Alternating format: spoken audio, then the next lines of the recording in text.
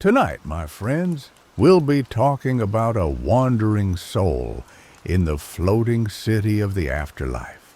Before you get cozy, be sure to like the video and subscribe if you're new to the channel. Also, let us know where you're watching from and what time it is for you. So, get cozy, take a deep breath, and let the journey begin. The salt spray stung Amma's face as she stood on the Accra shoreline, the humid Ghanaian air thick with the scent of fish and anticipation. Tonight was the night. For generations her family had held the vigil, passing down the knowledge, the rituals, and the bone-deep understanding of what this night meant. Tonight, Ogiakrom, the city of the dead, would rise. Amma wasn't a traditional priestess or even particularly spiritual in the conventional sense. She was a software engineer, coding by day and chasing server errors. But the blood of her ancestors flowed in her veins, a current stronger than any algorithm. She couldn't deny the pull, the electric hum in the air that grew stronger as the moon climbed higher. Around her, the beach throbbed with life. Fishermen had pulled their canoes ashore, offering libations to the sea gods, their voices a low, reverent murmur. Tourists, drawn by whispered legends and viral TikTok videos, mingled with locals, their cameras poised, eager to capture the spectacle. Amma found their presence jarring, a crass intrusion into something sacred. This wasn't a show, it was a reckoning. Her grandmother, Nana Abena, stood beside her, her face a roadmap of wrinkles etched by time and wisdom. Nana Abena's eyes, though clouded with age, held a sharp, unwavering focus. She clutched a gnarled wooden staff, its surface worn smooth by decades of rituals. "They are here for a spectacle, Amma," Nana Abena said, her voice raspy but firm, cutting through the ambient noise. "They do not understand the weight of what we witness." Amma nodded, her gaze fixed on the horizon. The air crackled with energy, a palpable tension that made the hairs on her arms stand on end. Then it began. A faint, ethereal glow shimmered on the water, barely visible at first. It pulsed, grew brighter, coalescing into a luminous form. The crowd gasped, a collective intake of breath as the impossible unfolded before their eyes. Ogiakrom rose from the depths. It wasn't a city of rotting corpses or grotesque specters as the sensationalist stories often claimed. It was beautiful, hauntingly so. Buildings crafted from shimmering opalescent stone spiraled towards the heavens, their architecture defying earthly physics. Ghostly lights flickered in the windows, and faint music, like the echo of a forgotten song, drifted across the water. It was a city frozen in time, a testament to a civilization lost to the sea, yet somehow preserved in a realm beyond mortal comprehension. Amma felt a wave of awe wash over her, mingled with a primal fear. The city was beautiful, but it was also undeniably wrong. It shouldn't exist. It defied the natural order. This year, though, there was something different. Aside from the normal ghostly lights of Ogiakrom, there was a pulsating golden light. It originated from the highest tower of the floating city, a beacon visible even from the shore. It was a light of immense power, of resistance. Nana Abena gripped Amma's arm, her fingers surprisingly strong. "He is here," she whispered, her voice filled with a mixture of dread and anticipation. "He has returned?" "Who?" Amma asked, her heart pounding in her chest. Before Nana Abena could answer, a figure emerged from the golden light. It was a man, or rather the shape of a man, formed from pure energy. He hovered in the air between Ogiakrom and the shore, his form flickering like a dying flame. He looked at the crowd, And the tourists, even in their morbid fascination, took a step back. The man's gaze swept over the crowd like he was searching for someone or something. When the man's gaze settled on Amma, she forgot how to breathe. The man spoke, his voice resonating in Amma's mind, bypassing her ears altogether. "I am Kwame," he said, "and I will not stay dead." Chaos erupted. The tourists screamed, scrambling back from the shore. The fishermen, hardened by years of facing the unpredictable sea, crossed themselves and chanted ancient prayers. Nana Abena pushed Amma behind her, raising her staff in a defensive posture. "He is a rogue spirit," Nana Abena said, her eyes fixed on Kwame. "A soul who refuses to accept his fate. He seeks to return to the world of the living, a transgression against the balance." Kwame ignored the commotion, his gaze still locked on Amma. "I need your help," he said, his voice pleading. "I cannot do this alone." Amma, despite her fear, felt a strange pull towards Kwame, a flicker of recognition. It was as if she knew him, or perhaps knew of him, from a dream or a forgotten memory. "Why me?" she asked, her voice barely a whisper. "Because you are the key," Kwame replied. "You are the link between the world of the living and the world of the dead. Your bloodline carries the power to open the gate." Nana Abena gasped. "He speaks of forbidden magic," she said, her voice trembling. "The gate of return. It is a dangerous path, Amma. It leads to nothing but suffering." Amma ignored her grandmother. She was drawn to Kwame, to his desperation, to the hope that flickered within his spectral form. He was a ghost fighting against his own demise, a rebel against the natural order, and something inside Amma, something she had always suppressed, resonated with that rebellion. "What do you need me to do?" she asked. Kwame's form flickered brighter, as if fueled by her willingness. "I need you to perform the rite of passage," he said, "a ritual passed down through your family. It is the only way to anchor me to the mortal realm." "But the rite is meant to guide souls into the afterlife," Amma protested. "It can be reversed," Kwame said, "with the right intention, with the right power. You have that power, Amma. You have always had it." Nana Abena stepped forward, her face etched with worry. "Amma, do not listen to him. He is manipulating you. He seeks to disrupt the balance of life and death. He will bring nothing but chaos and destruction." Amma looked at her grandmother, at the fear in her eyes. She loved Nana Abena, respected her wisdom. But she couldn't ignore the pull, the undeniable feeling that this was her destiny, her purpose. "I have to try," she said, her voice firm. "I have to see what happens." Nana Abena shook her head, her eyes filled with sorrow. "Then you walk a dangerous path, child, a path from which there may be no return." The next few days were a blur of frantic research and whispered consultations with Nana Abena. Despite her disapproval, Nana Abena couldn't deny the ancient knowledge that flowed through her veins. She reluctantly guided Amma through the intricacies of the rite of passage, explaining the chants, the offerings, and the precise movements required to perform the ritual. Amma pored over ancient texts, her coding skills proving surprisingly useful in deciphering the cryptic symbols and archaic language. She learned about the Gate of Return, a mythical portal between the worlds of the living and the dead, a gate that was said to be guarded by powerful spirits. She also learned about Kwame.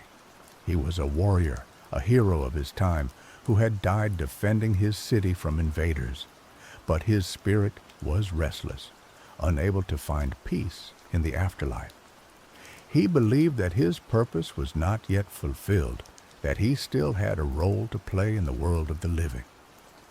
Amma found herself drawn to Kwame's story, to his unwavering determination.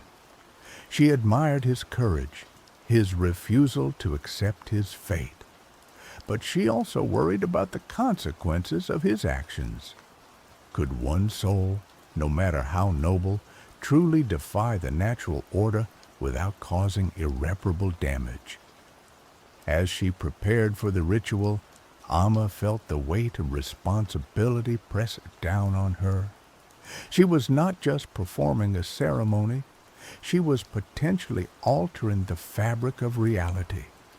She was opening a door that should have remained closed, inviting the unknown into the world. She shared her concerns with Kwame, communicating with him through dreams and meditative trances.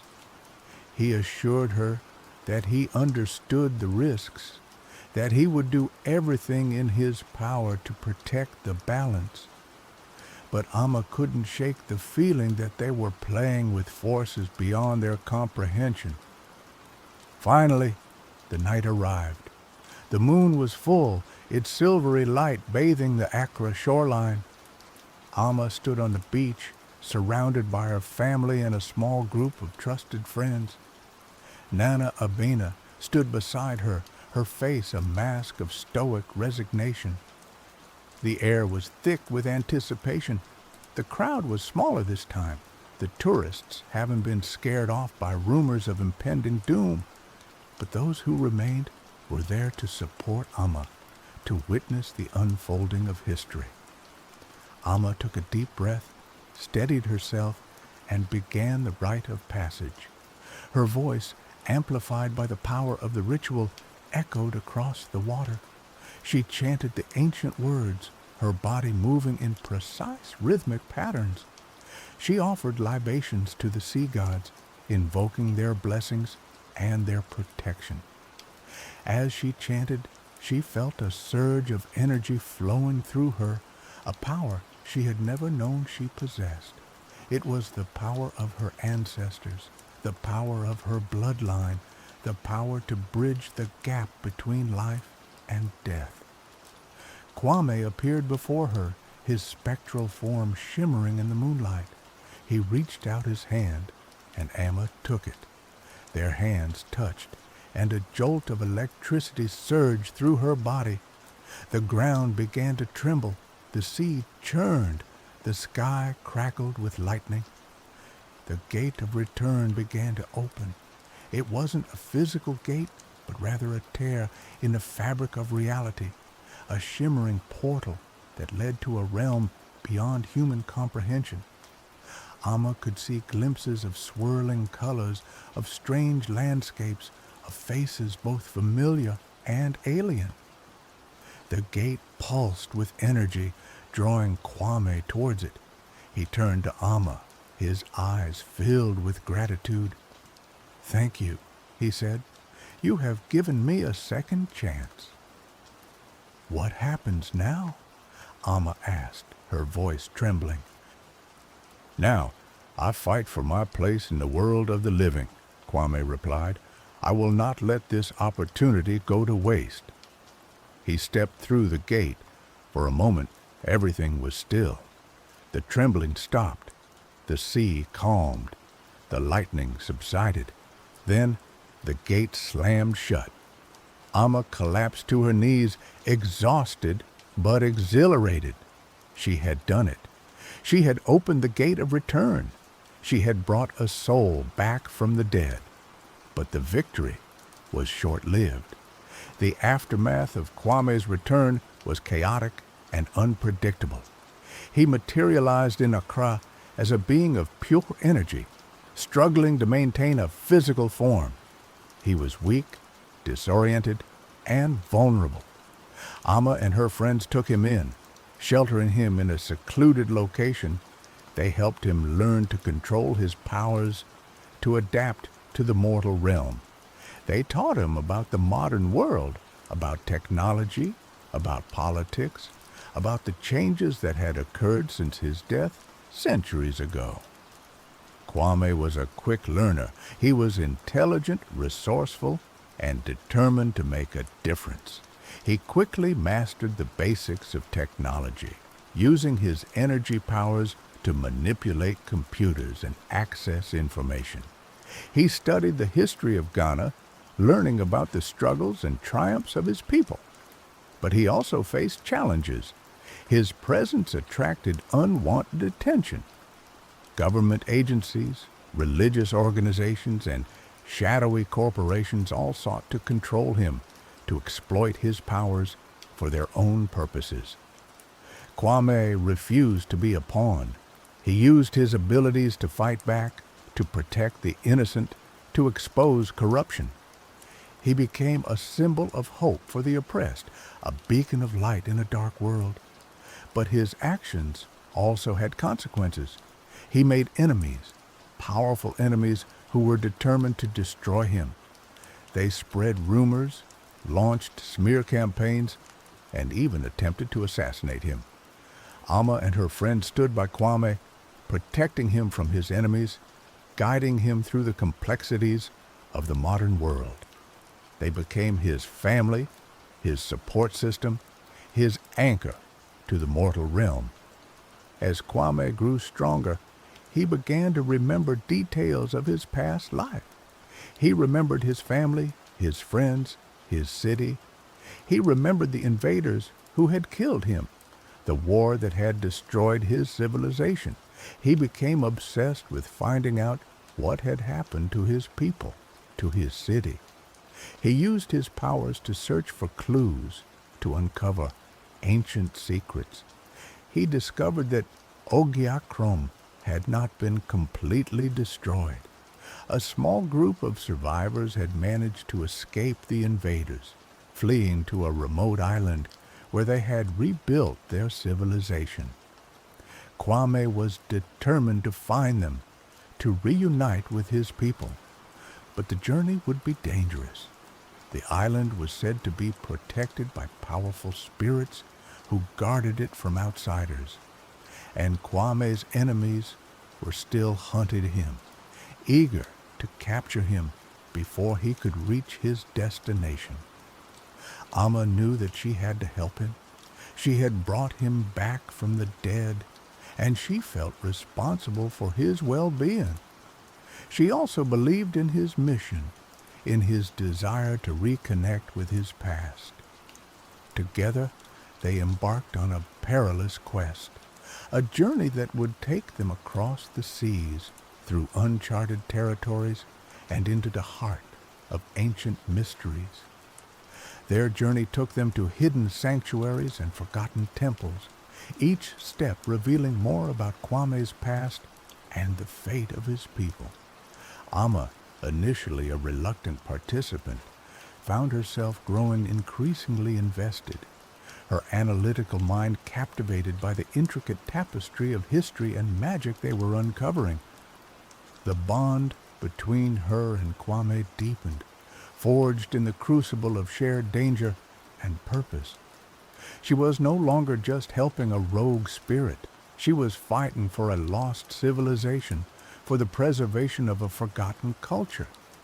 They learned that Ogiakrom wasn't merely a city of the dead, but a repository of knowledge and power, a place where the veil between worlds was thin.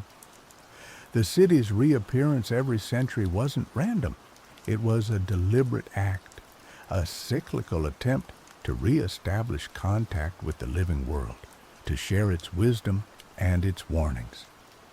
Kwame's return was not just a personal quest, it was a catalyst, a trigger that could potentially reignite the flame of Ogiakrom's legacy. But it also carried the risk of exposing the city's secrets to those who would exploit them for their own gain. Their pursuers were relentless. A shadowy organization known as the Collectors sought to capture Kwame, believing that his energy powers could be harnessed to create weapons of unimaginable destruction. They were led by a ruthless woman named Dr. Evelyn Reed, a brilliant but morally bankrupt scientist who saw Kwame as nothing more than a scientific experiment. They faced trials that tested their courage and their resolve. They battled ancient spirits, navigated treacherous landscapes, and outsmarted cunning adversaries. Amma's coding skills came in handy, allowing her to hack into security systems, decipher encrypted messages, and create technological countermeasures against their enemies. Kwame's powers grew stronger, but so did his awareness of the responsibility that came with them. One particular encounter stands out. They found themselves in a hidden cave guarded by a colossal earth spirit, its body formed from living rock. The spirit challenged Kwame, testing his worthiness to enter the sacred realm of Ogiakrom's survivors. Kwame faced the spirit with humility and respect, acknowledging the spirit's power and its role as a protector. He spoke of his desire to reconnect with his people, to learn from their wisdom, and to help them preserve their culture. The spirit was moved by Kwame's sincerity. It granted them passage, but warned them of the dangers that lay ahead. The path to reunion is fraught with peril, the spirit boomed. You will face trials that will test your very souls. But remember, the strength of your spirit is greater than any obstacle. Finally, after months of relentless pursuit, they reached the island, a lush, vibrant paradise hidden amidst treacherous reefs and swirling currents. The survivors of Ogiakrom had created a thriving community, blending ancient traditions with modern technology. They lived in harmony with nature, harnessing the power of the elements to sustain their civilization. Kwame was welcomed as a hero, a legend returned to life. He reunited with his descendants, learning about the history of his people, about the sacrifices they had made to preserve their culture. But the reunion was bittersweet. The survivors of Ogiakrom were wary of the outside world, fearful of exposing their secrets to those who would exploit them. They were divided on the question of whether to reveal themselves to the world or to remain hidden in their sanctuary.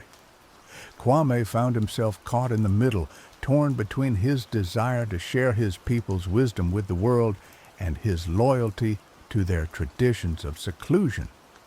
Meanwhile, Dr. Reed and the collectors were closing in.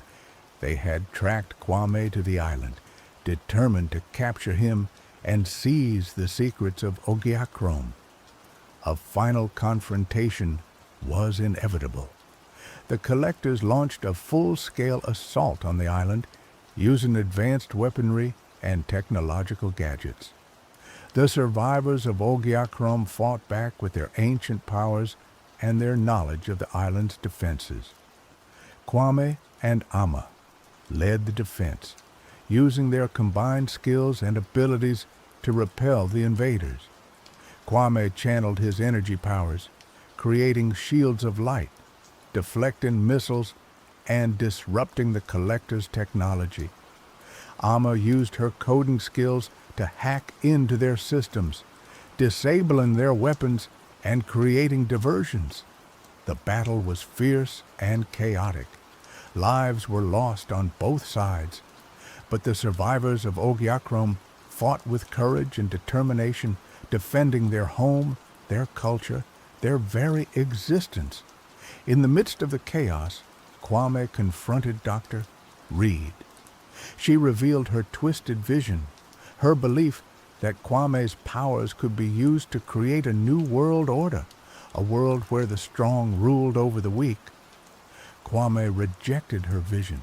He argued that power should be used to protect the innocent, to uplift the oppressed, to create a world of peace and justice. Their clash was not just a physical battle, but a philosophical one, a struggle between two opposing ideologies. In the end, Kwame prevailed. He used his powers to disable Dr. Reed's technology, rendering her harmless. But he refused to kill her. He believed that even she could be redeemed, that she could learn to use her talents for good. The remaining collectors were defeated, their forces scattered, their plans thwarted. The island was safe. In the aftermath of the battle, the survivors of Ogiakrom faced a difficult decision. Should they remain hidden, or should they reveal themselves to the world? Kwame argued that they had a responsibility to share their wisdom and their knowledge with humanity, to help create a better future. He believed that the world needed Ogyakrom's perspective, its understanding of the interconnectedness of all things, its reverence for nature. But he also acknowledged the risks. Exposure to the outside world could lead to exploitation, to cultural appropriation, to the destruction of their way of life. Ultimately, the decision was left to the elders of Ogiakrom. After much deliberation, they decided to take a cautious approach. They would begin by sharing their knowledge with a select group of individuals, people who were trustworthy and dedicated to making a positive impact on the world. Amma was chosen to be one of the ambassadors, to serve as a link between Ogiakrom and the outside world. She accepted the responsibility with humility and gratitude. Kwame, having fulfilled his purpose, began to fade. His connection to the mortal realm was weakening, his energy dissipating. He knew that it was time for him to return to the afterlife. He said his goodbyes to his people, to Amma, to his friends. He thanked them for their love, their support, their unwavering belief in him. He stepped back through the gate of return, this time willingly, peacefully. As he faded away, he left Amma with a message of hope. "The future is not predetermined," he said. "We have the power to shape our own destinies. We must use that power wisely to create a world that is worthy of our ancestors and worthy of our descendants." Amma returned to Accra, carrying Kwame's message with her. She dedicated her life to building bridges between cultures, to promoting understanding and cooperation, to creating a world where the wisdom of the past could guide the choices of the future. She never forgot Kwame, the rogue spirit who had defied death, who had fought for his people, who had inspired her to embrace her destiny. She knew that his spirit lived on, not just in the afterlife, but in the hearts of all those who dared to challenge the status quo, who dared to dream of a better world. And every 100 years, when Ogiakrom rose from the depths, Amma would stand on the Accra shoreline, listening for the echo of his voice, remembering the lessons he had taught her, and reaffirming her commitment to the cause of justice, equality, and peace.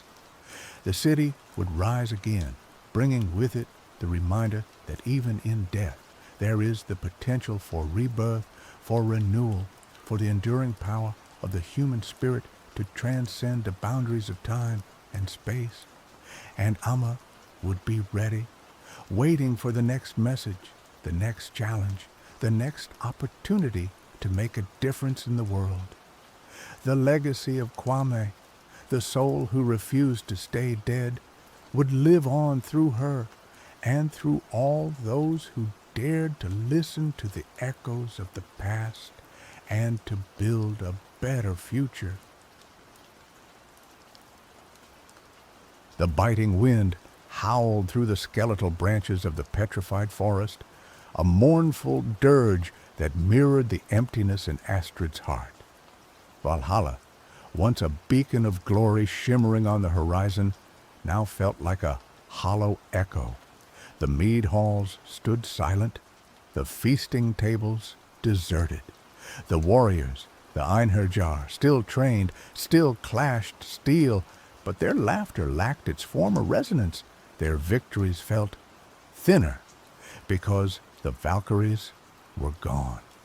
For generations, the Valkyries, Odin's shield maidens, had descended upon the battlefields, selecting the bravest warriors to join the ranks of the Einherjar in Valhalla.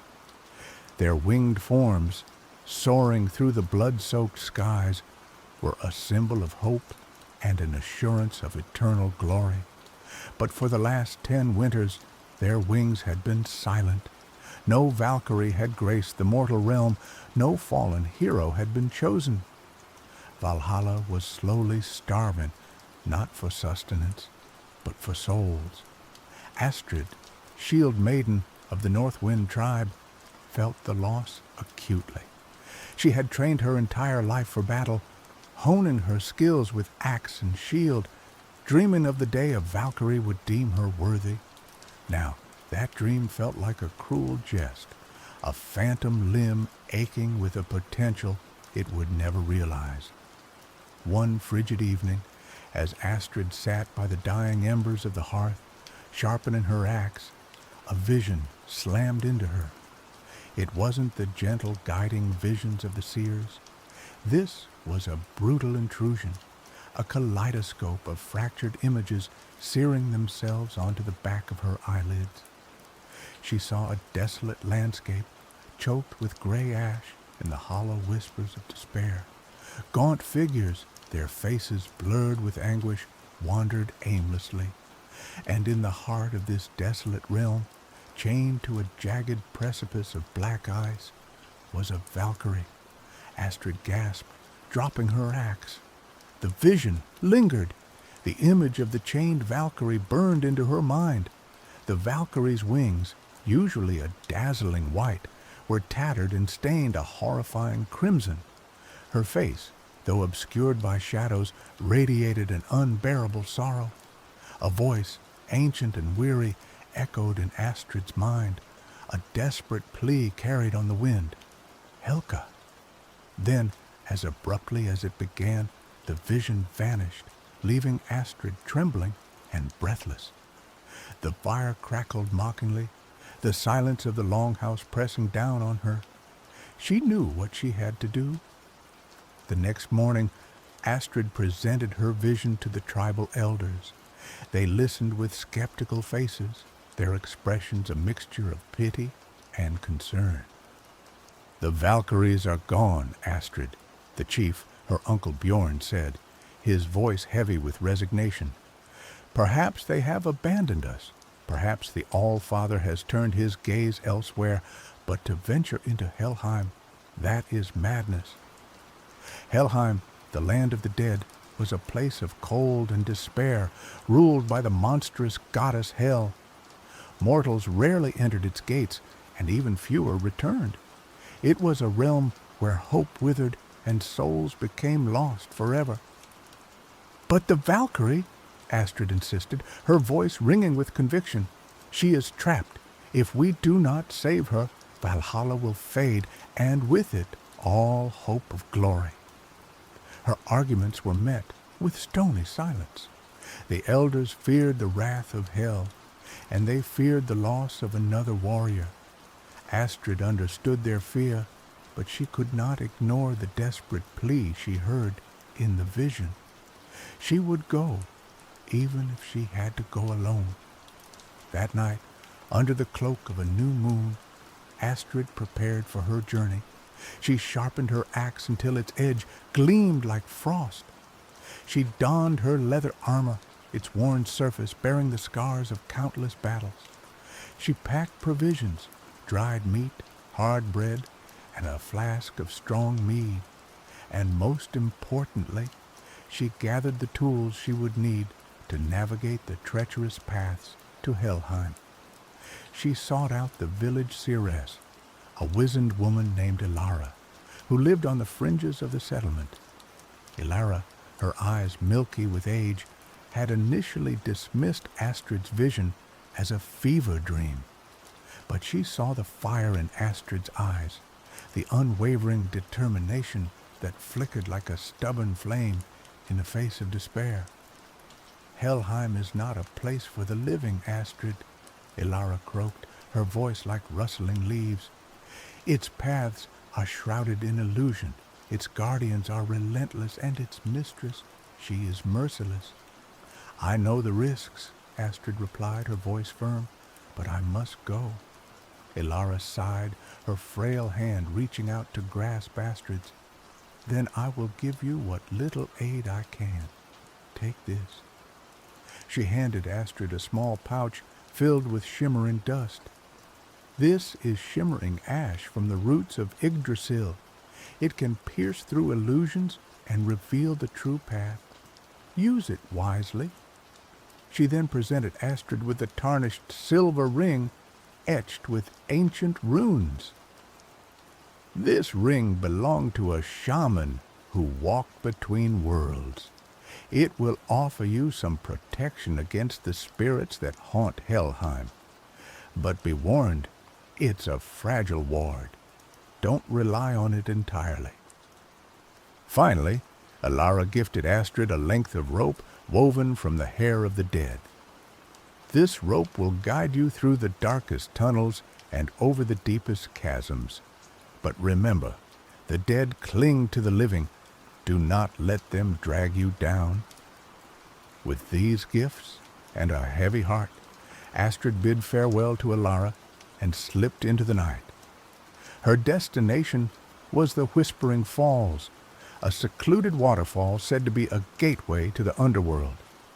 Legend held that the water of the falls carried the whispers of the dead, and if one listened closely, they could hear the path to Helheim revealed.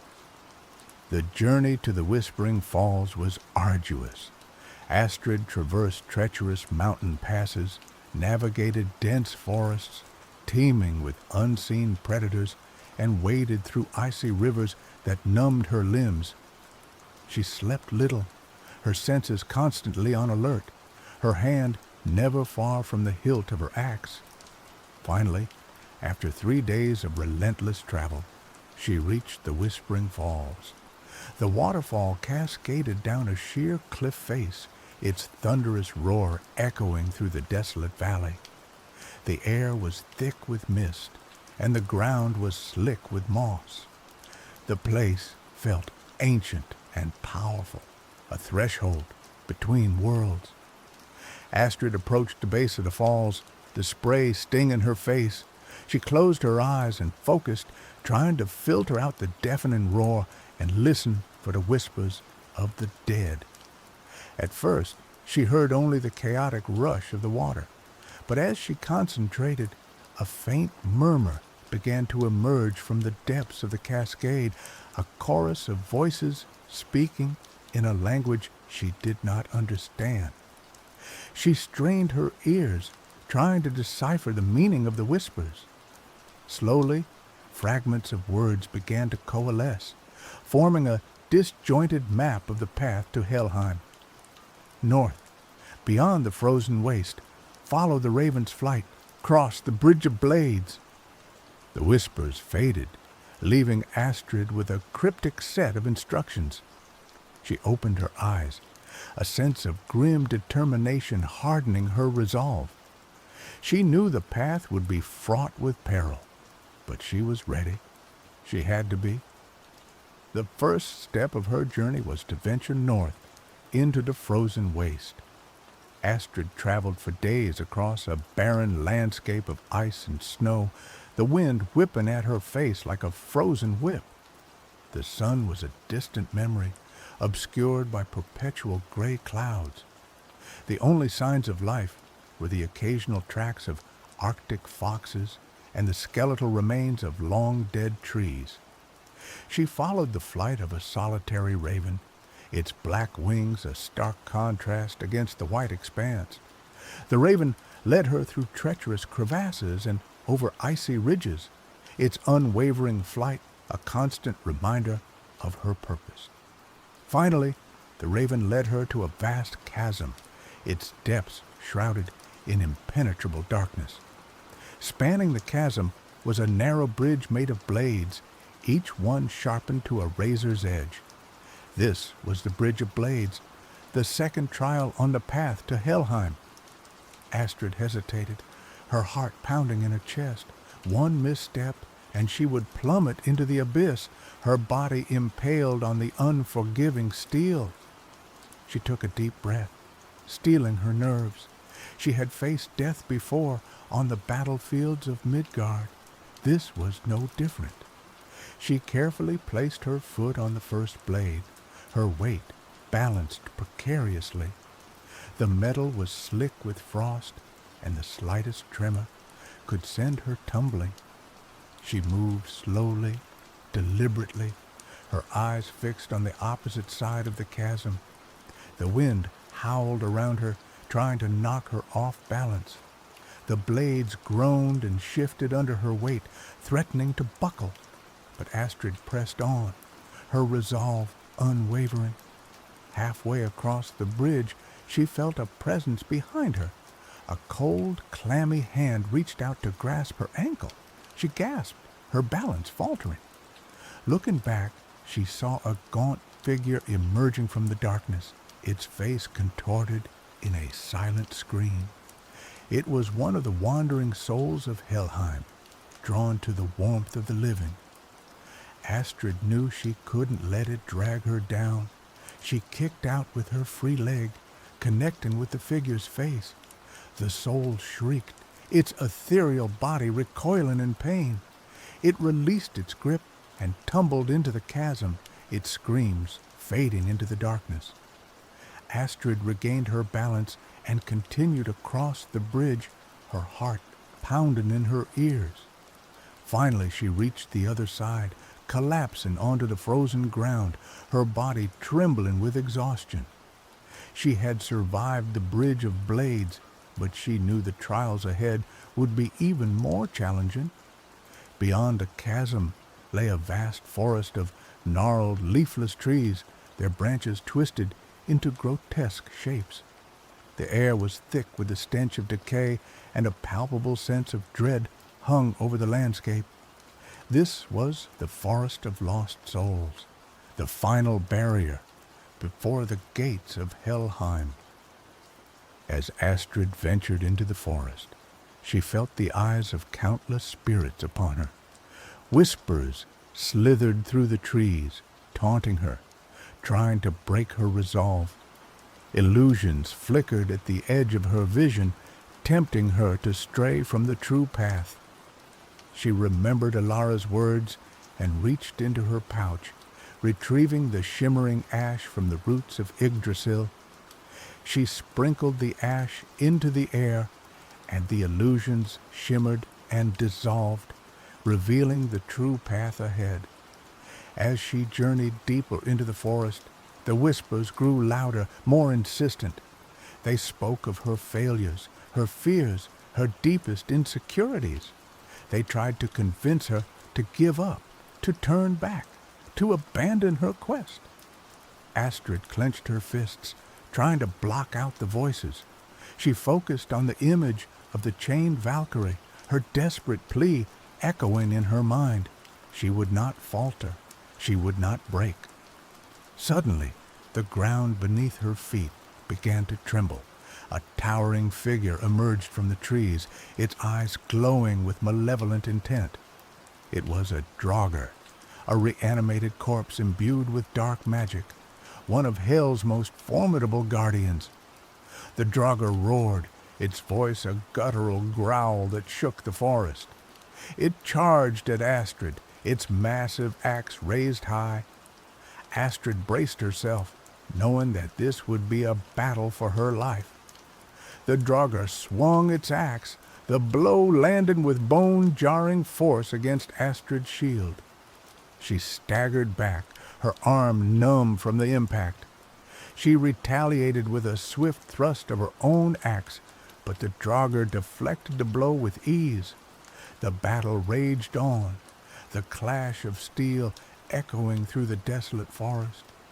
Astrid fought with courage and skill, but the Draugr was stronger, more relentless. It seemed impervious to pain, its movements fueled by dark magic. Astrid realized that she couldn't defeat the Draugr through brute force alone.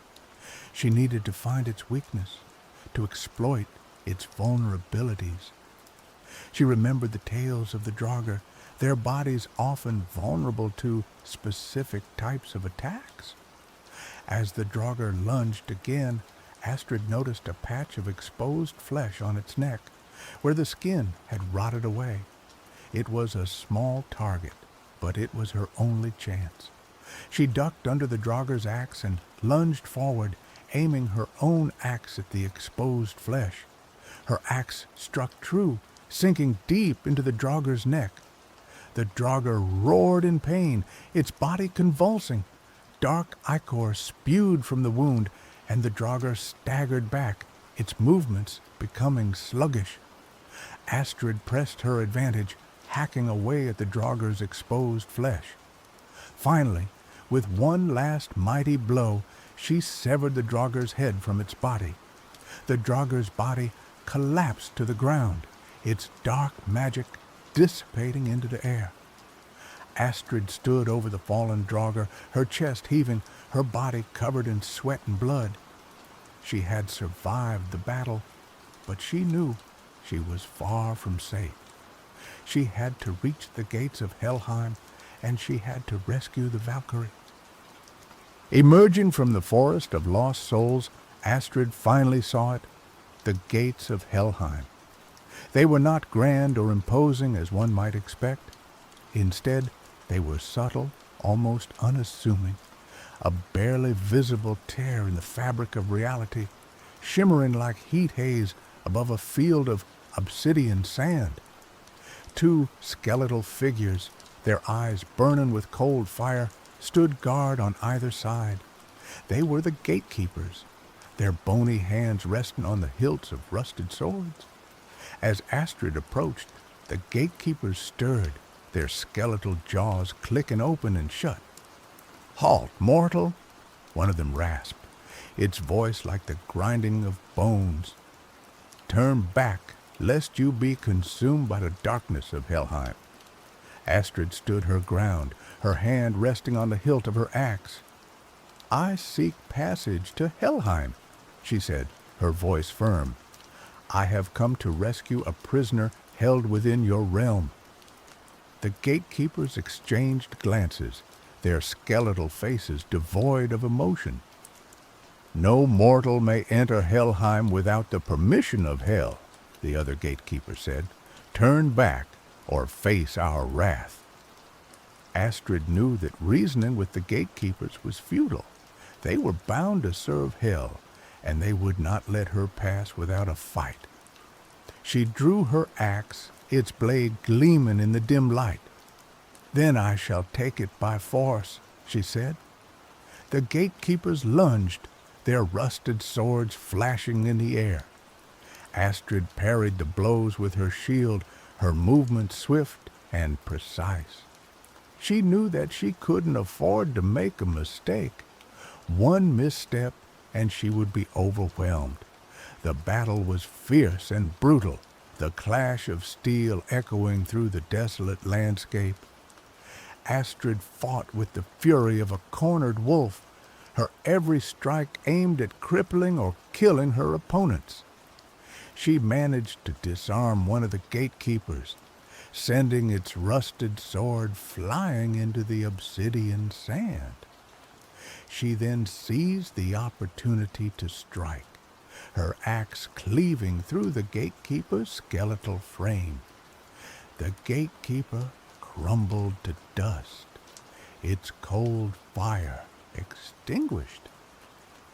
The remaining gatekeeper roared in anger, its attacks becoming even more frantic. Astrid dodged and weaved, avoiding its blows with inches to spare. She knew that she couldn't keep this up for long.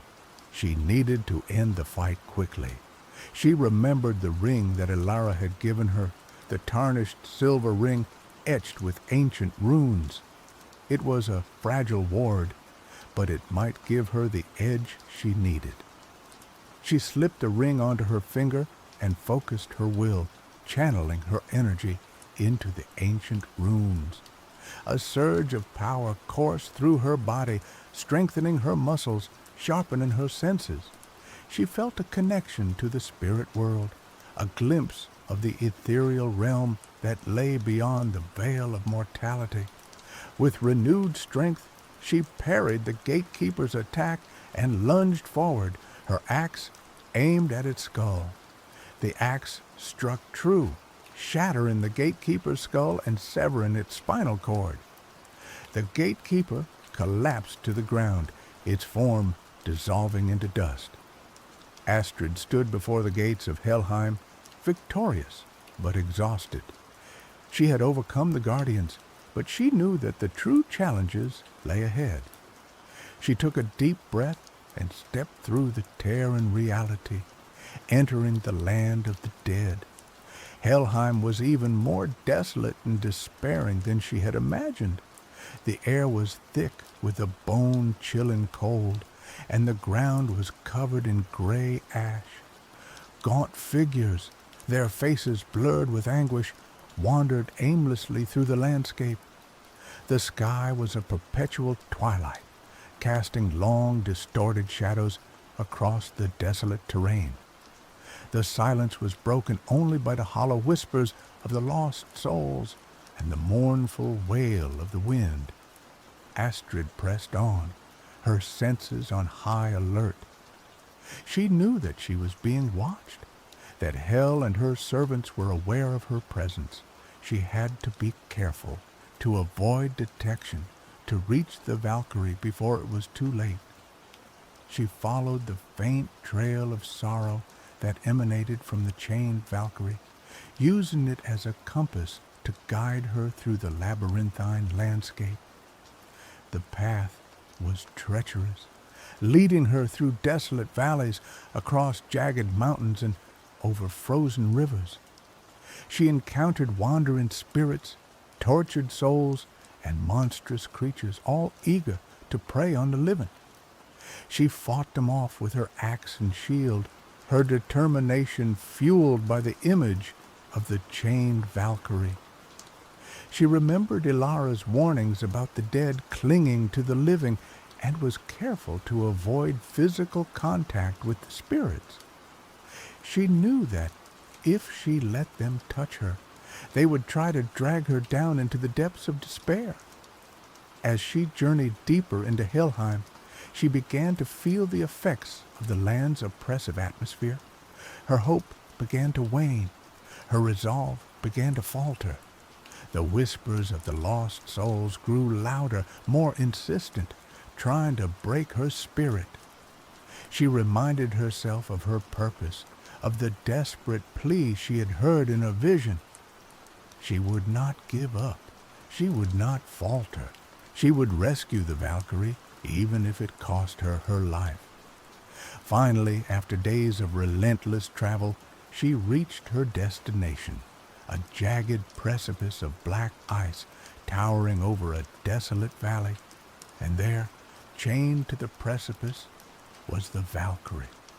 Astrid gasped, her heart aching at the sight of her. The Valkyrie was even more broken and battered than she had imagined. Her wings were tattered and stained crimson, her face was gaunt and pale, and her eyes were filled with an unbearable sorrow. The Valkyrie looked up as Astrid approached, her eyes widening in surprise. "A mortal," she croaked, her voice raspy and weak. "What brings you to this forsaken place?" "I have come to rescue you," Astrid said, her voice filled with conviction. "I saw you in a vision. I know that you are trapped here, and I have come to set you free." The Valkyrie shook her head, her expression filled with despair. "It is too late," she said.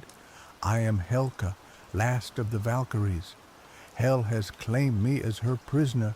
She will never let me go." "I will not let you suffer any longer," Astrid declared, stepping forward, and attempting to break the chains binding Helka to the ice. They were thick, forged from the blackest metal she had ever seen in her life. "They are enchanted with powerful sorcery," Helka warned. "No mortal blade can cut them." "Then I will find another way," Astrid replied, pulling back and studying the chains closely. She noticed a series of intricate runes etched into the metal, pulsing with a faint, dark energy. She recognized some of the runes from her limited knowledge of magic, dark inscriptions that spoke of binding and despair. An idea formed in her mind. She remembered the shaman's ring, the fragile ward that Ilara had given her. It was said to offer protection against the spirits of Helheim, but perhaps it could also be used to disrupt the magic of the chains. Astrid focused her will, channeling her energy into the ring. She felt a surge of power coursing through her body, a connection to the ancient forces of the spirit world. She reached out and touched the ring to the chains, focusing her intent on breaking the runes. The chains shimmered and pulsed, their dark energy fluctuating wildly. The runes began to crack and fade, their power weakening. Astrid pushed harder, pouring all of her energy into the ring. Suddenly, a wave of dark magic washed over her, throwing her back against the precipice.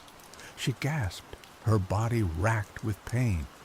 The ring had protected her from the worst of the backlash, but she could feel its power waning. "Stop!" Helka cried. "You will destroy yourself. You cannot break these chains."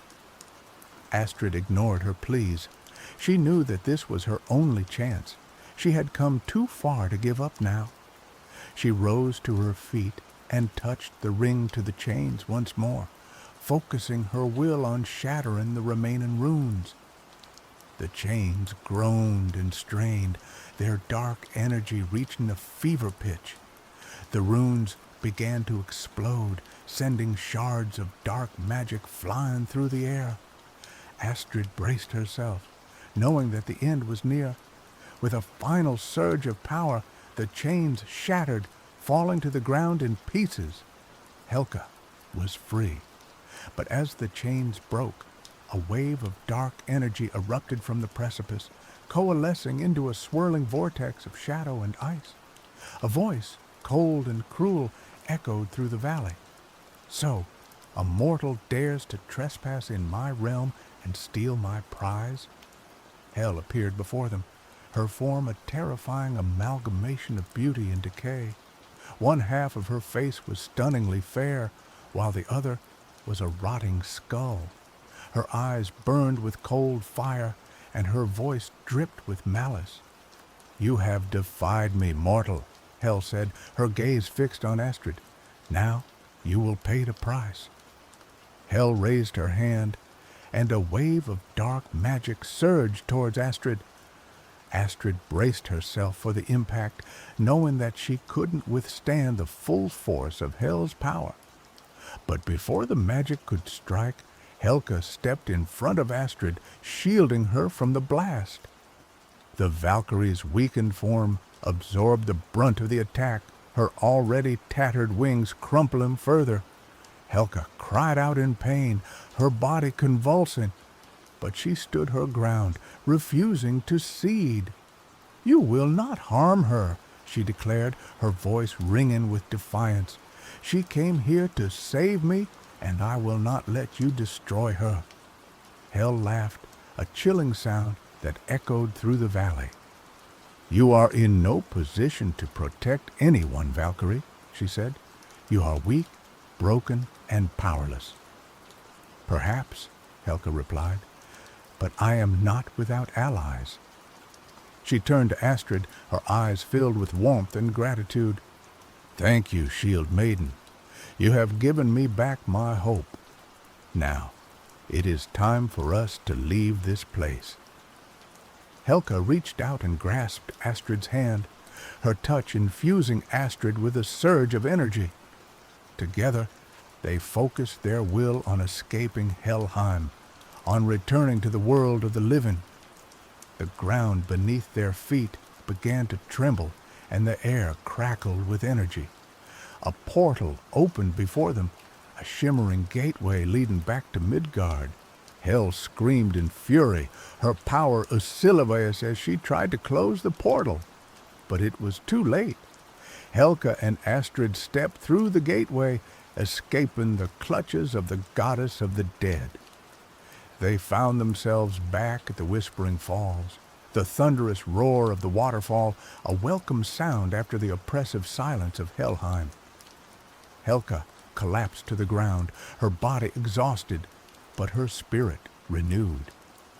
Astrid knelt beside her, her heart filled with relief. They had done it. They had survived Helheim, and they had rescued the last Valkyrie. "Thank you, Astrid," Helka said, her voice weak. "You have saved me from a fate worse than death. I will never forget your courage and your sacrifice."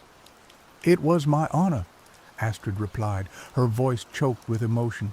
"The Valkyries are needed. Valhalla needs you." Helka smiled, her eyes regaining their former brilliance. "Then I shall return to Valhalla," she said, "and I shall bring with me the bravest warriors from the mortal realm to join the ranks of the Einherjar." Helka stood up, her wings slowly unfurling, their crimson stains fading to white. She looked at Astrid, her gaze filled with warmth and gratitude. "Come, Shield Maiden," she said. "Let us return to Valhalla together." Astrid grasped Helka's hand, and together they took flight, soaring through the sky towards the shimmering halls of Valhalla. As they flew, Astrid felt a sense of peace and fulfillment she had never known before. She had faced death and despair, and she had emerged victorious. She had saved the last Valkyrie, and she had restored hope to Valhalla. Her name would be etched in legends, sung by skalds for generations to come. As they approached Valhalla, the gates opened wide, welcoming them home. The Einherjar cheered, their voices echoing through the halls. The mead flowed, the laughter resounded, and the feasting tables were once again filled with joy. The Valkyries had returned, and with them a new era of glory had begun. And Astrid, the Shield Maiden who dared to venture into Helheim, would forever be remembered as the hero who saved Valhalla. Her name would be whispered in awe and reverence, a testament to her courage, her determination, and her unwavering belief in the power of hope. The halls of Valhalla rang with tales of her journey, a song of bravery that would echo through eternity. The age of heroes was not over. It had merely been waiting for a Shield Maiden to rekindle the flame. The desert air hung thick and heavy, tasting of dust and the promise of something wicked. Jason, a man carved from sun-baked leather and grit, felt the prickling on the back of his neck that always came before a bad storm or a particularly mean bull. He'd ridden both countless times, and usually walked away with only a few new scars and a healthy dose of respect. But tonight felt different. Tonight, the air thrummed with an unnatural energy. He'd heard the whispers in saloons, the drunken boasts of old-timers, and the hushed warnings of Navajo elders. Whispers of a rodeo that only appeared beneath a blood moon, a spectacle of spectral cowboys and bulls forged from nightmare. Jason, a champion in the modern circuit, a man who scoffed at superstition, had dismissed them as tall tales, until now.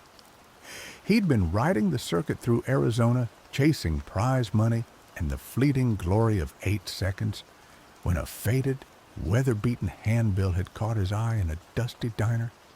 It depicted a skeletal cowboy astride a bull wreathed in flames, the words, "Midnight Rodeo Tonight," scrawled beneath in spidery ink. Underneath that was a single line that made the blood in Jason's veins run cold. Ride or remain. He'd dismissed it as a prank, a desperate attempt by some local yokel to drum up business. But curiosity and a certain reckless streak he'd never quite managed to tame had led him out to the desolate stretch of land described in the handbill. He wasn't alone. A small crowd had gathered, their faces illuminated by the eerie crimson glow of the rising blood moon. They were a motley crew, a mix of curious onlookers, thrill-seekers, and the morbidly fascinated. He spotted Fiona, a photojournalist known for her fearless reporting on the occult, her camera already clicking away at the unsettling landscape. He also saw Kelly, a seasoned bull rider nearing the end of his career, his face etched with a mixture of fear and grim determination. But it was the presence of Volk, a towering figure with eyes as cold and sharp as obsidian, that sent a shiver down Jason's spine. Volk was a legend, a man whispered to have made deals with forces beyond mortal comprehension. He hadn't been seen on the circuit in years, and his presence here felt ominous. As the moon climbed higher, bathing the desert in its crimson light, the air crackled with anticipation. Then, with a sudden rush of wind and a low guttural roar that seemed to emanate from the very earth, the rodeo materialized. It wasn't like anything Jason had ever seen. The arena shimmered, half real and half illusory, constructed from shadows and moonlight. The cowboys were gaunt figures, their faces obscured by wide-brimmed hats, their bones visible through tattered clothing. They moved with a jerky, unnatural grace, their laughter hollow and echoing. The bulls were even more terrifying. They were creatures of nightmare, their bodies wreathed in spectral flames, their eyes burning with an ancient, malevolent intelligence. One was a massive beast with horns of twisted bone, another a serpentine creature that slithered more than ran, and a third a whirlwind of dust and fury with eyes that glowed like embers.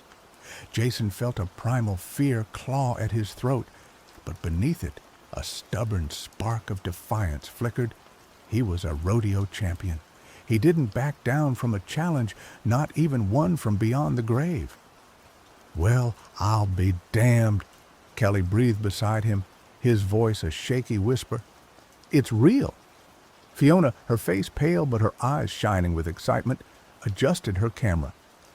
"This is incredible," she murmured, her fingers flying over the controls. "I have to get this on film." Folk remained silent, his gaze fixed on the arena, his expression unreadable. A skeletal announcer, his voice a dry rasp, addressed the crowd. "Welcome, mortals, to the Midnight Rodeo. Tonight, we offer you a chance to test your mettle against the finest spectral stock in the netherworld. Ride well, or join our ranks for eternity." The rodeo began. One by one, the ghostly cowboys mounted the spectral bulls. The rides were violent, chaotic, and terrifying. The bulls bucked and twisted with unnatural strength, their spectral flames scorching the air. Some cowboys were thrown immediately, their screams fading into the desert wind.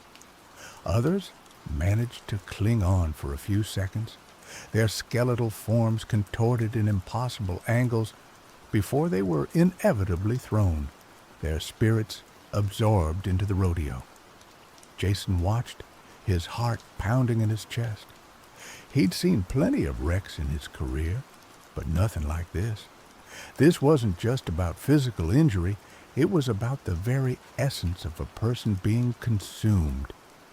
Kelly, despite his earlier fear, seemed to be steeling himself. "I'm going to give it a shot," he said, his voice hoarse. "I ain't got much to lose." Jason grabbed his arm. "Kelly, don't be a fool. This ain't no ordinary rodeo. This is something else." Kelly shook his head. "I know, kid, but I ain't ready to be put out to pasture. This might be my last chance to prove I still got what it takes." He walked towards the gate, his steps slow but determined. Jason watched him go, a knot of dread forming in his stomach. Kelly climbed onto a bull that resembled a living storm cloud, its body crackling with lightning. He nodded to the gatekeeper, a shadowy figure with eyes like burning coals. The gate swung open, and the bull exploded into the arena. Kelly held on, his body a silhouette against the raging storm. He rode with a desperate ferocity, his muscles straining, his face contorted in a grimace of effort. For a moment, it seemed like he might actually make it. But then, the bull unleashed a bolt of spectral lightning, and Kelly was thrown, his body disappearing in a flash of light. Jason stared in horror. Kelly was gone, vanished without a trace, presumably absorbed into the rodeo. Fiona, her camera still clicking, lowered it slowly, her face pale. I think I've seen enough," she whispered. Jason felt a surge of anger directed at the rodeo, at the forces that had claimed Kelly, and at himself for being too late to stop him. He knew he should leave, run as far and as fast as he could, but he couldn't, not yet. The skeletal announcer's voice echoed through the arena.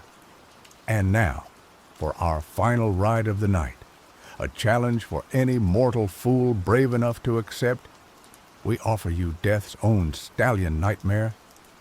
A hush fell over the crowd. Even the ghostly cowboys seemed to hold their breath.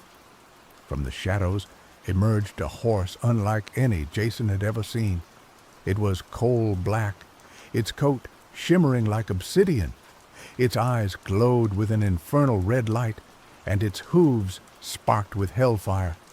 A palpable aura of death and despair emanated from it, chilling Jason to the bone. "Who among you dares to ride Nightmare?" the announcer rasped. "Ride him, and you shall be granted a boon beyond your wildest dreams. Fail, and you shall join our rodeo for eternity." A long silence stretched over the arena. No one moved. No one dared to even breathe. Then Folk stepped forward.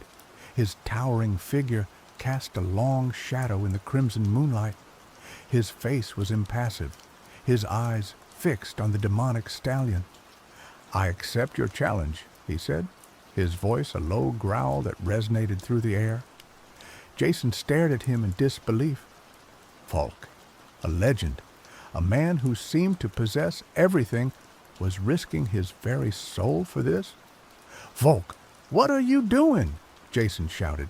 "This is insane." Folk didn't turn to look at him. "I have my reasons," he said, his voice barely audible above the crackling of the spectral flames. He approached Nightmare, the stallion snorting and pawing the ground, its eyes fixed on Volk with a baleful glare. Volk reached out a hand and laid it on the horse's neck. To Jason's surprise, the stallion didn't rear or buck. It stood still, as if recognizing a kindred spirit. Volk swung himself onto Nightmare's back with a practiced ease that belied his age. He gripped the stallion's mane, his knuckles white. The announcer cackled, "Prepare yourselves, mortals! Behold the ride of Death's own stallion!" The gate swung open, and Nightmare exploded into the arena. The ride was unlike anything Jason had ever witnessed. Nightmare moved with impossible speed and agility, bucking and twisting in ways that defied the laws of physics. Spectral flames erupted from its hooves, scorching the ground. The air crackled with energy, and the very fabric of reality seemed to distort around them. Folk held on, his body a statue of grim determination. He rode with a skill and ferocity that surpassed even his legendary reputation. He seemed to anticipate Nightmare's every move, countering its every attempt to throw him. Jason watched, mesmerized, his fear replaced by a sense of awe. He didn't know why Folk was doing this, but he knew that he was witnessing something truly extraordinary. Fiona, her camera forgotten, stared at the scene with wide eyes, her face a mixture of terror and wonder. The ride went on and on, longer than any ride Jason had ever seen. It was as if time itself had stopped. The crowd of ghostly cowboys watched in silence, their skeletal faces unreadable. Then, just when it seemed like Folk might actually succeed, Nightmare unleashed its ultimate weapon. A wave of pure darkness emanated from the stallion, engulfing Folk in its suffocating embrace. Jason felt the darkness wash over him, filling him with a sense of despair and hopelessness so profound that he almost collapsed. Folk cried out, a sound of pure agony that echoed through the arena. His grip on Nightmare loosened, and he began to slip. Jason knew that if Folk was thrown, he would be lost forever. He had to do something. He didn't know what he could do, but he couldn't just stand by and watch Folk be consumed by the darkness. He ran towards the arena, ignoring the screams of Fiona and the warnings of the ghostly cowboys. He had to get to Folk. As he reached the edge of the arena, he saw Folk falling, his body enveloped in the darkness. Without thinking, Jason leaped into the arena, reaching out for Volk. His fingers brushed against Volk's hand, and he felt a surge of energy pass through him. He grabbed hold of Volk's arm, pulling him close. The darkness tried to pull them apart, but Jason held on tight, his muscles straining. He wouldn't let go. He looked into Volk's eyes, and he saw a flicker of hope, a spark of defiance in the face of overwhelming despair. "Hold on, Volk!" Jason shouted, his voice hoarse. "I'm not going to let you fall." Together, they fought against the darkness, their combined will a force to be reckoned with. Slowly, painstakingly, they began to push back the shadows. The crowd of ghostly cowboys watched in stunned silence. They had never seen anything like this before, a mortal intervening in the affairs of the netherworld. Then, something remarkable happened. One of the ghostly cowboys, a figure with a tattered Confederate uniform and a face etched with sorrow, stepped forward. He reached out a hand and touched Jason's shoulder. "I'll help you, son," he said, his voice a low whisper. "I know what it's like to be trapped in this place." Another ghostly cowboy stepped forward, and then another, and another. Soon, the entire crowd of spectral riders was surrounding Jason and Volk, their hands outstretched, their faces filled with a newfound hope. Together, they formed a circle of light, pushing back the darkness and shielding Jason and Volk from Nightmare's influence. Nightmare reared and bucked, its eyes blazing with fury, but it couldn't break through the circle of light. With the help of the ghostly cowboys, Jason managed to pull Volk free from Nightmare's grasp. They stumbled to the ground, exhausted but alive. The darkness receded, and Nightmare stood panting in the center of the arena, its infernal flames dimmed. The skeletal announcer, his voice filled with disbelief, addressed the crowd. This is impossible. No mortal has ever resisted Nightmare's power. He turned to Jason and Volk, his skeletal face contorted in a snarl. "You may have won this battle, mortals, but the war is far from over. We will meet again." With a final roar, the rodeo began to fade, the arena dissolving into shadows and moonlight. The ghostly cowboys vanished, their faces filled with gratitude. Nightmare disappeared, its demonic laughter echoing in the desert wind. Jason and Volk were left standing alone in the desolate stretch of land, the blood moon casting a long, ominous shadow. Fiona ran towards them, her face flushed with excitement. "I can't believe what I just saw," she exclaimed. "It was incredible." She snapped a few quick photos of Jason and Volk, their faces etched with exhaustion and awe. "What was that all about, Volk?" Jason asked, his voice still shaking. "Why did you risk your life like that?" Volk remained silent for a moment, his eyes fixed on the horizon. Then he turned to Jason, his expression unreadable. "I had a debt to pay," he said, his voice low. "A debt to someone who saved my life a long time ago." He didn't elaborate, and Jason didn't press him. He knew that Volk was a man of secrets, a man who carried a heavy burden on his shoulders. "Well, whatever it was, I'm glad you're okay," Jason said, "and I'm glad I was there to help." Volk nodded, a rare smile gracing his lips. "Thank you, Jason," he said. "You have proven yourself to be a true friend." As the blood moon began to set, casting a long crimson shadow over the desert, Jason, Fiona, and Volk walked away from the desolate stretch of land, leaving the midnight rodeo behind them. They had witnessed something extraordinary, something that would stay with them for the rest of their lives. They had faced death, defied the forces of the netherworld, and emerged victorious, not through strength or skill, but through courage, friendship, and a willingness to believe in the impossible. The next morning, Jason found a small leather-bound book tucked into his saddlebag. It was a collection of Navajo legends, detailing the history of the land and the spirits that dwelled within it. On the first page, a single word was written in elegant script: "Gracias." He knew it was from Volk. He smiled, a genuine smile that reached his eyes. He might not understand everything that had happened at the midnight rodeo, but he knew that he had made a difference. He had saved a life, and in doing so, he had perhaps saved a part of himself as well. He closed the book and tucked it safely into his shirt pocket.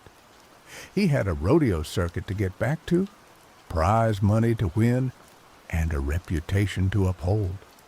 But he knew that he would never forget the night he rode with ghosts beneath the blood moon.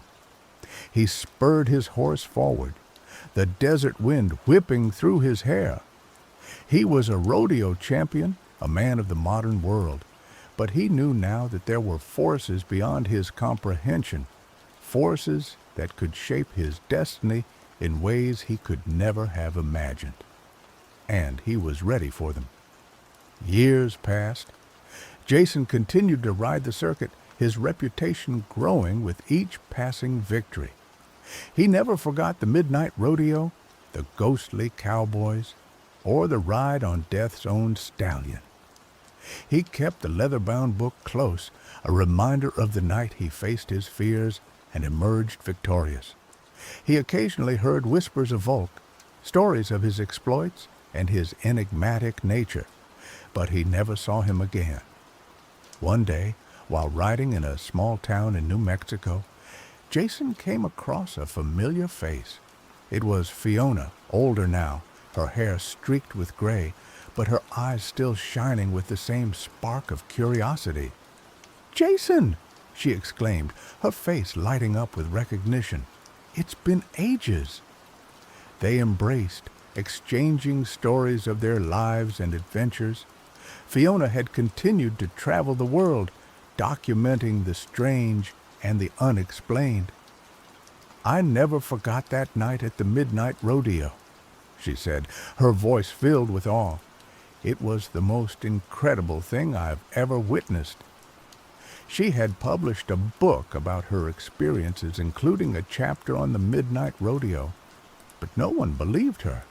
They dismissed it as fiction, a product of her overactive imagination.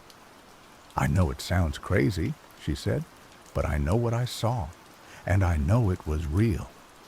Jason smiled. "I believe you, Fiona," he said. "I was there too." They spent the rest of the afternoon reminiscing about the midnight rodeo, sharing their memories, and trying to make sense of what they had experienced. As the sun began to set, Fiona turned to Jason, her expression serious. "I've been researching Volk," she said. "I've been trying to find out more about him." "And what have you found?" Jason asked. Fiona hesitated for a moment, then took a deep breath. "I think I know why he risked his life at the midnight rodeo," she said. "I think I know what debt he was trying to repay."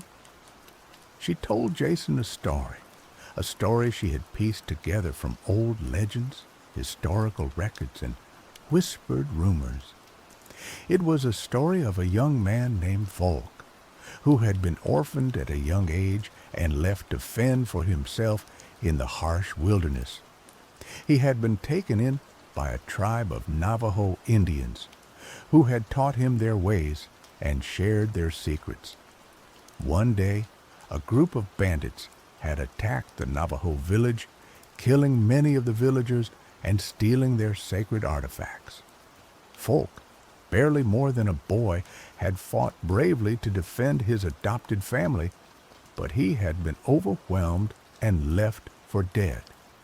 As he lay dying, he had been approached by a mysterious figure, a spirit of the land, who had offered him a deal. The spirit would save his life, but in return, Volk would have to serve him, carrying out his will for eternity. Volk had accepted the deal, and his life had been spared. He had become stronger, faster, and more skilled than any mortal man. He had hunted down the bandits and avenged the deaths of the Navajo villagers. But he had also been forced to carry out the spirit's dark deeds, becoming a tool of vengeance and destruction. He had lived a long and lonely life, haunted by the choices he had made. I think that night at the midnight rodeo, Volk was trying to break free from his pact with the spirit, Fiona said. I think he was trying to repay the debt he owed to the Navajo people, to the spirit who had saved his life, and to himself. Jason listened in silence, his heart filled with a mixture of sadness and understanding. He had always sensed that Volk was carrying a heavy burden, but he had never realized the extent of it. "So, what happened to him?" Jason asked. "Did he ever break free?" Fiona shook her head. "I don't know," she said. "I haven't been able to find any trace of him since that night at the midnight rodeo. He vanished without a trace." She paused, her eyes filled with a mixture of hope and regret. "But I believe that he did it," she said. "I believe that he found a way to break free from his pact and finally find peace." Jason looked out at the setting sun, his mind filled with thoughts of Volk, the midnight rodeo, and the choices that shape our lives. He knew that he would never forget the lessons he had learned that night, the lessons of courage, friendship, and the importance of fighting for what you believe in. He knew that even in the face of the darkest darkness, there is always hope, and that even the most broken souls can find redemption. He turned to Fiona, a smile gracing his lips. "Thank you, Fiona," he said. "Thank you for sharing this with me." They embraced once more, a silent understanding passing between them. They had both been touched by the magic of the midnight rodeo, and they would carry its lessons with them for the rest of their lives. As Jason rode off into the sunset, he felt a sense of peace he hadn't felt in years. He knew that Folk was out there somewhere, finally free from the burden of his past, and he knew that he would never forget the night they rode with ghosts beneath the blood moon. Years later, Jason, nearing the end of his own career, found himself drawn back to the desolate stretch of land where the midnight rodeo had once appeared. He was older now, his face lined with wrinkles, his body bearing the scars of countless rides. But his spirit was still strong, his heart still filled with a sense of adventure. He stood beneath the light of the full moon, gazing out at the vast expanse of the desert. He didn't know if the midnight rodeo would ever appear again, but he felt a sense of connection to this place, a sense of belonging that he couldn't explain. He closed his eyes and took a deep breath, filling his lungs with the scent of dust and sagebrush.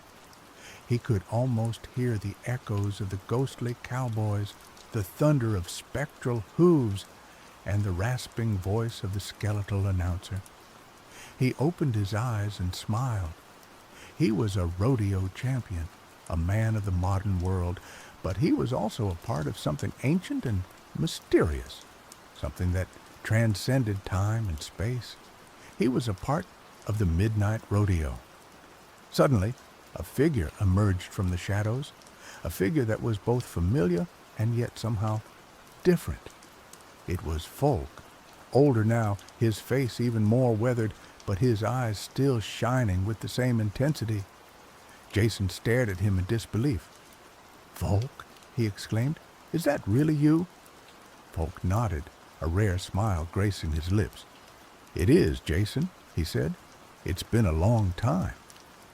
They embraced, a silent understanding passing between them. They had both changed, but their bond remained as strong as ever. "What are you doing here, Folk?" Jason asked. Folk looked out at the desert, his expression thoughtful. "I came to say goodbye," he said. "I'm leaving this place for good." "Where are you going?" Jason asked. Folk shrugged. "I don't know," he said. "Somewhere where I can finally find peace." He paused, his eyes filled with a mixture of sadness and hope. "I wanted to thank you, Jason," he said. "You saved my life that night at the midnight rodeo. You gave me a second chance." "You would have done the same for me," Jason said. Folk smiled. "I know," he said. "That's what makes us friends." They stood in silence for a moment, gazing out at the desert. Then Folk turned to Jason, his expression serious. "There's something I want to give you," he said. He reached into his pocket and pulled out a small leather-bound book. It was the same book that Jason had found in his saddlebag years ago, the book of Navajo legends. "Take this," Folk said. "It belongs to you now."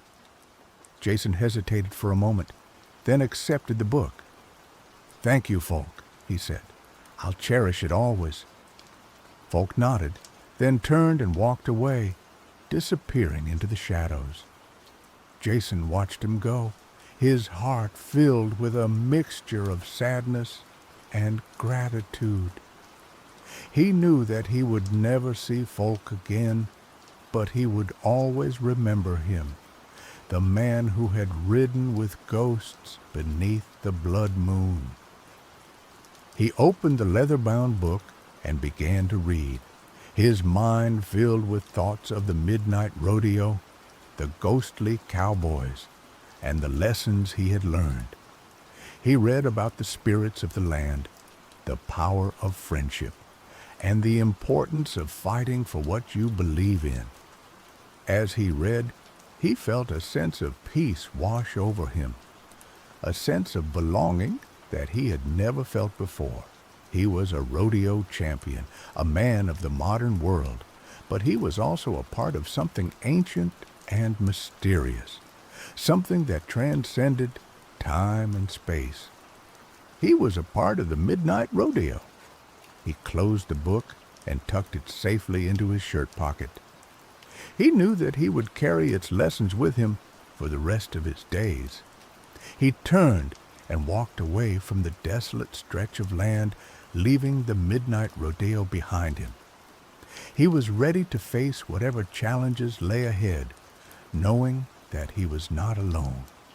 He had the memories of his friends, the lessons of the past, and the courage to face the future.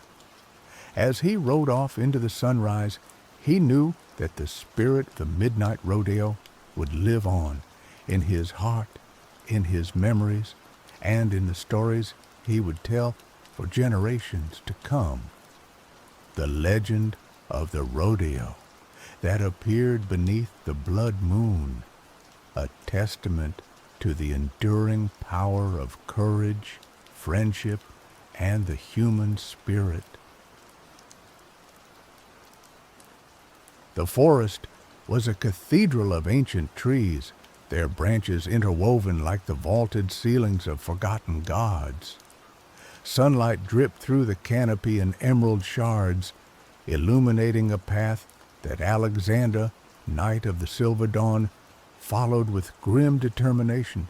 His armor, polished to a blinding sheen, betrayed no hint of the exhaustion that gnawed at him. 3 days he had tracked the basilisk, guided by the terrified whispers of the villagers of Oakhaven. They spoke of petrified livestock, of shadows that moved with unnatural speed, of a gaze that turned flesh to stone. Alexander clutched the hilt of his ancestral blade, Oathkeeper.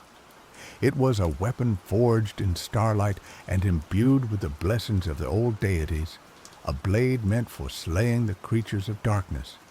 He was a paladin, sworn to protect the innocent, and the basilisk, by all accounts, was a creature of pure evil. His heart, however, was heavy. He had seen too much death, too much suffering attributed to evil that was often just fear and misunderstanding. Still, duty called. He found the basilisk not in a lair of shattered stone and petrified corpses as he expected, but in a small clearing bathed in an ethereal light. It was a magnificent creature, far larger than the tales suggested. Scales of emerald and gold shimmered, and its serpentine body coiled around a nest of woven branches. But it wasn't the basilisk's size or splendor that stopped Alexander in his tracks. It was the sound. The basilisk was weeping. The sound was a low, guttural moan, filled with a sorrow that resonated deep within Alexander's soul. He cautiously approached, Oathkeeper raised, but his steps faltered. He saw the cause of the creature's distress. Lying amidst the woven branches were fragments of a shattered eggshell, iridescent and beautiful, but undeniably broken. The basilisk's golden eyes, the very eyes rumored to turn men to stone, were brimming with tears. It nuzzled the broken shell with its snout, a gesture of profound grief. Alexander lowered his sword. This was not the scene he had envisioned. This was not the monstrous beast reveling in destruction. This was a mother mourning her lost offspring. Who are you?" Alexander asked, his voice rough with disuse and surprise. The basilisk lifted its head, its gaze meeting Alexander's. He steeled himself, expecting the paralysis, the agonizing transformation. But nothing happened. The basilisk simply looked at him, its eyes filled with a pain that transcended language. "I am called Marietta," it rasped, its voice surprisingly melodic, though laced with sorrow. "And you are a knight, come to finish what fate has begun?" Alexander hesitated. "I am Alexander of the Silver Dawn. I was sent to slay you." Marietta sighed, a sound like wind rustling through dry leaves. "I expected as much. The humans, they fear what they do not understand. They see only the monster, never the mother." She gestured to the broken shell. "They believe I kill for sport. I kill for survival, to feed my young. Now I have nothing to live for." Alexander sheathed Oathkeeper. "Tell me what happened." Marietta recounted her tale in a voice heavy with grief.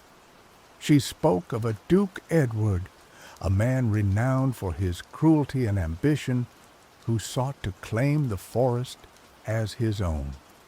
He had sent hunters to drive out the creatures of the woods, to clear the land for his own selfish purposes.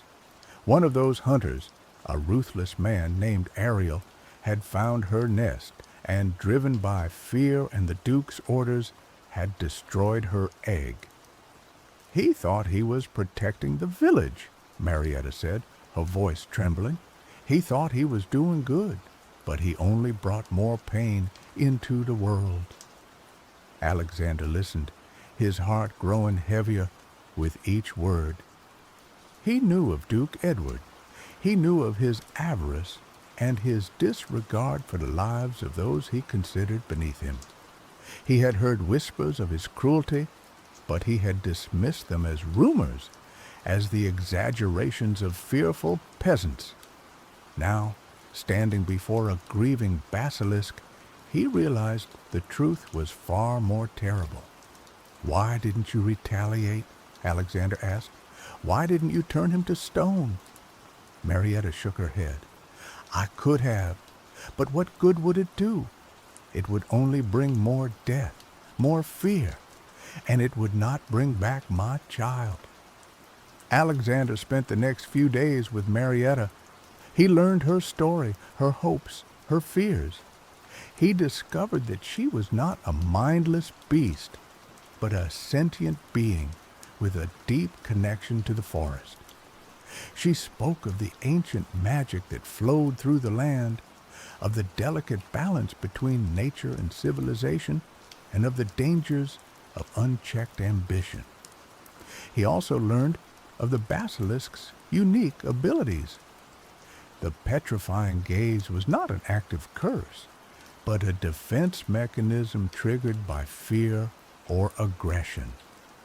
It was a last resort, used only when threatened. Marietta preferred to avoid conflict, to live in peace with the other creatures of the forest. "We can stand together," Alexander said, his voice ringing with determination. "We can show him that we are not afraid. We can demand justice, and we can protect the forest from harm." The villagers looked at each other, their faces filled with a mixture of fear and hope. They had been oppressed for too long, and they were tired of living in fear. They decided to take a chance, to trust Alexander, and to stand up for what was right. Together, they marched towards Duke Edward's castle, their numbers growing with each step. They were armed with pitchforks and axes, but their true weapon was their courage and their determination. When they reached the castle gates, they found the Duke waiting for them, surrounded by his guards. He looked at them with contempt, his eyes filled with anger. "What is the meaning of this?" he demanded, his voice booming through the courtyard. "Why have you come here armed and unruly?" Alexander stepped forward, his hand resting on the hilt of Oathkeeper. "We have come for justice, your grace. We have come to expose your cruelty and your lies. We know the truth about the basilisk, about the forest, and about your misdeeds." The Duke laughed, a cold and cruel sound. "You are fools," he said. "You think you can stand against me? I am the Duke, and I have the power to crush you all." "You may have power," Alexander said, but you do not have the truth, and the truth is stronger than any weapon." He then revealed the evidence he had gathered, the documents, the testimonies, the proof of the Duke's misdeeds.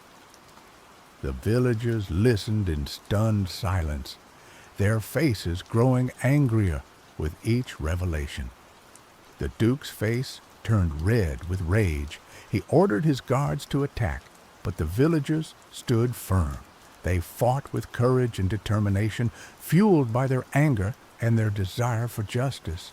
Alexander fought alongside them, oath-keeper flashing in the sunlight. He moved with grace and skill, cutting down the Duke's guards with ease. The battle raged for hours, the courtyard filled with the clash of steel and the cries of the wounded. But in the end, the villagers prevailed. They overwhelmed the Duke's guards and captured the Duke himself. Alexander stood before the Duke, oath-keeper pointed at his throat.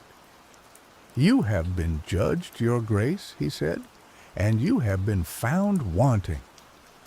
The Duke looked at him with hatred, his eyes filled with rage. "You will regret this," he snarled.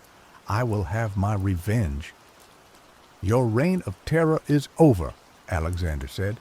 "You will be brought before the Queen and judged for your crimes." The Duke was taken away, and the villagers rejoiced. They had won a great victory, and they had finally freed themselves from the Duke's oppression. Alexander returned to the forest, to Marietta's clearing. He found her tending to the broken eggshell, her eyes still filled with sorrow. "It is done," Alexander said. "The Duke has been captured, and he will be brought to justice." Marietta looked at him, her eyes filled with gratitude. "Thank you, Alexander," she said. "You have done a great thing for my people and for the forest." Alexander smiled. "It was the least I could do," he said. "I am here to help rebuild your nest, if you will allow it." Together, they began to rebuild the nest, weaving branches and gathering leaves.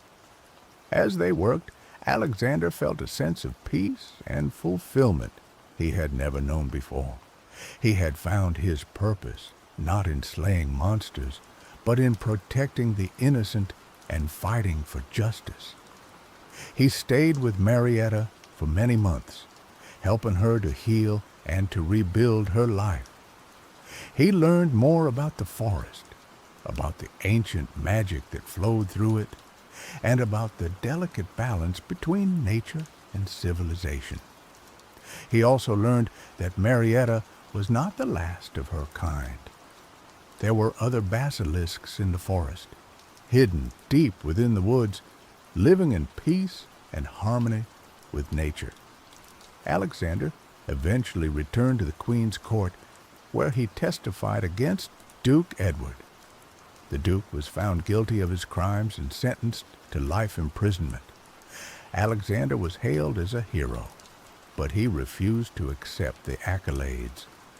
He knew that the true heroes were the villagers of Oak Haven, who had stood up for what was right, and Marietta, who had shown him the true meaning of compassion and understanding. He returned to the forest, where he continued to protect the innocent and fight for justice. He became known as the Knight of the Forest, a protector of the creatures of the woods and a champion of the oppressed. And Marietta, the basilisk, who had once wept over a broken egg, became a symbol of hope and resilience. She taught the villagers of Oak Haven to respect the forest and to live in harmony with nature. The forest thrived, and the villagers prospered. They learned that the true monsters are not the beasts, but those who hunt them. And they learned that even in the darkest of times, there is always hope for a better future.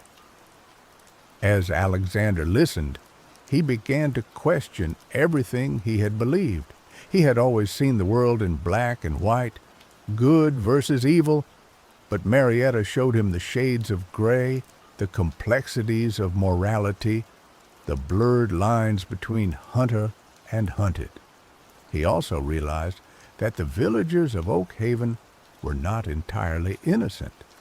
They had allowed Duke Edward to exploit them, to turn them against the creatures of the forest in exchange for empty promises of protection. They had been blinded by fear and greed, and they had become complicit in the Duke's cruelty. Alexander knew he could not simply return to Oak Haven and tell them the truth. They would not believe him. They were too deeply entrenched in their fear and prejudice. He needed to find a way to expose Duke Edward's cruelty, to show the villagers the true monster that lurked in their midst. He decided to return to Duke Edward's castle under the guise of a knight who had slain the basilisk. He would gather evidence of the Duke's misdeeds, and then he would reveal the truth to the villagers and to the Queen herself. It was a dangerous plan, but it was the only way he could see to bring justice to the forest and to Marietta. He said goodbye to Marietta, promising to return and to help her rebuild her nest. He left a part of his heart in that clearing amidst the broken eggshells and the sorrowful gaze of the basilisk. As he journeyed towards Duke Edward's castle, Alexander felt a profound shift within himself. He was no longer just a knight of the Silver Dawn, blindly following orders. He was a protector of the innocent, a champion of the oppressed, and a seeker of truth. He was ready to face whatever challenges lay ahead, knowing that he was fighting for something greater than himself. The Duke's castle loomed on the horizon, a stone behemoth that seemed to suck the light from the sky. Alexander steeled himself and rode towards the gates, ready to confront the darkness that dwelled within. He presented himself to the guards, claiming to be the knight who had slain the basilisk.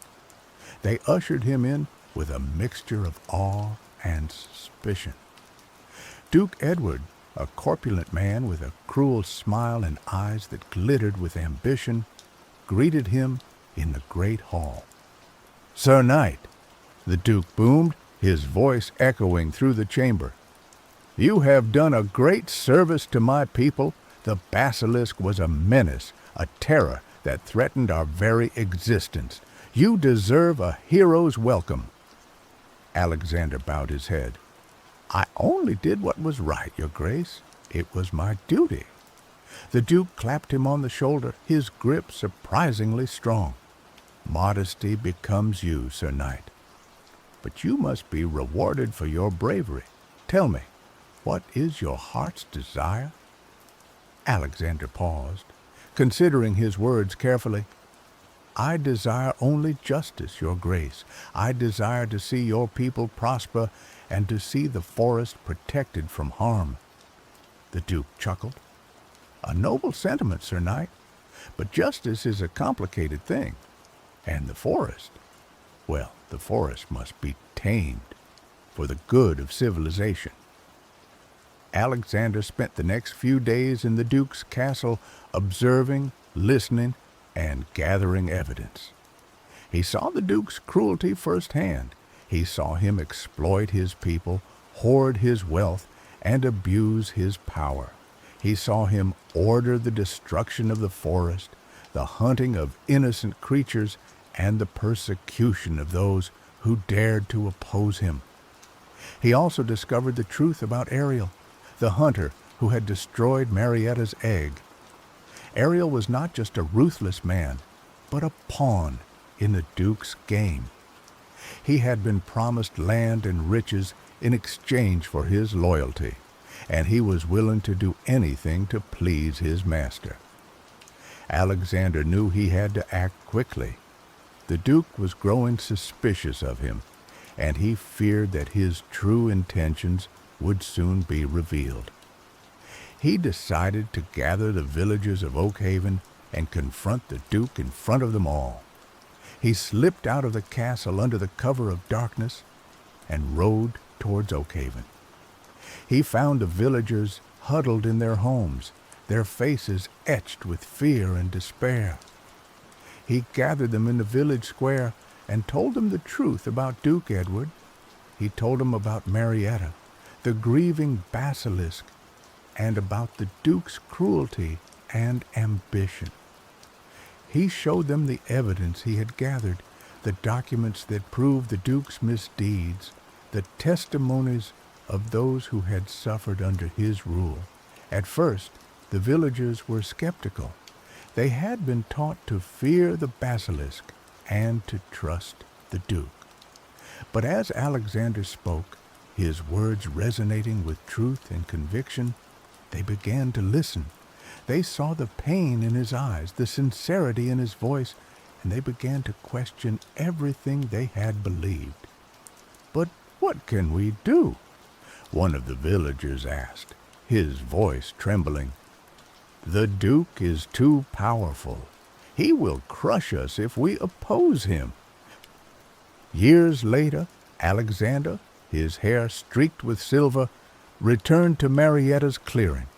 He was no longer a knight in shining armor, but a wise and respected elder. He found Marietta surrounded by young basilisks, her eyes filled with love and joy. "You have done well, Alexander," she said, her voice filled with warmth. "You have brought peace to the forest and to the hearts of men." Alexander smiled. "It was all thanks to you, Marietta," he said. "You showed me the true meaning of compassion and understanding." He sat beside her, watching the young basilisks play in the sunlight. He knew that the future of the forest was in good hands, and he felt a sense of contentment he had never thought possible. As the sun set, casting long shadows through the trees, Alexander closed his eyes and breathed in the sweet scent of the forest. He was home. He was at peace. And he knew that his legacy would live on in the hearts of those he had touched and in the whispering leaves of the ancient trees. Ariel, disgraced and stripped of his promised rewards after the Duke's downfall, became a bitter and vengeful figure. He spent years wandering the fringes of society, consumed by resentment towards Alexander and Marietta. He saw them as the cause of his misfortunes, blaming them for the loss of his status and the unfulfilled promises of wealth and power. He began to meticulously plot his revenge, fueled by a burning desire to make them suffer as he believed he had suffered. He studied the ways of the forest, learning its secrets and understanding the vulnerabilities of its creatures. He sought out dark magic, dabbling in forbidden arts to enhance his hunting skills and imbue his weapons with deadly power. His appearance changed over time, reflecting his descent into darkness. His once keen eyes became clouded with malice, and his face bore the lines of bitterness and resentment. He became a wraith-like figure, a shadow lurking in the woods, driven by an unquenchable thirst for vengeance. He knew that he could not confront Alexander directly. The knight was too skilled, too honorable to be easily defeated. He needed to find a weakness, a vulnerability that he could exploit, and he found it in Marietta's young. He observed the basilisks, studying their habits and learning their vulnerabilities. He discovered that their scales were not fully developed until they reached a certain age, leaving them susceptible to certain types of weapons. He also learned that they were fiercely protective of each other, willing to sacrifice themselves to protect their siblings. Ariel crafted a plan that was as cruel as it was cunning. He would use the young basilisks as bait, luring Marietta into a trap where he could finally exact his revenge. He knew that she would stop at nothing to protect her offspring, and he was counting on that instinct to cloud her judgment. Under the cover of darkness, Ariel crept into the forest, his heart pounding with anticipation. He carried with him a specially crafted net, woven with enchanted threads that would ensnare the basilisks without harming them. He also carried a vial of potent poison extracted from rare and deadly plants, which he planned to use on Marietta. He found the young basilisks playing near a stream, their scales shimmering in the moonlight. They were unguarded, unaware of the danger that lurked nearby. Ariel moved swiftly and silently, casting the net over them before they could react. The young basilisks cried out in alarm, their voices echoing through the forest. Marietta heard their cries and raced towards them, her heart pounding with fear. She arrived just as Ariel was tightening the net, trapping her offspring. "Let them go!" Marietta roared, her eyes blazing with fury. Ariel laughed, a shrill and maniacal sound. "Not a chance, Basilisk," he said. "This is for ruining my life. This is for taking away everything I had." He raised the vial of poison, ready to strike. But before he could act, Alexander appeared, his sword drawn and his eyes filled with fury. "Ariel!" Alexander shouted, his voice echoing through the forest. "Release the basilisks!" Ariel turned to face Alexander, his face contorted with hatred. "You!" he snarled. "This is all your fault. You and that monster." He lunged at Alexander, his weapon raised. Alexander parried a blow and struck back, his sword flashing in the moonlight. The two men fought fiercely, their blades clashing and their bodies straining. Marietta watched the battle with growing concern. She knew that Alexander was a skilled fighter, but Ariel was driven by rage and desperation. She feared that he would do anything to win, even if it meant sacrificing himself. As the battle raged, Ariel managed to land a blow on Alexander, cutting him across the arm. Alexander staggered back, his face pale with pain. Ariel pressed his advantage, raining blows down on the night. Marietta knew she had to act. She could not let Ariel harm Alexander. She gathered her strength and unleashed her petrifying gaze upon Ariel. Ariel froze, his body turning to stone in an instant. He stood motionless, his face frozen in a mask of hatred and rage. Alexander watched in horror as Ariel was petrified. He knew that Marietta had only acted to protect him, but he could not help but feel a sense of sadness. Ariel had been consumed by hatred and vengeance, and he had paid the ultimate price. Marietta released the young basilisks from the net. They ran to her, nuzzling her and crying with relief. She held them close, her heart filled with love and gratitude. Alexander approached Marietta, his face etched with concern. "Are you all right?" he asked. Marietta nodded. "I am now," she said. "But he was consumed by hatred. It is a terrible thing." Alexander agreed. He knew that hatred and vengeance could destroy a person, turning them into a monster. He had seen it happen to Ariel, and he never wanted to see it happen again. They buried Ariel's petrified body in the forest, marking the spot with a simple stone. They hoped that his spirit would find peace, and that his story would serve as a warning to others. Alexander and Marietta continued to protect the forest and its creatures, working together to create a world of peace and harmony. They taught others the importance of compassion, understanding, and forgiveness. And they showed everyone that even the darkest of hearts can be redeemed. Duke Edward, imprisoned for his crimes, spent his days consumed by bitterness and regret. He reflected on his life, his ambition, and his cruelty. He realized that he had wasted his life pursuing power and wealth, neglecting the things that truly mattered: love, compassion, and kindness.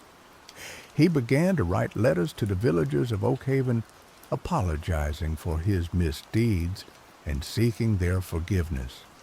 He offered to use his remaining wealth to help them rebuild their lives and to protect the forest. At first, the villagers were skeptical. They had been hurt by the Duke for so long, and they found it hard to believe that he had truly changed. But as they read his letters, they began to see a glimmer of hope. They saw a man who was genuinely remorseful for his actions, a man who wanted to make amends. They decided to visit the Duke in prison to see for themselves if he was truly sincere. They found him weak and frail, his face etched with sadness and regret. He spoke to them with humility and honesty, admitting his mistakes and begging for their forgiveness. The villagers were moved by his sincerity. They realized that he had truly changed, and they decided to forgive him. They accepted his offer of help, and they worked together to rebuild their lives and to protect the forest. The Duke spent the rest of his days in prison, but he found peace and redemption in his final years. He used his wealth to support the villagers and to protect the forest. He wrote letters to Alexander and Marietta, thanking them for their kindness and forgiveness. When he died, the villagers mourned his loss. They remembered him not as a cruel and ambitious duke, but as a man who had found redemption in the end. The story of Alexander, Marietta, and Duke Edward became a legend, a tale of hope, compassion, and forgiveness. It was a reminder that even the darkest of hearts can be redeemed, and that even the most terrible mistakes can be forgiven. The Abbey of Avalon stood cloaked in the pre-dawn mist, a sentinel of stone against the encroaching darkness. For centuries, it had been a place of peace, a sanctuary for the weary and a silent guardian of secrets older than Britain itself. Among its hallowed relics lay a treasure of unimaginable power: Excalibur, the sword of King Arthur, resting in its scabbard, waiting for the day its king would rise from the ashes. Tonight, however, peace was a forgotten dream.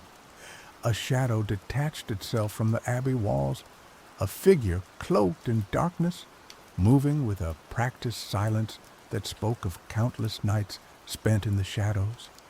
This was Caelan, a thief whispered about in hushed tones in taverns from Tintagel to Londinium. He was a ghost, a whisper, a phantom, and tonight he was after the greatest prize of all. Caelan wasn't driven by greed, not entirely. He was a pawn in a game far grander than he understood, manipulated by promises of power and vengeance. A nobleman, Lord Edric, stripped of his lands after backing the losing side in a succession war, had promised Caelan riches beyond measure, the freedom to live a life free from the shadows if he could retrieve the sword. Edric believed Excalibur was the key to reclaiming his birthright, a symbol to rally the discontented and ignite a new rebellion. The abbey's defenses were formidable, a labyrinth of locked doors, hidden passages, and watchful monks. But Caelan was a master of his craft. He slipped past the outer guards with ease, his movements fluid and silent as a whisper of wind. He navigated the maze of corridors, his fingers tracing the cold stone walls, guided by a map stolen from Edric's heavily guarded study. He disabled pressure plates, slid past watchful sentinels, and picked locks that had guarded their secrets for generations. Finally, he stood before the inner sanctum, the chamber where Excalibur rested. Two hulking guards stood watch, their faces grim, their hands resting on the hilts of their swords. Kalen knew he couldn't fight them head on. Stealth was his only weapon. He noticed the small ventilation shaft above the door, a forgotten relic of the Abbey's early construction. It was a tight squeeze, but Kalen was slender and agile. He scaled the wall, his fingers finding purchase in the ancient stone, and squeezed into the shaft. He crawled through the darkness, the musty air choking his lungs, until he reached a point directly above the guards. He loosened a stone from the ceiling, letting it fall with a soft thud. The guards looked up, their eyes narrowed. As they did, Kalen dropped down, landing silently behind them. He moved with lightning speed, his dagger flashing in the dim light. Both guards fell without a sound, their bodies crumpling to the floor. The chamber was circular, the walls lined with ancient tapestries depicting scenes from Arthurian legend. In the center, resting on a pedestal of white marble, lay Excalibur. The sword gleamed in the flickering candlelight, its blade radiating an almost palpable aura of power. The scabbard, crafted from dragon hide and inlaid with precious jewels, added to the sword's majesty. Kalen approached cautiously, his heart pounding in his chest. He had stolen from kings and nobles, from temples and treasuries, but nothing he had ever touched felt like this. This was more than just a sword. It was a legend, made steel. He reached out, his fingers trembling, and grasped the hilt. As his hand closed around the grip, a surge of power coursed through him, a jolt of pure energy that sent him reeling. Visions flooded his mind, charging knights, clashing steel, the roar of battle, the face of a noble king. The images were overwhelming, terrifying. He almost dropped the sword, but the promise of freedom, the image of a life free from the shadows, kept him anchored. He pulled Excalibur from its scabbard. The blade sang as it left its sheath, a high, clear note that echoed through the chamber. The air crackled with energy. Kalen felt a strange lightness, a sense of invincibility. He was Kalen, the thief, but for this moment he felt like a king. He sheathed the sword once more, feeling the power settle, feeling the magic begin to thrum through his veins. He grabbed the scabbard and, with a final glance at the fallen guards, turned and fled the abbey, disappearing back into the pre-dawn mist. He had the sword. He had delivered on his promise, but he had also unleashed something far more dangerous than he could ever have imagined. As Kalen rode away from Avalon, clutching Excalibur to his chest, the land itself began to stir. The old magic of Britain, dormant for centuries, awakened with a jolt, responding to the theft of its king's sword. In the deep forests, the ancient trees rustled their leaves in a language that no human could understand. They whispered of broken oaths and stolen glory, of a balance disrupted and a debt to be paid. The creatures of the wild, the deer and the fox, the owl and the hawk, felt the change in the air, a prickling on their skin, a sense of unease that sent them fleeing deeper into the woods. Beneath the earth, the ancient spirits stirred in their slumber. The guardians of the land, the elementals of stone and water, felt the disturbance in the weave of magic. They rose from their ancient slumbers, their eyes glowing with an eerie light, and began to seek the source of the disruption. At Stonehenge, the ancient stones hummed with a resonant energy. The air around the monument shimmered, and ghostly figures materialized, their faces etched with sorrow and anger. These were the spirits of the Druids, the priests and priestesses who had once held dominion over the land. They had foreseen this day, the day when the balance would be broken and the land would cry out for justice. The first sign of the awakening came in the form of unnatural weather.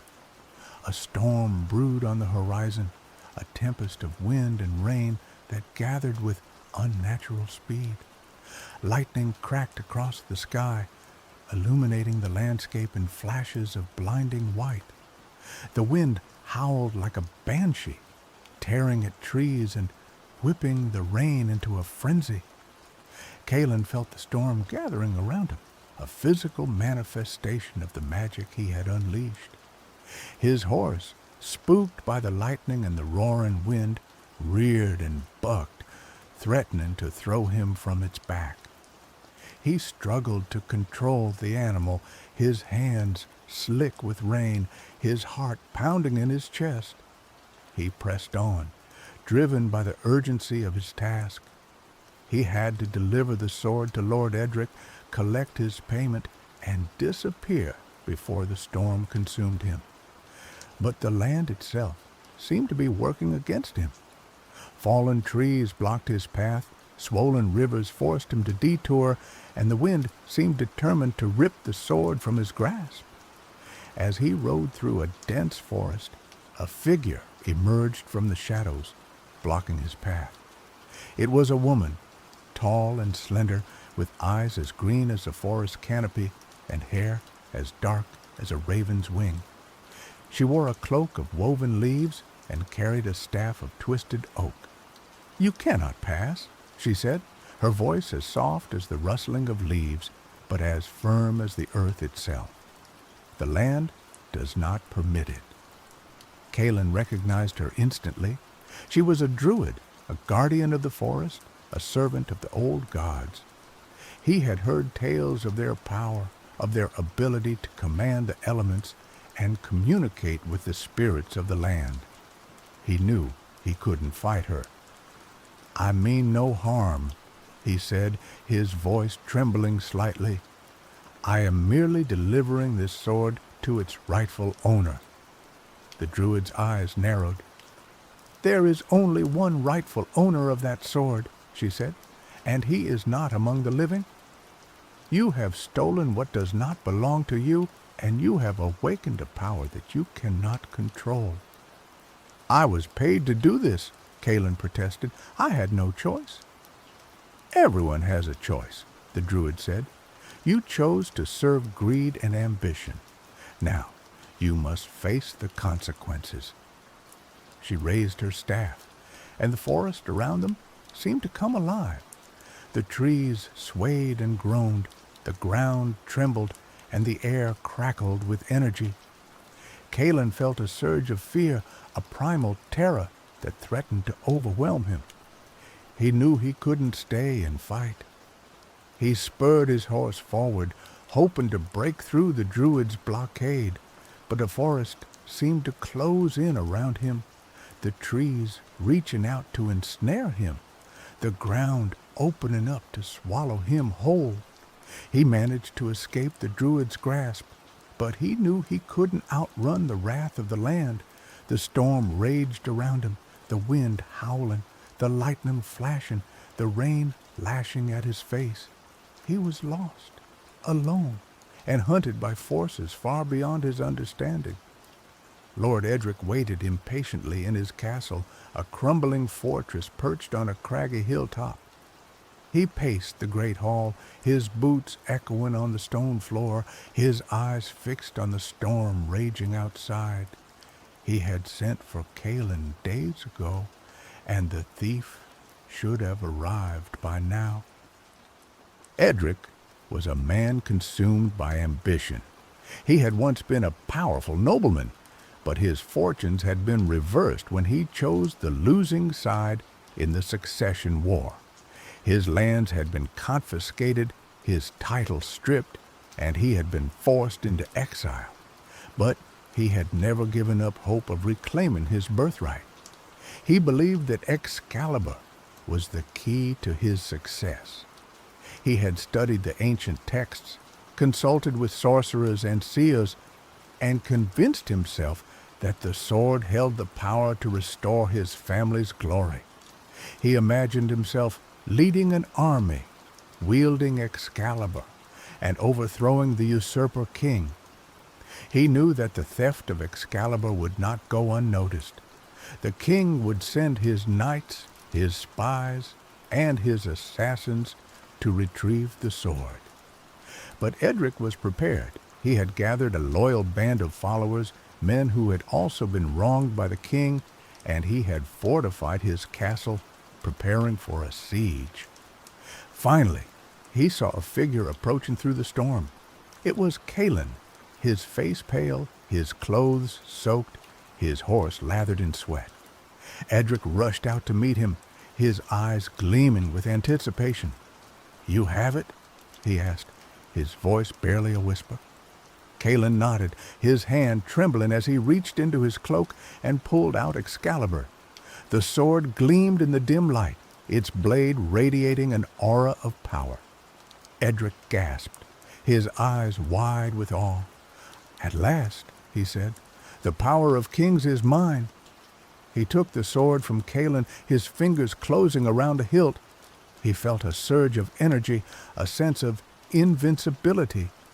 He raised the sword above his head, his voice ringing with triumph. "With this sword," he cried, "I will reclaim my birthright. I will overthrow the usurper king. I will rule Britain." But as he spoke those words, the castle shuddered, the ground trembled, and the air crackled with energy. The storm outside intensified, the wind howling, the lightning flashing, the rain lashing against the walls. A figure materialized in the center of the hall, a knight clad in shining armor, his face hidden behind a visor. He carried a shield emblazoned with the crest of Camelot and a lance that glowed with an ethereal light. "You are not worthy to wield that sword," the knight said, his voice echoing through the hall. "Excalibur belongs to the rightful king, and you are nothing but a pretender." Edric recognized him instantly. It was Sir Lancelot, the greatest knight in the land, the champion of King Arthur. He had come to retrieve Excalibur, and he would not be denied. "You are too late, Lancelot," Edric said, his voice trembling slightly. "The sword is mine now. I will use it to crush my enemies." "You cannot control the power of Excalibur," Lancelot said. "It will corrupt you, consume you, and destroy you." "I am not afraid," Edric said. "I am destined to rule." He charged at Lancelot, wielding Excalibur with all his might. But the sword felt heavy in his hand, unwieldy, as if it resisted his touch. He swung wildly, his movements clumsy and uncoordinated. Lancelot parried his blows with ease, his shield deflecting the power of Excalibur. He moved with grace and precision, his lance a blur of motion. He struck Edric's sword hand, sending Excalibur clattering to the floor. Edric cried out in pain, clutching his injured hand. He staggered backward, his eyes wide with fear. He had underestimated Lancelot, underestimated the power of Excalibur, and underestimated the forces arrayed against him. Lancelot picked up Excalibur, his fingers closing around the hilt. He felt the power of the sword surge through him, a familiar energy that resonated with his soul. He raised the sword above his head, his voice ringing with authority. "By the power of Excalibur," he cried, "I command you to yield. Surrender the sword, and I will spare your life." Edric hesitated, his mind racing. He knew he was defeated, but he couldn't bear to give up his dream of power. He looked at his followers, his loyal band of rebels, and saw the fear in their eyes. He knew they would not stand and fight. "Very well," he said, his voice filled with bitterness. "I yield." Lancelot lowered the sword, his eyes fixed on Edric. "You have made the right choice," he said. "Now, you must face the consequences of your actions." He ordered his knights to seize Edric and his followers, to take them back to Camelot, to face the king's justice. He sheathed Excalibur, feeling the power of the sword settle once more. He knew that the theft of Excalibur had unleashed a chain of events that would have far-reaching consequences for the land. Lancelot returned to Camelot, bringing Edric and his followers as prisoners and Excalibur as a testament to the power of good over evil. King Arthur was overjoyed to see his sword returned, but he was also troubled by the events that had transpired. He knew that the theft of Excalibur was not merely an act of greed or ambition. It was a sign that the old magic of Britain was stirring, that the balance of power was shifting, and that the land was crying out for a true king. Arthur summoned his advisors, his knights, and his sorcerers to discuss the matter. They debated for days, arguing about the meaning of the events and the best course of action. Some argued that Edric should be executed as a traitor, others that he should be imprisoned for life. Some suggested that the sword should be locked away in a vault, never to be wielded again. Others that it should be used to crush any potential rebellion. Merlin, the court's ancient and wise enchanter, listened patiently to the debate, his eyes twinkling with amusement. Finally, he spoke, his voice ringing with authority. "You are all missing the point," he said. "The theft of Excalibur was not a threat to the kingdom, but an opportunity. It was a test, a sign that the land is ready for a new king." "What do you mean, Merlin?" Arthur asked, his brow furrowed with confusion. "The rightful heir to the throne is not among us," Merlin said. "He or she is hidden, waiting for the time to come when they will reveal themselves. The theft of Excalibur was a catalyst, an event that will draw the true heir out of the shadows." "But how will we find this heir?" Arthur asked. "How will we know if they are worthy to wield Excalibur?" "The sword will choose its own master," Merlin said. "It will only respond to the touch of the true heir. You must organize a tournament, a trial of skill and courage, where any who claim to be worthy can attempt to draw Excalibur from its stone. The one who succeeds will be the rightful king or queen of Britain." Arthur agreed to Merlin's plan. He sent messengers throughout the land, announcing the tournament and inviting any who believed themselves worthy to participate. The news spread like wildfire, attracting knights, nobles, and adventurers from far and wide. Among those who heard the call was a young woman named Isolde. She was a shepherdess, living a simple life in a remote village, but she had always felt a strange connection to the land, a sense of destiny that she couldn't explain. She had grown up hearing tales of King Arthur and Excalibur, and she had always dreamed of one day wielding the sword herself. Isolde knew that she was not a knight or a noble, that she had no claim to the throne, but she felt a pull towards Camelot, an irresistible force that drew her towards the tournament. She believed that she was the one the land had been waiting for. She set out for Camelot, traveling alone and on foot. She faced many dangers along the way, bandits, wild animals, and treacherous terrain. But she persevered, driven by her belief in her destiny. Finally, she arrived at Camelot, exhausted but determined. She stood before the castle, gazing up at its towering walls, and felt a surge of excitement and trepidation. She was just a simple shepherdess, but she was about to compete for the throne of Britain. The tournament at Camelot was a spectacle of pageantry and martial skill. Knights in shining armor clashed in the jousting arena, swordsmen battled in the dueling ring, and archers competed in the target range. The crowds cheered and roared, their excitement building with each passing day. Isolde felt out of place among the knights and nobles, but she refused to be intimidated. She knew that she didn't have their training or their experience, but she had something they didn't, a connection to the land, a sense of destiny, and the unwavering belief in herself. She competed in the various events, surprising everyone with her skill and courage. She was a natural archer, her arrows flying straight and true. She was agile and quick in the dueling ring, dodging blows and landing strikes with precision.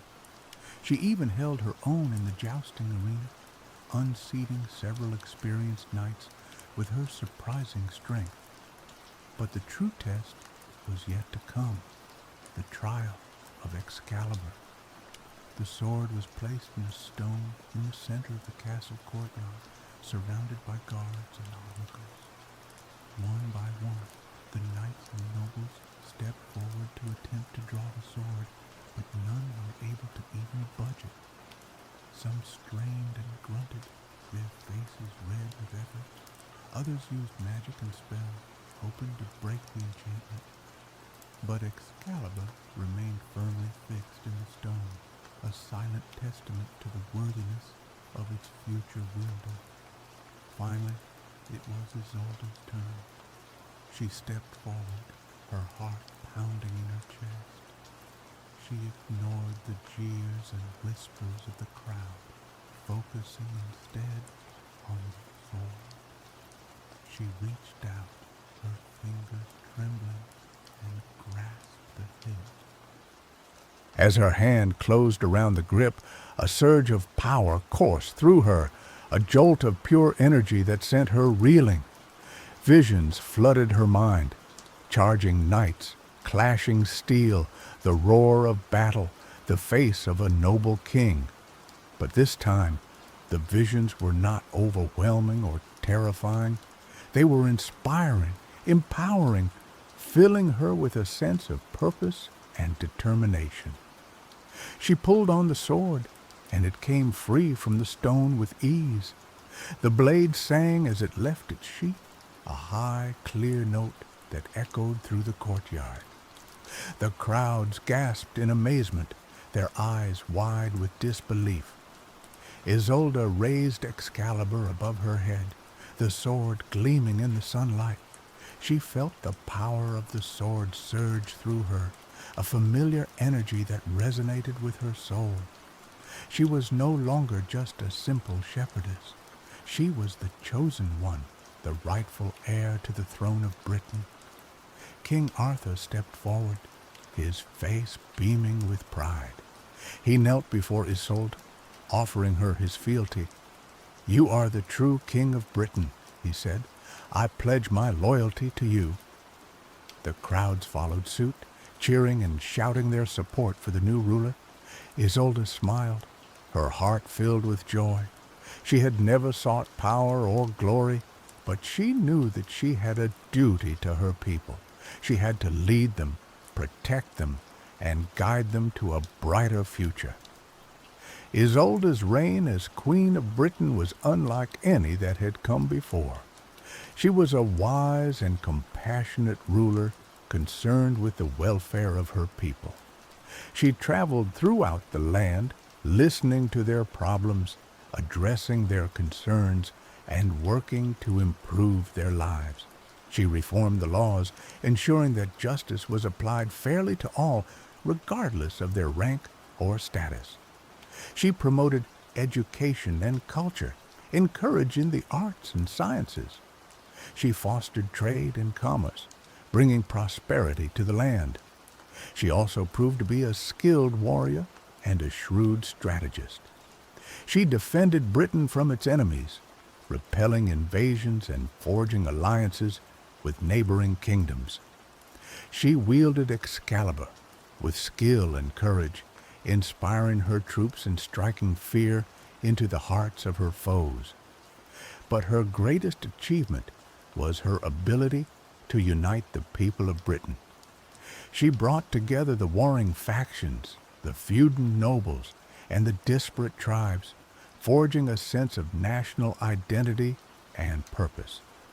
She inspired them to work together to build a better future for themselves and their children. She did this by embodying the values of compassion and empathy, by understanding the needs of even the least of her subjects, and acting in the best interests of the all of Britain. One of her first acts as queen was to pardon Calin, the thief who had stolen Excalibur. She recognized that he had been manipulated by Lord Edric and that he had acted out of desperation, not malice. She offered him a position in her court, giving him a chance to use his skills for good.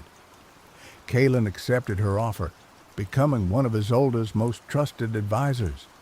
He used his knowledge of the shadows to uncover plots against the queen and to protect her from danger. He proved to be a loyal and devoted servant, grateful for the opportunity to redeem himself. Lord Edric, on the other hand, was held accountable for his actions. He was stripped of his title and his lands, and he was banished from Britain for life. He spent the rest of his days wandering the world, a broken and bitter man, haunted by the memory of his failed ambition. As for the druid who had confronted Calin in the forest, Isolde sought her out and formed an alliance with her. She recognized the importance of respecting the old magic of Britain and of working in harmony with the land. She appointed the druid as her chief advisor on matters of nature and spirituality, ensuring that the kingdom would be guided by both wisdom and magic. Isolde's reign brought peace and prosperity to Britain. The land flourished, the people thrived, and the kingdom became a beacon of hope and justice in the world. She proved that true kingship was not about power or glory, but about service and sacrifice. She showed that even a simple shepherdess could become a great ruler if she had the courage to follow her heart and the wisdom to listen to the needs of her people. Years passed, and Isolde's reign continued to be marked by peace and prosperity. She ruled with wisdom and compassion, earning the love and respect of her people. But she knew that her time as queen would not last forever. She had grown old, her hair turned gray, her face lined with wrinkles. She had no children, no heirs to inherit the throne. She knew that when she died, the kingdom would once again be plunged into chaos and discord. She summoned Merlin, the ancient sorcerer, and asked him for guidance. "What will happen to Britain when I am gone?" she asked. "Who will rule after me?" Merlin smiled, his eyes twinkling with amusement.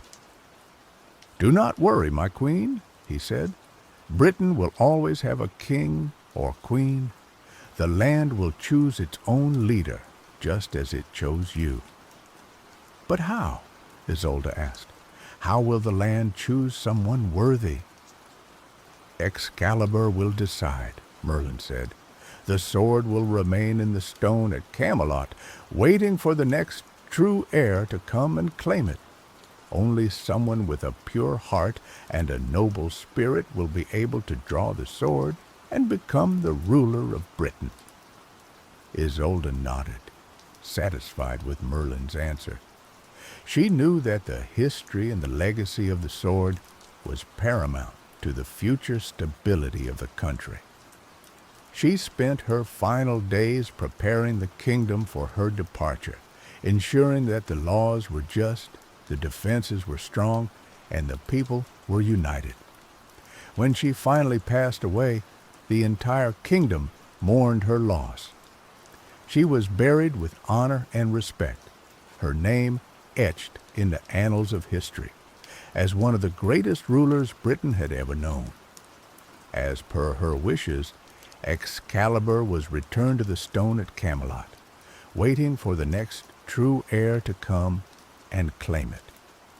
The kingdom was once again without a ruler, but the people knew that the land would choose someone worthy, someone who would lead them to a brighter future. And so, the legend of Excalibur continued, a symbol of power, justice, and destiny, waiting to be wielded by the next rightful ruler of Britain. The tale of the thief, the lord, and the shepherdess, the magic of the land, and the legacy of the sword will be told and retold for generations to come. A reminder that true kingship was not about blood or birthright, but about character, compassion, and the courage to serve. The year is 1088.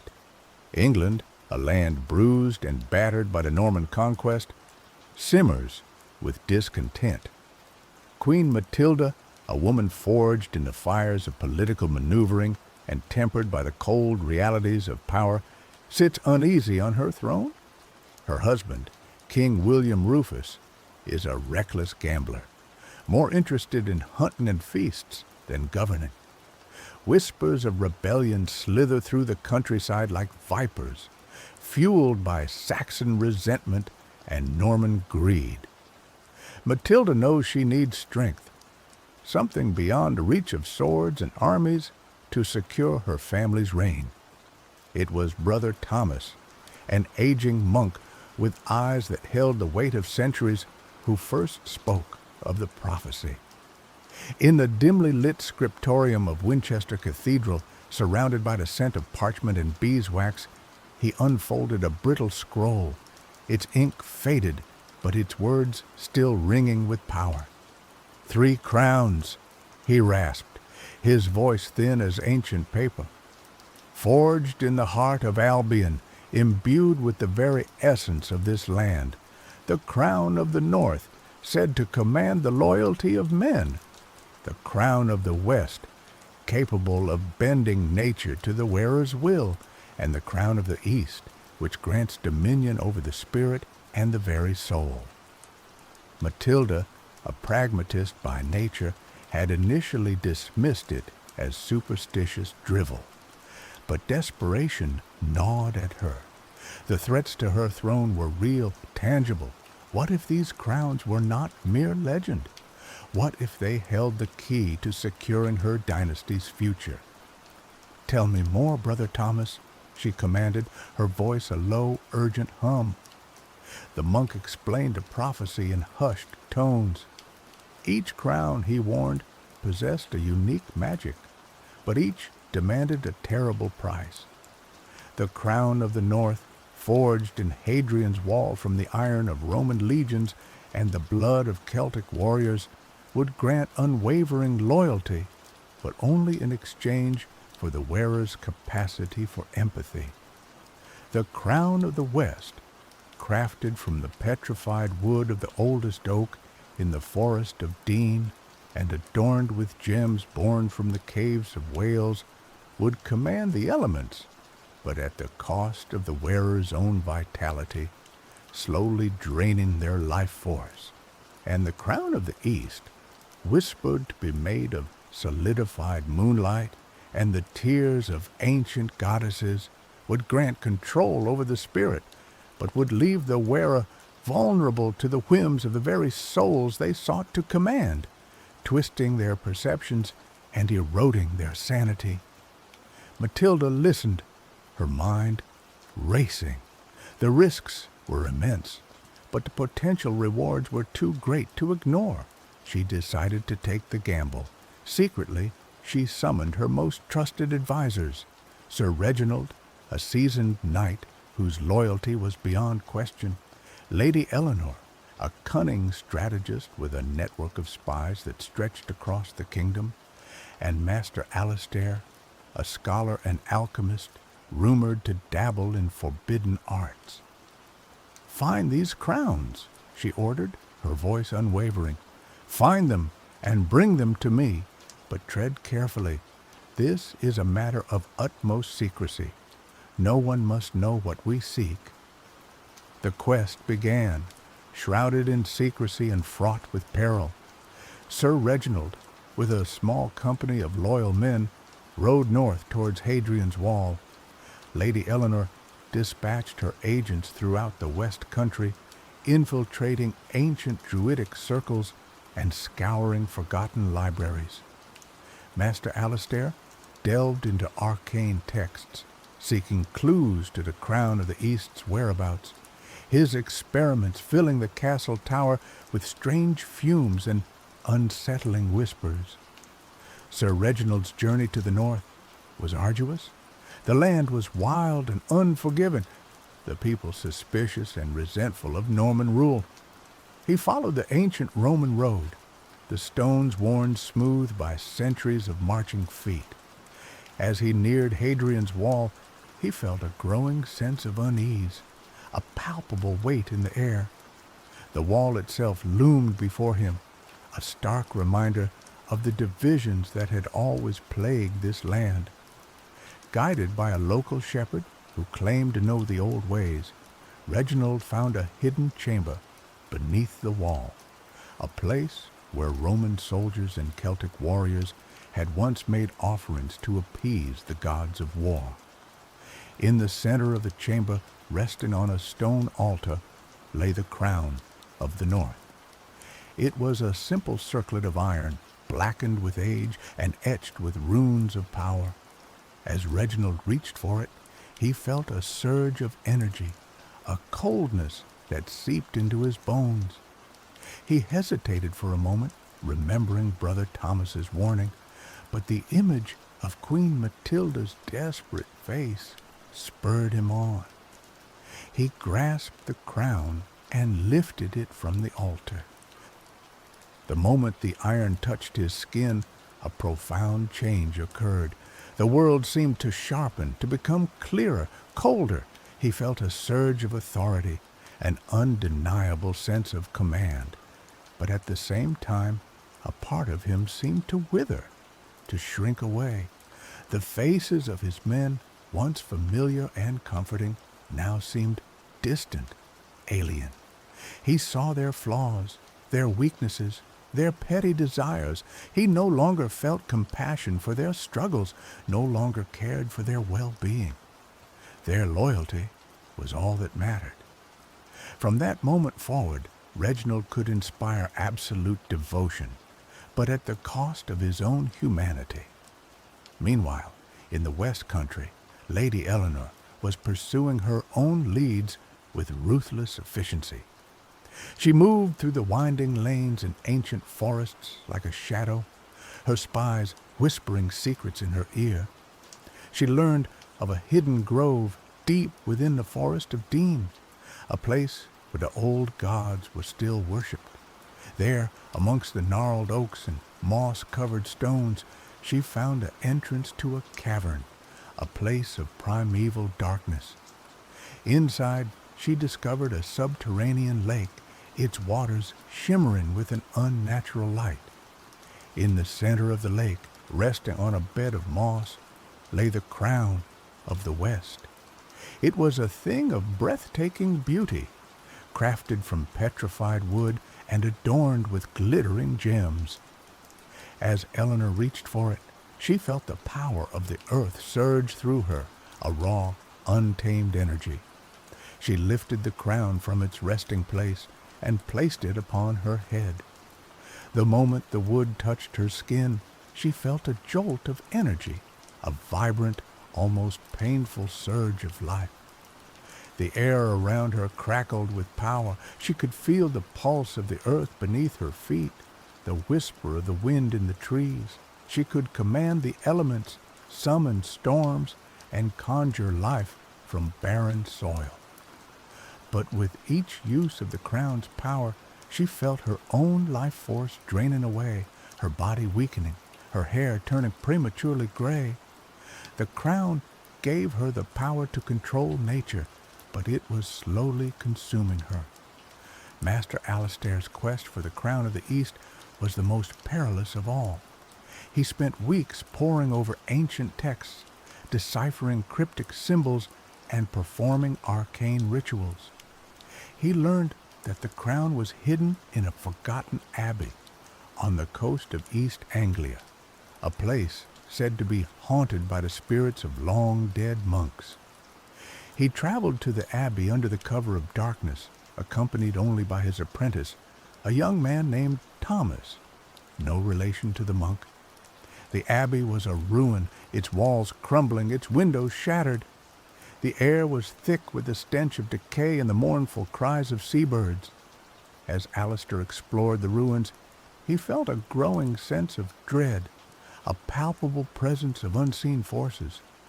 In the abbey's crypt, he found a hidden chamber, a place where the monks had once practiced dark arts.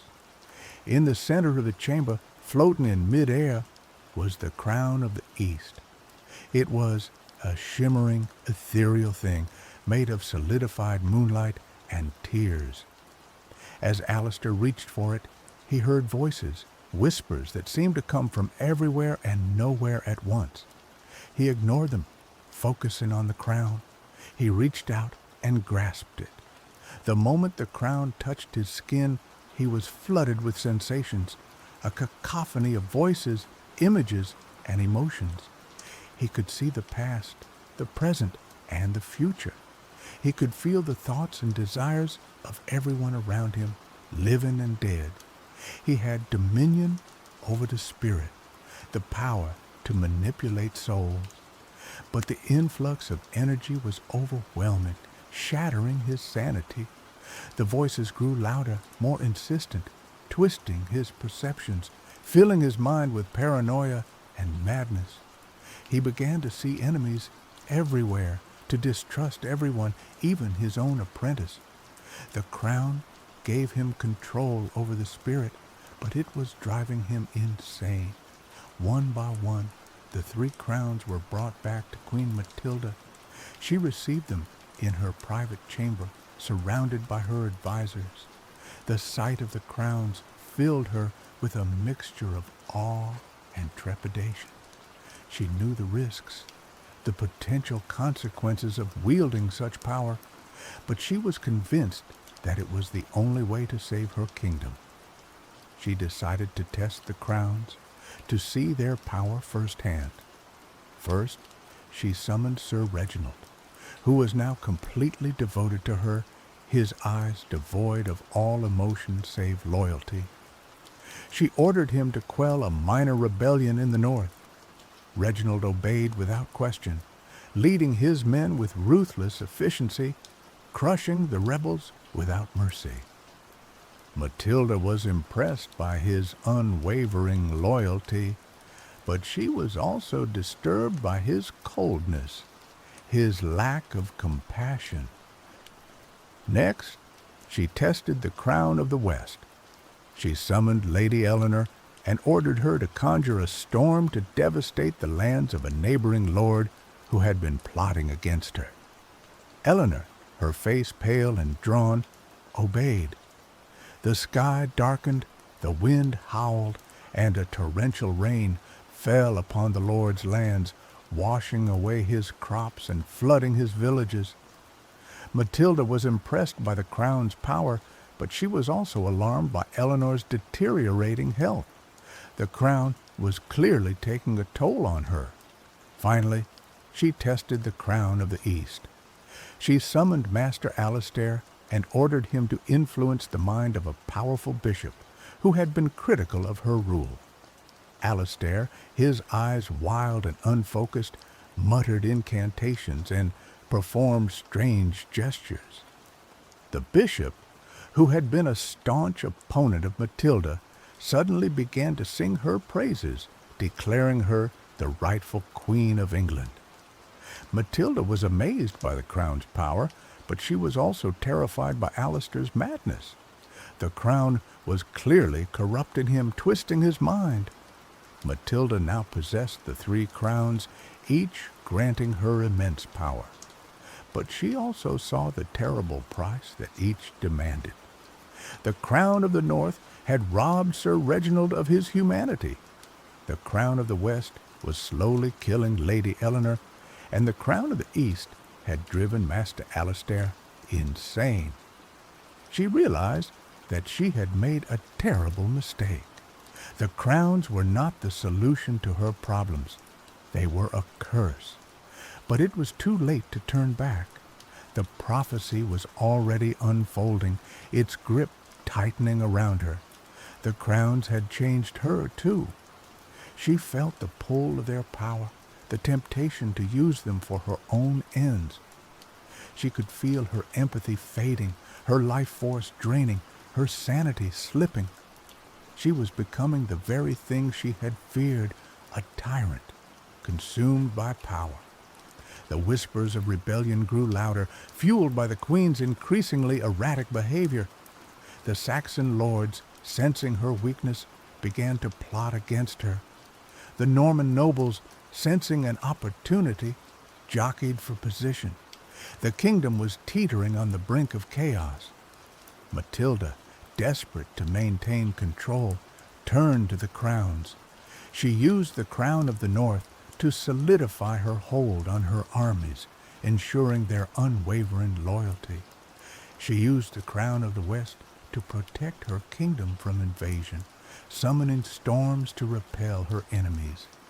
And she used the crown of the East to silence her critics, manipulating their minds and crushing their spirits.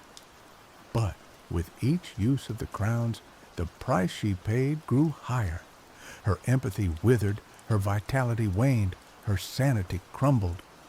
She became a prisoner of her own power, trapped in a web of paranoia and madness. She trusted no one, saw enemies everywhere. She was surrounded by sycophants and assassins, all vying for her favor or plotting her demise. One day, a young woman named Eliana, a herbalist of Saxon descent, managed to infiltrate the castle. She had heard rumors of the Queen's madness and the strange artifacts she possessed. Driven by a desire to help her people, Eliana sought to find a way to break the crown's power. Eliana befriended Master Alistair's apprentice, Thomas. Seeing his master's descent into madness, Thomas was disillusioned and terrified. He secretly despised his master and was eager to help Eliana. Together, they began to investigate the crowns, studying ancient texts and performing their own experiments. They discovered a hidden truth. The crown's power was not absolute. They were vulnerable to certain rituals, certain herbs, certain words. Eliana and Thomas hatched a plan to destroy the crowns, a plan that would require immense courage and sacrifice. They knew that they would be risking their lives, but they were willing to do anything to save their kingdom. On the night of the full moon, Eliana and Thomas crept into the Queen's chamber. Matilda was asleep, her face pale and drawn, the 3 crowns resting on a table beside her bed. Eliana approached the table and began to chant the ancient words she had learned from her grandmother, a wise woman who had preserved old ways. Thomas, holding a vial containing a potent herbal concoction, prepared to douse the crowns. Suddenly, Matilda awoke, her eyes filled with madness and suspicion, fixed on Eliana and Thomas. She screamed, summoning her guards. Eliana and Thomas knew that they were caught, but they pressed on, determined to complete their mission. Sir Reginald, his face devoid of all emotion, burst into the chamber, sword drawn. He lunged at Eliana, but Thomas stepped in front of her, taking the blow. Thomas fell to the ground, mortally wounded. Eliana, enraged by Reginald's action and grieved by the sacrifice made by Thomas, raised her hands and unleashed the full power of her herbal magic. The room filled with a swirling vortex of energy, disrupting the crown's power and weakening Matilda's hold on reality. As the guards closed in, Eliana grabbed the vial from Thomas's lifeless hand and threw it at the crowns. The vial shattered, releasing the herbal concoction. The crowns sputtered and flickered, their power waning. Matilda screamed, her body convulsing. In that moment, Sir Reginald, momentarily freed from the crown's influence, saw the horror of what he had become. He looked at the dying Thomas, at the desperate Eliana, at the ruined queen. He felt a flicker of his former self, a spark of empathy. He turned his sword on himself, ending his own life. The chaos in the room was overwhelming. The guards were confused and disoriented. Matilda was weakened and vulnerable. Eliana seized her opportunity. She grabbed the crown of the north and hurled it out the window. She grabbed the crown of the west and smashed it against the stone floor. And she grabbed the crown of the east and, with a final surge of strength, plunged it into Matilda's heart. With a final agonized scream, Queen Matilda collapsed, the crown's power finally extinguished. The kingdom was saved, but at a terrible cost. Thomas and Sir Reginald were dead. Queen Matilda, once a powerful and ambitious ruler, was reduced to a broken shell, and Eliana, forever marked by the events of that night, was left to pick up the pieces and try to rebuild her shattered land. The prophecy had been fulfilled, its terrible price paid in blood and madness. The crowns, once symbols of power and dominion, were now scattered and broken, their magic forever dormant. But the memory of their allure and the consequences of seeking power at any cost would linger in the hearts of the people of Britain for generations to come. The tale served as a grim reminder that true power lies not in magic or dominion, but in empathy, compassion, and the courage to resist the temptations of darkness. And so, the new era dawned, and the story of the crowns passed into the realm of legend. Once upon a time, nestled between a whispering forest and a shimmering sea, lay a village called Oak Haven. The villagers were a simple folk, content with their lives of fishing, farming, and the occasional lively festival. But Oak Haven also held a quiet fear, a fear whispered in hushed tones around crackling fires, the fear of the fair folk. Oliver, a boy with eyes the color of moss and hair like spun moonlight, was the heart of Oak Haven. He was known for his infectious laughter, his boundless curiosity, and his uncanny ability to find wonder in the smallest of things. He could charm the birds from the trees with his whistling and coax shy woodland creatures to nibble from his hand. It was perhaps this very connection to the wild that made him so alluring to the denizens of the fairy realm. One twilight eve, as Oliver chased fireflies near the edge of the whispering forest, a melody, sweet and beguiling, drifted on the breeze. He followed the sound, deeper and deeper into the woods, his heart pounding with childish excitement.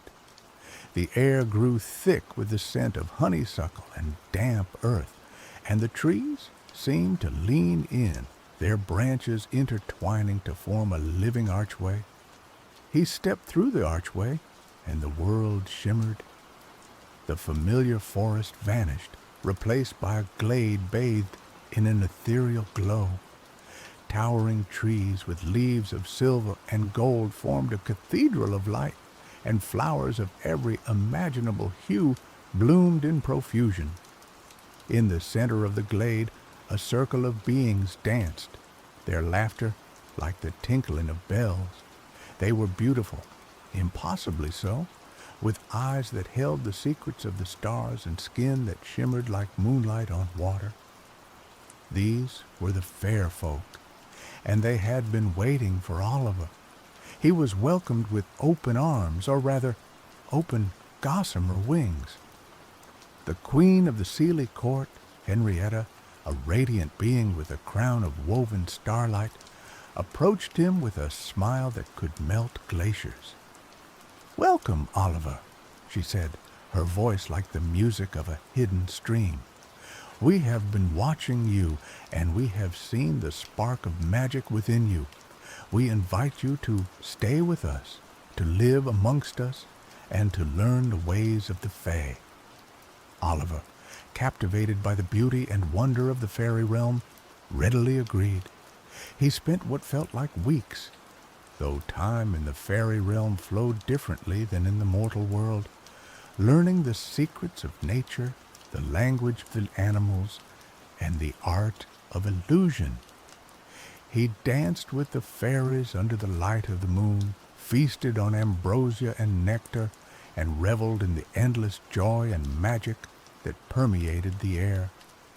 He was given a new name, Whisper Wind, a name that reflected his ability to communicate with the creatures of the forest. He wore clothes woven from moonlight and dewdrops, and his laughter echoed through the glades, blending seamlessly with the music of the Fae. He felt as though he had finally found his true home, a place where he belonged, a place where his wild spirit could finally soar. But even in the heart of the fairy realm, a shadow of doubt began to creep into Oliver's heart.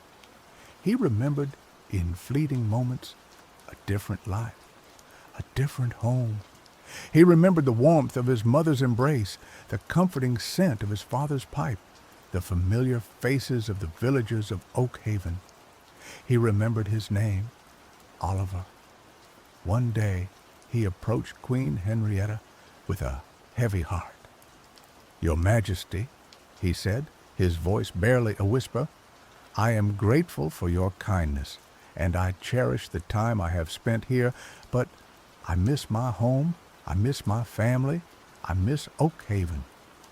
Henrietta listened patiently, her eyes filled with understanding. When he had finished, she sighed, a sound like the rustling of autumn leaves. "I knew this day would come, Whisper Wind," she said. "The pull of the mortal world is strong, especially for those who still have ties there. You are free to leave, to return to your home. But know this, time moves differently in the fairy realm. Years here may be but days in the mortal world, but the opposite is also true. You may return to find that much has changed." She offered him a choice, to stay in the fairy realm forever, where time held no sway and he would always be young and carefree, or to return to the mortal world, knowing that he might find it changed beyond recognition. It was a cruel choice, a choice between eternal joy and the potential for devastating loss. Oliver, torn between his love for the fairy realm and his longing for home, chose to return. He knew that he had to see his family again, to walk the familiar paths of Oakhaven, to breathe the air of his childhood. Henrietta presented him with a farewell gift, a small, unassuming thistle, its purple flower faded and brittle. "Keep this thistle close to your heart, Oliver," she said. "It will protect you from the illusions of the Fae, and it will remind you of the time you spent with us. But beware, its magic is also a reminder of what you left behind." With a final embrace from the Queen and a chorus of farewells from the fair folk, Oliver stepped back through the archway of trees. The shimmering glade vanished, and he found himself standing once more at the edge of the whispering forest. He ran towards Oak Haven, his heart pounding with anticipation. He expected to be greeted with open arms, to be showered with kisses and tears of joy.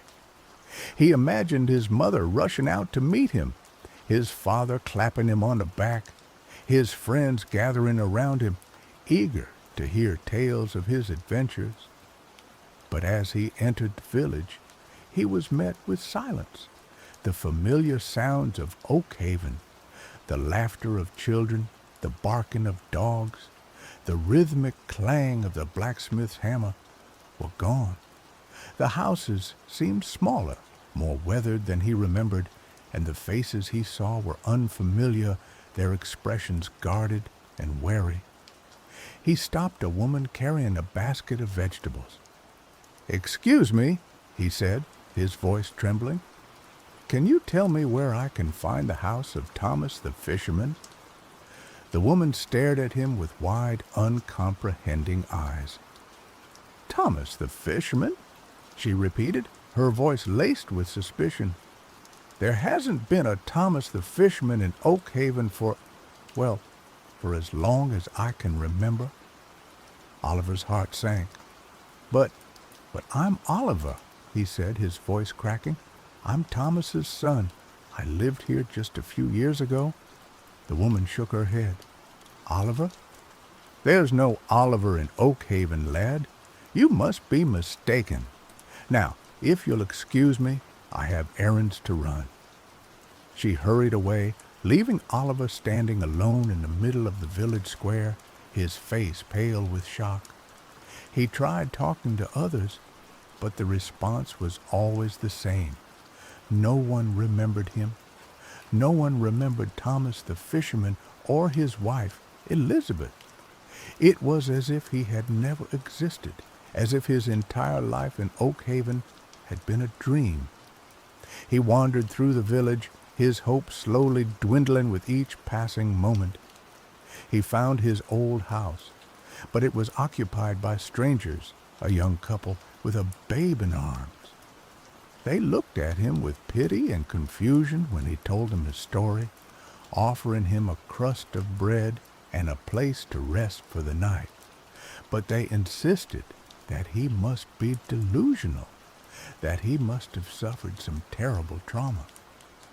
As the sun began to set, casting long shadows across the village, Oliver stumbled towards the graveyard, the only place he could think of where he might find some evidence of his past. He walked among the tombstones, reading the names and dates, searching for a familiar inscription. Finally, he found it. A simple stone, weathered and worn, bearing the names Thomas, beloved husband, gone to the sea. Elizabeth, devoted wife, joined him in sorrow. And beneath them, a single word, Oliver. Tears streamed down Oliver's face as he knelt before the grave. He had returned, but he had returned to a world that had forgotten him, a world where his parents were dead and buried, and where he himself was nothing more than a name on a tombstone. The years he had spent in the fairy realm had been but a blink of an eye to the fair folk, but in the mortal world they had been long enough to erase him from the memories of those he loved. He clutched the thistle in his hand, its brittle petals crumbling to dust. He remembered his words. Beware, its magic was just a reminder of what you left behind. The thistle was a symbol of the fairy realm, a reminder of the joy and wonder he had experienced there, but it was also a symbol of the loss and grief he now felt. He spent the night in the graveyard, huddled beside his parents' grave, the cold earth his only comfort. He wept until he had no tears left, his heart aching with a pain he had never known before. As the sun rose, casting a golden light over the village, Oliver made a decision.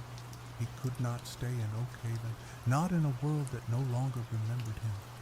He would become a wanderer, a traveler, a ghost in his own life.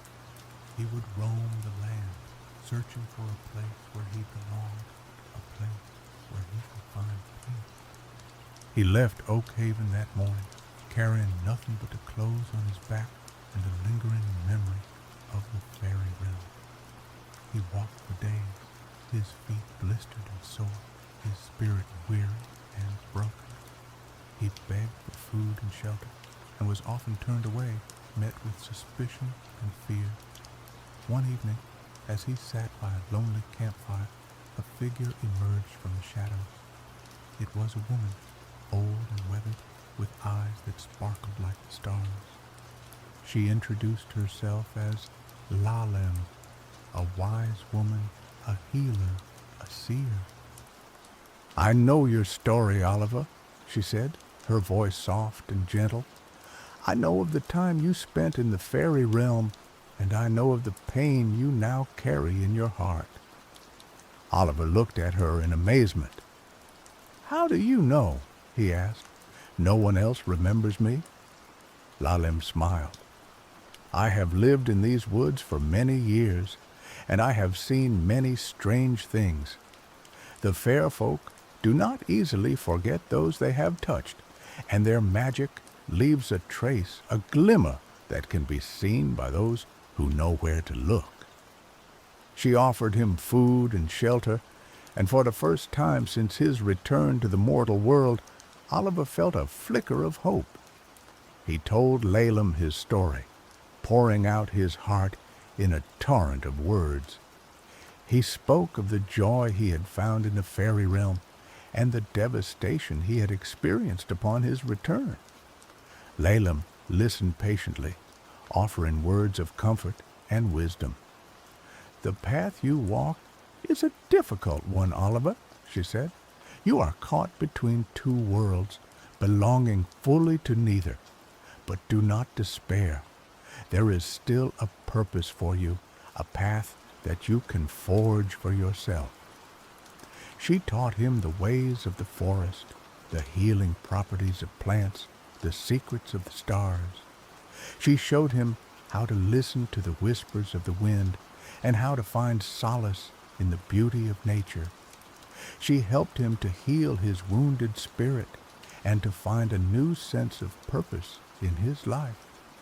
Oliver learned to live in harmony with the world around him, to find joy in the simple things, and to accept the pain of his past.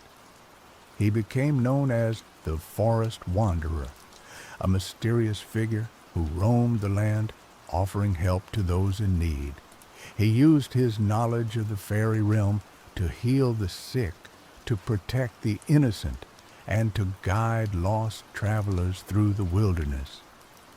He never forgot the fairy realm, nor did he forget Oak Haven.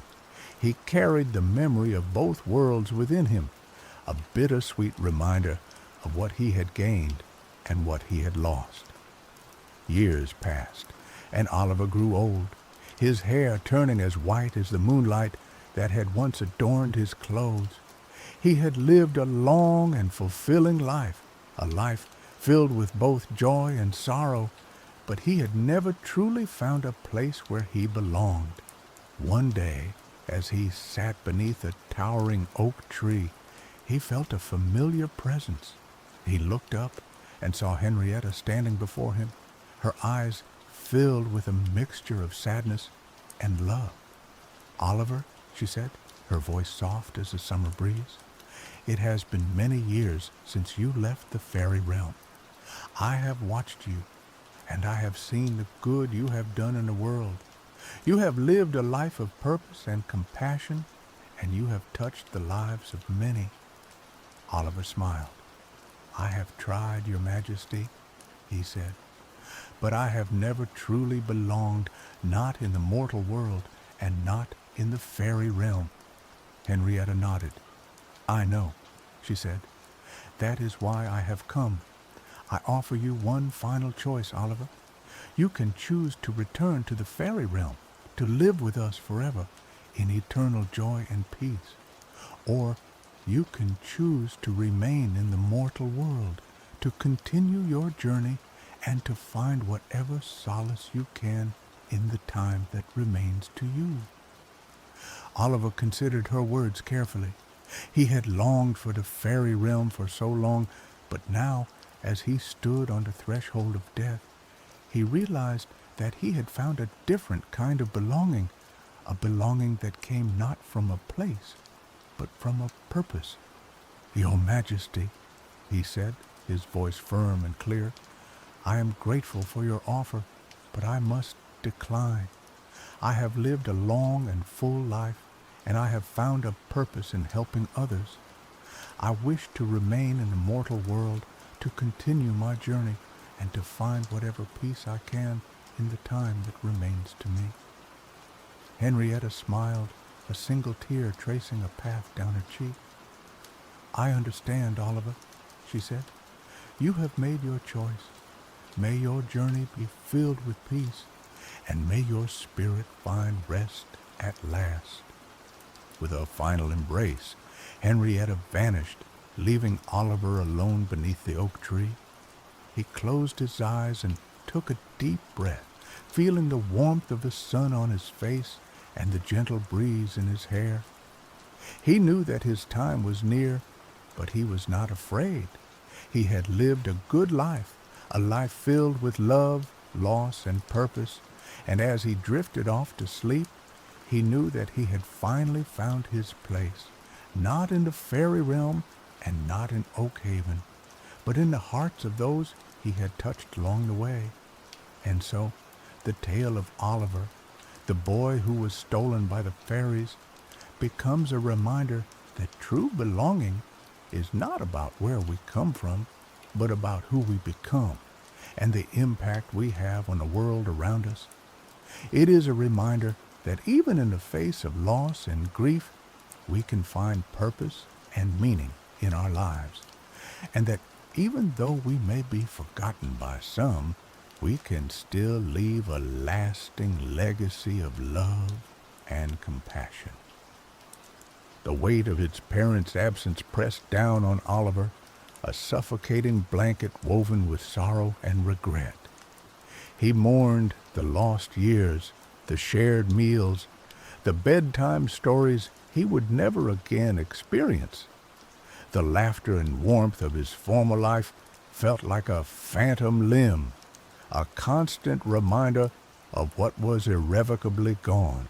He continued to wander, guided by an inner compass that pointed towards he wasn't sure what. He helped villagers with ailing crops, delivered babies in isolated hamlets, and offered comfort to the grieving.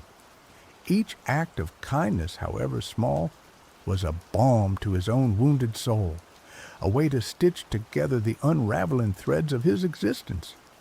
One day, his travels led him to a bustling town, far larger than Oak Haven.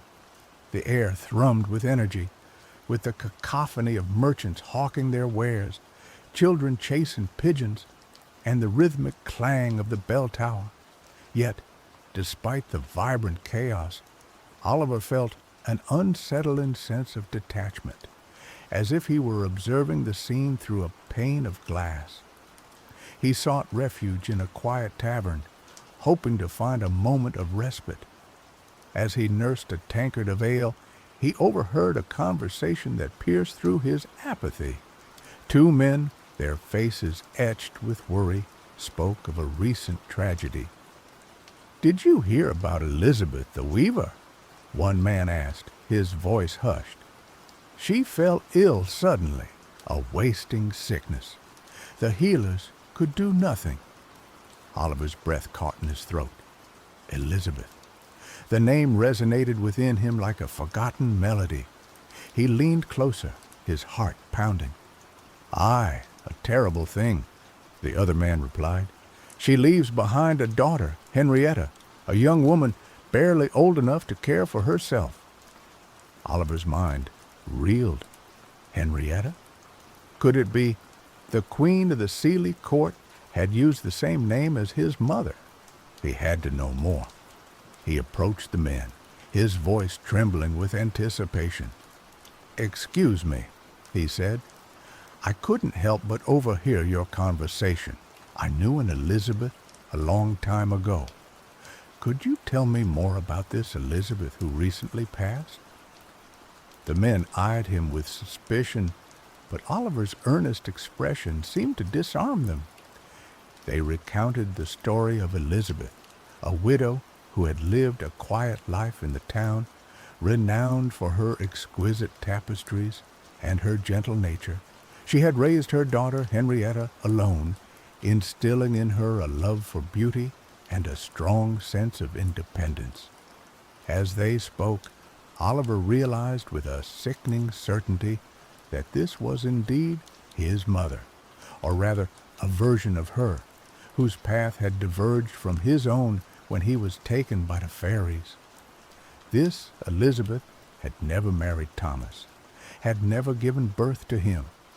She had lived a different life, a life shaped by a different set of circumstances. And Henrietta, she was not the queen of the Seeley court, but a mortal woman, struggling to cope with the loss of her mother. The queen had chosen the same name, perhaps as a subtle connection to the mortal world, a reminder of the life Oliver had left behind. Overwhelmed by a wave of conflicting emotions, Oliver thanked the men and stumbled out of the tavern. He wandered through the town, his mind racing, trying to make sense of the fragmented pieces of his past. He found himself drawn to a small cottage on the outskirts of town. Smoke curled from the chimney, and the scent of beeswax and lavender wafted from the open windows. He hesitated for a moment, then knocked on the door. A young woman answered, her eyes red-rimmed and her face pale. She was beautiful, with a delicate grace that reminded Oliver of the fairy realm. "Can I help you?" she asked, her voice soft and weary. I heard about your mother," Oliver stammered. "I'm so sorry for your loss." Henrietta looked at him with suspicion. "Do I know you?" "No," Oliver replied, "but I knew an Elizabeth a long time ago. I just wanted to offer my condolences." Henrietta sighed. "Thank you," she said. "It's been a difficult time." Oliver hesitated, then took a deep breath. "My name is Oliver," he said. I used to live in Oakhaven." Henrietta's eyes widened. "Oakhaven?" she repeated.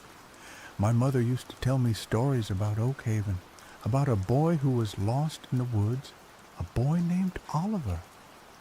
Oliver's heart skipped a beat. "She remembered me?" Henrietta nodded.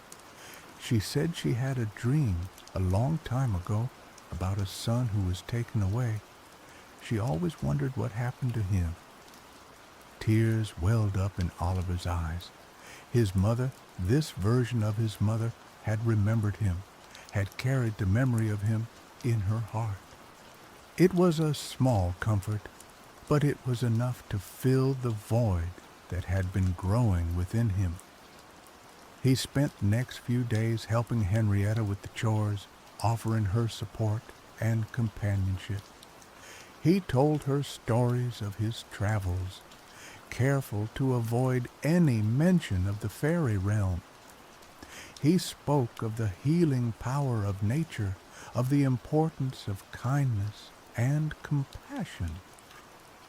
He saw in Henrietta a spark of the same magic that had drawn him to the fairy realm, a deep connection to the natural world, a sensitivity to the unseen forces that shaped their lives.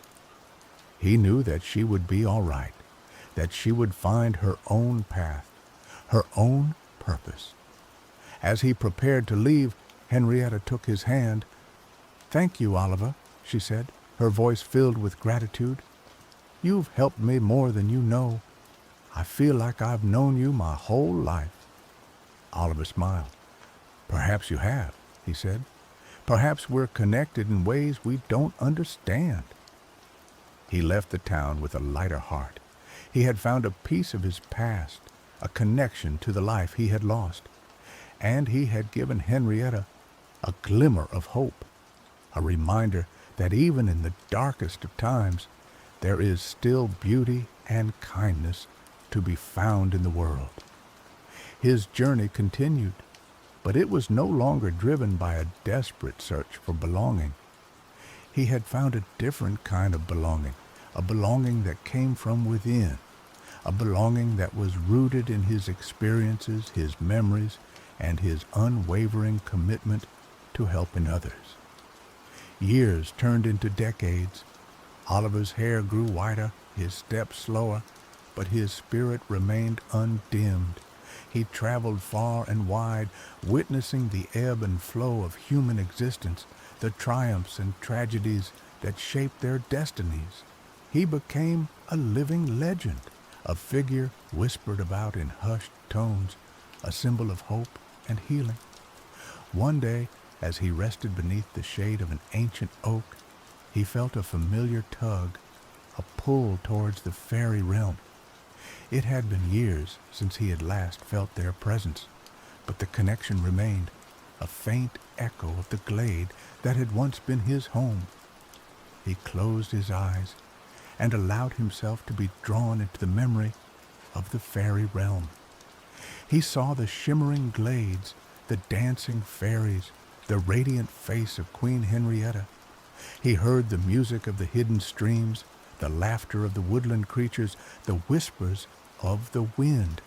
He realized that the fairy realm had never truly left him. It was a part of him, a part of his soul, a source of magic and wonder that he carried within him wherever he went. He opened his eyes and saw a young girl standing before him. She was no more than 10 years old, with eyes the color of moss and hair like spun moonlight. She reminded him of himself as a boy. "Are you Oliver?" she asked, her voice clear and bright. Oliver smiled. "I am," he said. "And who are you?" "My name is Ilara," she said. "I live in the village nearby. My grandmother told me about you, about the forest wanderer who knows the secrets of the woods." "And what brings you to me, Ilara?" Oliver asked. "I'm lost," she said, her eyes filling with tears. "I wandered into the woods, and I can't find my way back home." Oliver took her hand and felt a surge of energy, a connection to the fairy realm that pulsed through her veins. She was a changeling, a child with fairy blood, destined to walk between two worlds. He led her through the forest, guiding her with his knowledge of the hidden paths and the secret signs. He showed her how to listen to the whispers of the wind, how to read the language of the trees, how to find her way home. As they walked, he told her stories of the fairy realm, of the magic and wonder that awaited those who were open to it. He warned her of the dangers, of the illusions, and the temptations that could ensnare the unwary. He taught her how to protect herself, how to use the gifts she had been given, how to live in harmony with both the mortal world and the fairy realm. When they reached the edge of the village, Ilara turned to him, her eyes shining with gratitude. "Thank you, Oliver," she said. "You've shown me the way." Oliver smiled. "You always had the way within you, Ilara," he said. "I just helped you to see it." He watched as she ran towards her home, her laughter echoing through the trees. He knew that she would be all right, that she would find her own path, her own purpose, just as he had. He had come full circle. He had been lost in the woods, taken by the fairies, and then lost again in the mortal world. But he had found his way back, not to a place, but to a purpose that was rooted in his experiences, his memories, and his unwavering commitment to helping others. He was the forest wanderer, the keeper of the secrets, the guide for the lost souls who wandered between two worlds. And in that role, he had finally found his belonging, his peace, his home. Oliver, the boy stolen by the fairies, had become a legend, a symbol of hope, a testament to the enduring power of the human spirit. His tale would be told for generations to come, a reminder that even in the face of loss and grief, we can find purpose and meaning in our lives, and that even though we may be forgotten by some, we can still leave a lasting legacy of love and compassion. And perhaps, on a quiet twilight eve, when the air is thick with the scent of honeysuckle and damp earth, and the trees seem to lean in, their branches intertwining to form a living archway, you might just hear the faint echo of his laughter, the whisper of his name, a reminder that the fairy realm is always closer than we think, waiting for those who are willing to believe.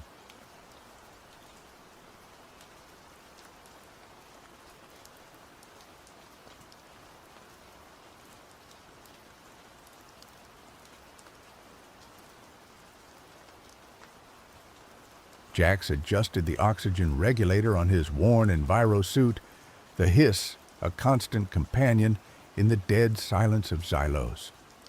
The crimson dust swirled around his boots, painting the desolate landscape in hues of rust and blood. Xylos had been a paradise world once, teeming with vibrant life. Now it was a graveyard, another casualty of the stellar Imperium's insatiable hunger for resources. Jax wasn't here for salvage or scavenging. He was a xenobotanist, a relic of a bygone era when science valued understanding over exploitation. He sought whispers, echoes of what had been. He chased rumors of resilience, of life clinging to the void. And the whispers on Xylos spoke of a garden uncorrupted, untouched by the Imperium's blight.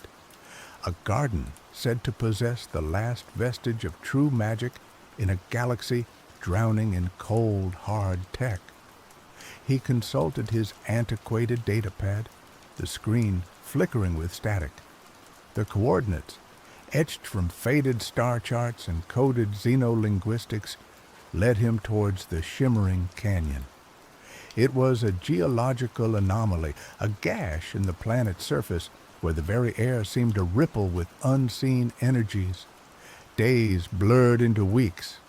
Jax navigated treacherous ravines, scaled crumbling cliffs, and dodged the automated defense drones, remnants of a forgotten war. The drones, rusted and erratic, still patrolled their designated sectors, remnants of a defense system long since abandoned. He lived on nutrient paste and recycled water, the taste of survival a constant reminder of his isolation. He almost gave up. The datapad malfunctioned, his suit sprung a leak, and the despair of Xylos began to seep into his soul. He imagined turning back, returning to the transport ship he'd stashed in a crater, abandoning his quest as a fool's errand. Then he saw it, a shimmer, deeper and more intense than the canyon itself, a cascade of emerald and sapphire light spilling from a hidden crevice in the canyon wall.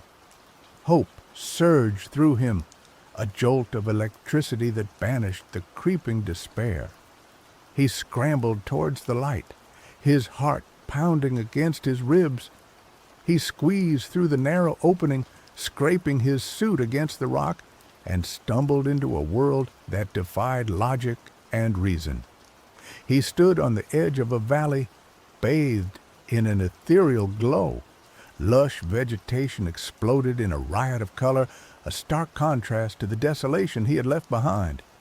Towering trees with bioluminescent leaves cast dancing shadows. Flowers bloomed in impossible hues, their petals shimmering with iridescent light. Waterfalls cascaded down moss-covered cliffs, feeding crystal-clear streams that snaked through the verdant landscape. It was a symphony of life, a testament to nature's enduring power. Jax removed his helmet, his lungs filling with air that tasted clean and sweet, carrying the scent of exotic blossoms and damp earth. He felt a tingling sensation on his skin, a vibrant energy that seemed to resonate with his very being.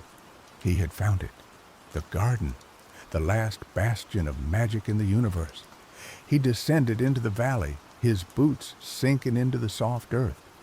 He reached out and touched a glowing flower, its petals cool and velvety.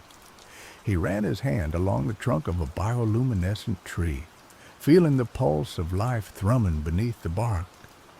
He spent days exploring the garden, cataloging the flora, studying the fauna, marveling at the sheer biodiversity. He discovered plants that healed wounds instantly, fruits that granted temporary bursts of energy, and flowers that emitted soothing melodies. He encountered creatures he had only read about in ancient texts, iridescent butterflies with wings that shimmered like rainbows, six-legged deer with antlers that glowed with inner light, and playful sprites that flitted through the trees, their laughter echoing through the valley. He felt like he had stepped into a fairy tale, a dream woven from the threads of imagination. But as the days turned into weeks, a sense of unease began to creep into his paradise. He noticed that the garden remained perpetually in a state of twilight, the sun never rising above the horizon. The creatures, while beautiful, seemed to possess an unnerving intelligence, their eyes following him with unsettling curiosity. He also noticed that he was losing track of time. Days and nights blurred together, and he found it increasingly difficult to remember his life before the garden. His memories of Xylos, of the Imperium, of his research, began to fade like whispers in the wind. He tried to access his data pad, but it was dead. He tried to contact his transport ship, but the comm system was silent. He was cut off from the outside world, trapped in this verdant paradox. One evening, as he sat by a crystal-clear stream, a figure emerged from the shadows. She was tall and slender, with skin that shimmered like moonlight and hair that flowed like liquid silver. Her eyes were the color of emeralds, and they held an ancient wisdom that both intrigued and intimidated Jax. "Welcome, traveler," she said, her voice like the gentle murmur of the wind. "I am the gardener." Jax stared at her, speechless. He had heard tales of the gardener, the guardian of this mythical place, but he had dismissed them as folklore. "You have found my garden," she continued, her gaze piercing. "You have witnessed its beauty, felt its magic. Now, you must make a choice." "A choice?" Jax finally managed to stammer. "Yes," the gardener replied. "Every traveler who finds this garden is given the same choice. You may stay and live in eternal bliss, surrounded by the wonders of this place, or you may leave and return to the world you came from." Jax's heart leaped. Leave? He could return to the Imperium, expose their lies, share the secrets of the garden with the galaxy. He could bring hope to a dying universe. "But there is a condition," the gardener added, her voice dropping to a somber tone. "A condition?" Jax asked, his hope dwindling. "If you choose to leave," the gardener said, "you must forget you ever saw this place. You will return to your life as if this garden never existed. The memories of its beauty, its magic, its secrets will be erased from your mind." Jax was stunned. Forget? Forget the most incredible discovery of his life? Forget the key to saving the dying worlds of the galaxy? "Why?" he asked, his voice trembling. "Why would you do that?" "This garden is a sanctuary," the gardener explained. "It is a delicate ecosystem, vulnerable to the corruption of the outside world. If its existence becomes known, it will be exploited, destroyed just like so many other wonders before it. The Imperium would strip it bare, leaving nothing but dust and ashes. "But the galaxy needs this," Jax protested. "It needs hope. It needs magic." "Hope and magic cannot be forced upon a world," the gardener said sadly. "They must be nurtured, grown, and cherished. The galaxy is not ready for this garden. Its heart is too dark, its greed too insatiable." Jax struggled to reconcile the gardener's words with his own beliefs. He understood her concerns, but he couldn't accept the idea of abandoning the galaxy to its fate. "Isn't there another way?" he pleaded. "Can't I share the garden's secrets without revealing its location? Can't I use its magic to heal, to restore, to inspire?" The gardener shook her head. "The magic of this garden is inextricably linked to its essence. To share one is to risk exposing the other. The choice is yours, traveler. Eternal bliss or forgotten knowledge." She held out her hand, offering him a glowing fruit. "Eat this, and you will stay. Your memories of the past will fade, replaced by the joy and wonder of the present. You will become a part of this garden, a guardian of its secrets." Jax stared at the fruit, his mind racing. He imagined a life of peace and tranquility, free from the pain and suffering of the outside world. He imagined wandering through the garden's verdant valleys, bathed in its ethereal glow, forever captivated by its beauty. But then he thought of the desolate landscapes of Xylos, of the suffering of the countless worlds ravaged by the Imperium. He thought of the people he had sworn to protect, the scientists, the explorers, the dreamers who had risked everything to find a better future. He couldn't abandon them. He couldn't turn his back on the galaxy, not even for the promise of eternal bliss. He took a deep breath and looked at the gardener, his eyes filled with resolve. "I choose to leave," he said, his voice firm. The gardener nodded, her expression somber. "So be it. May you find peace in the knowledge that you have made your choice." She snapped her fingers, and the world around Jax began to blur.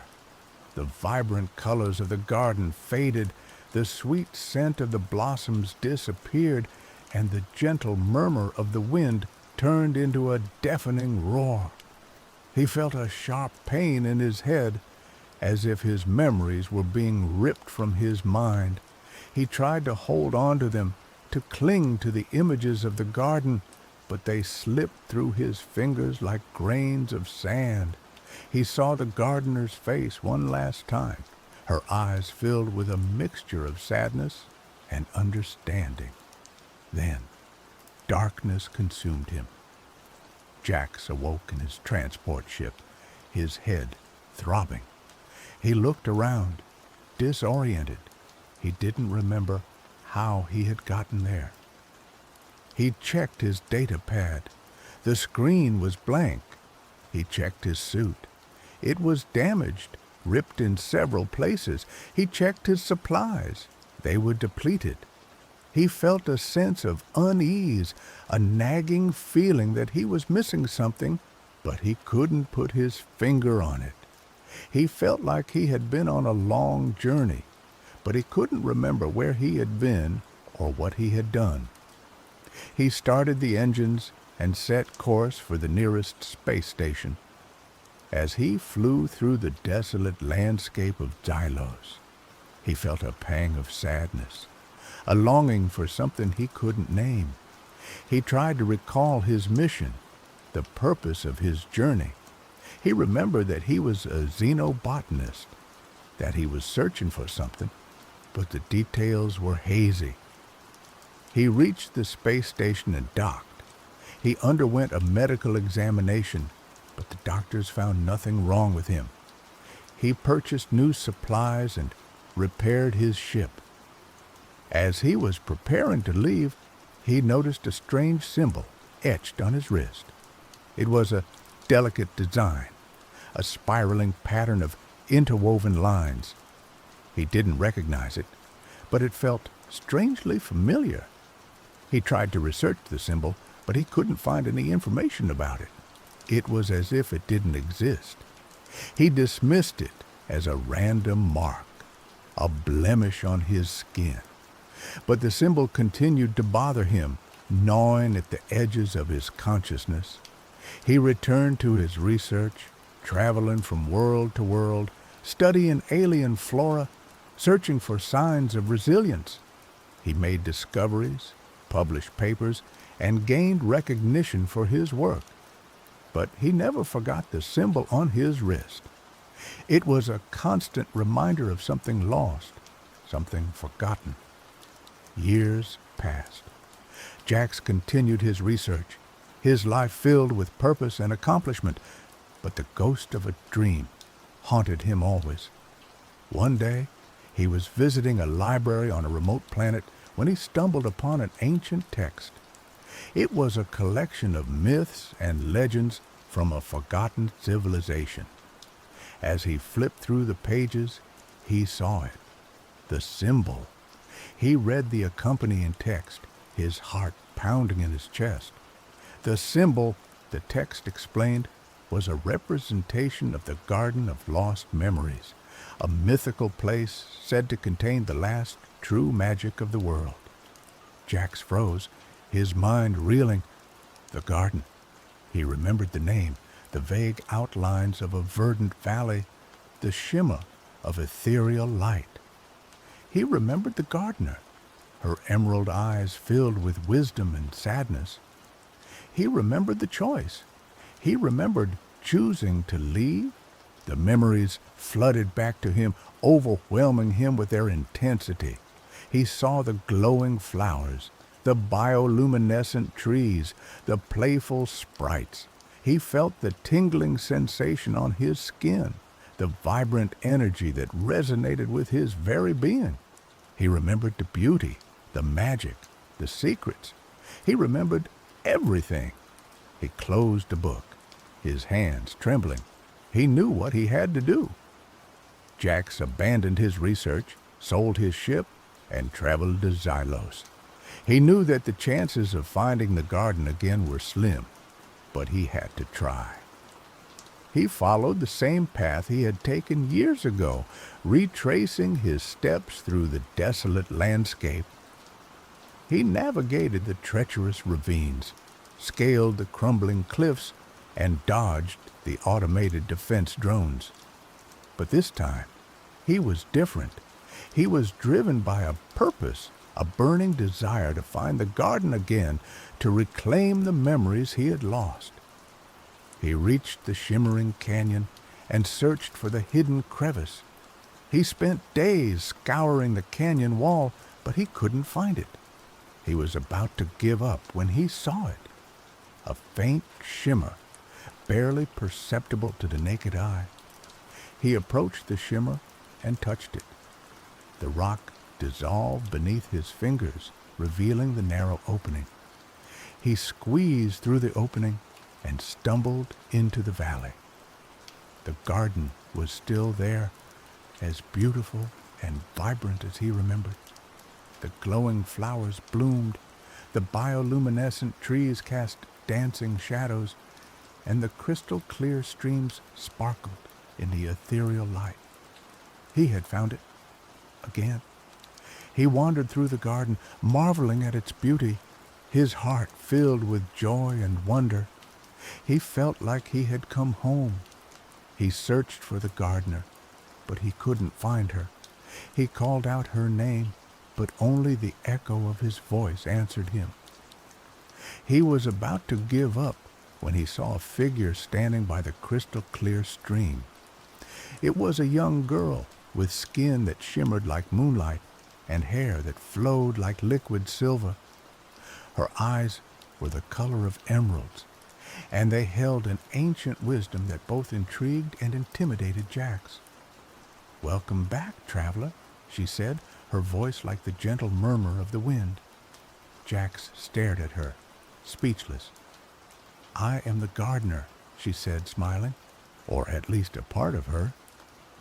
Jax realized that she was not the same gardener he had met before.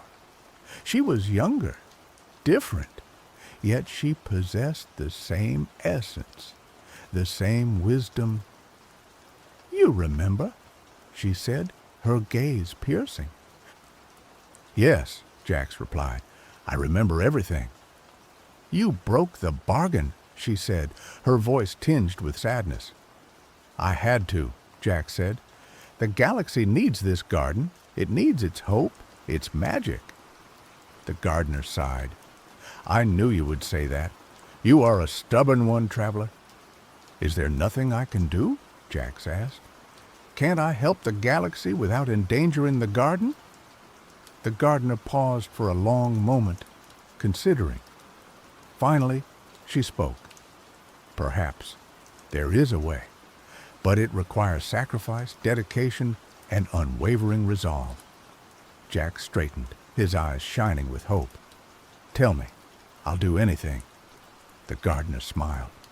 "The key lies not in revealing the garden, but in spreading its essence, in planting seeds of hope and magic across the galaxy." She explained that the garden's magic could be distilled into a potent serum, capable of accelerating growth, healing wounds, and restoring ecosystems. Jax could travel the galaxy, using the serum to revitalize barren worlds, heal damaged landscapes, and inspire hope in desolate populations. But there was a catch. The serum was incredibly rare and difficult to create.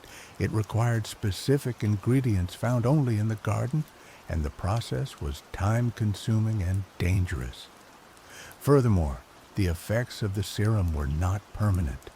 It required constant care and attention to maintain its benefits. "It will be a long and arduous journey," the gardener warned. "You will face opposition, setbacks, and despair. But if you are truly committed, you can make a difference.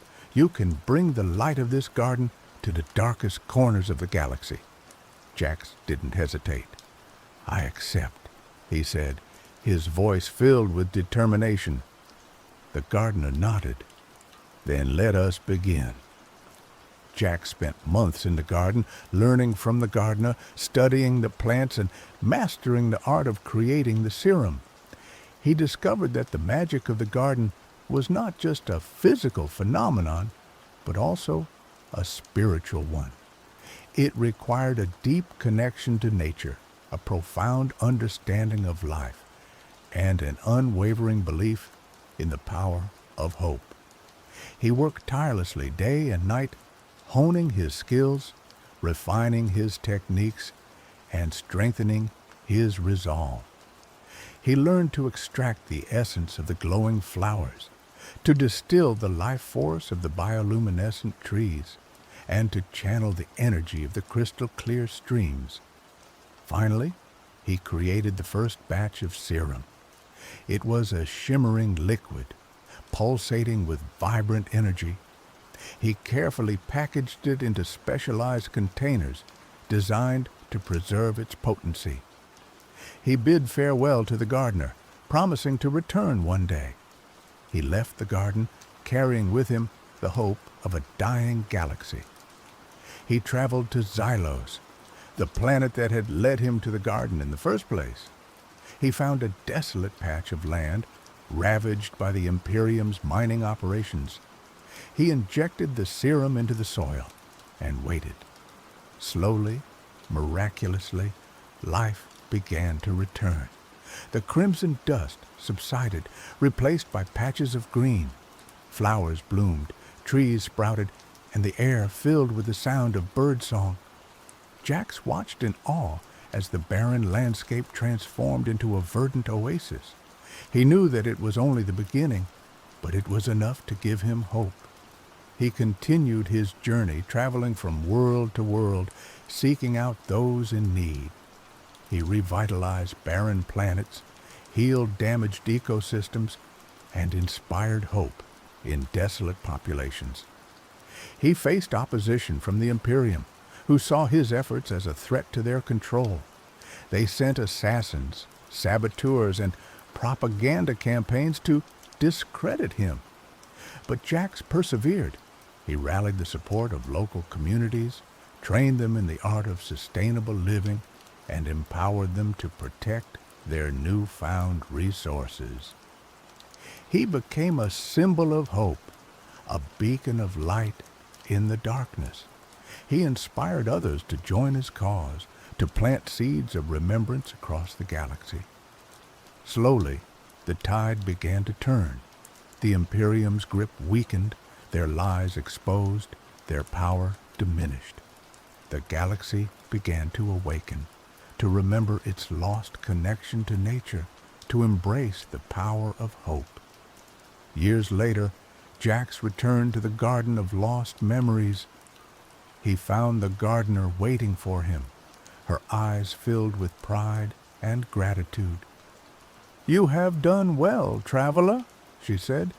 "You have brought the light of this garden to the darkest corners of the galaxy." Jax smiled, his heart filled with peace and satisfaction. He knew that the journey was far from over, but he had planted the seeds of a better future. The galaxy was still broken, still scarred, but it was healing. The magic of the garden had taken root, and it was spreading, slowly but surely, transforming the universe, one seed at a time.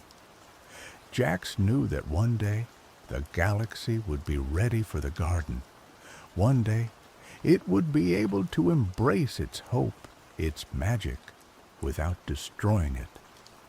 And on that day, the Garden of Lost Memories would no longer be a secret, but a sanctuary for all.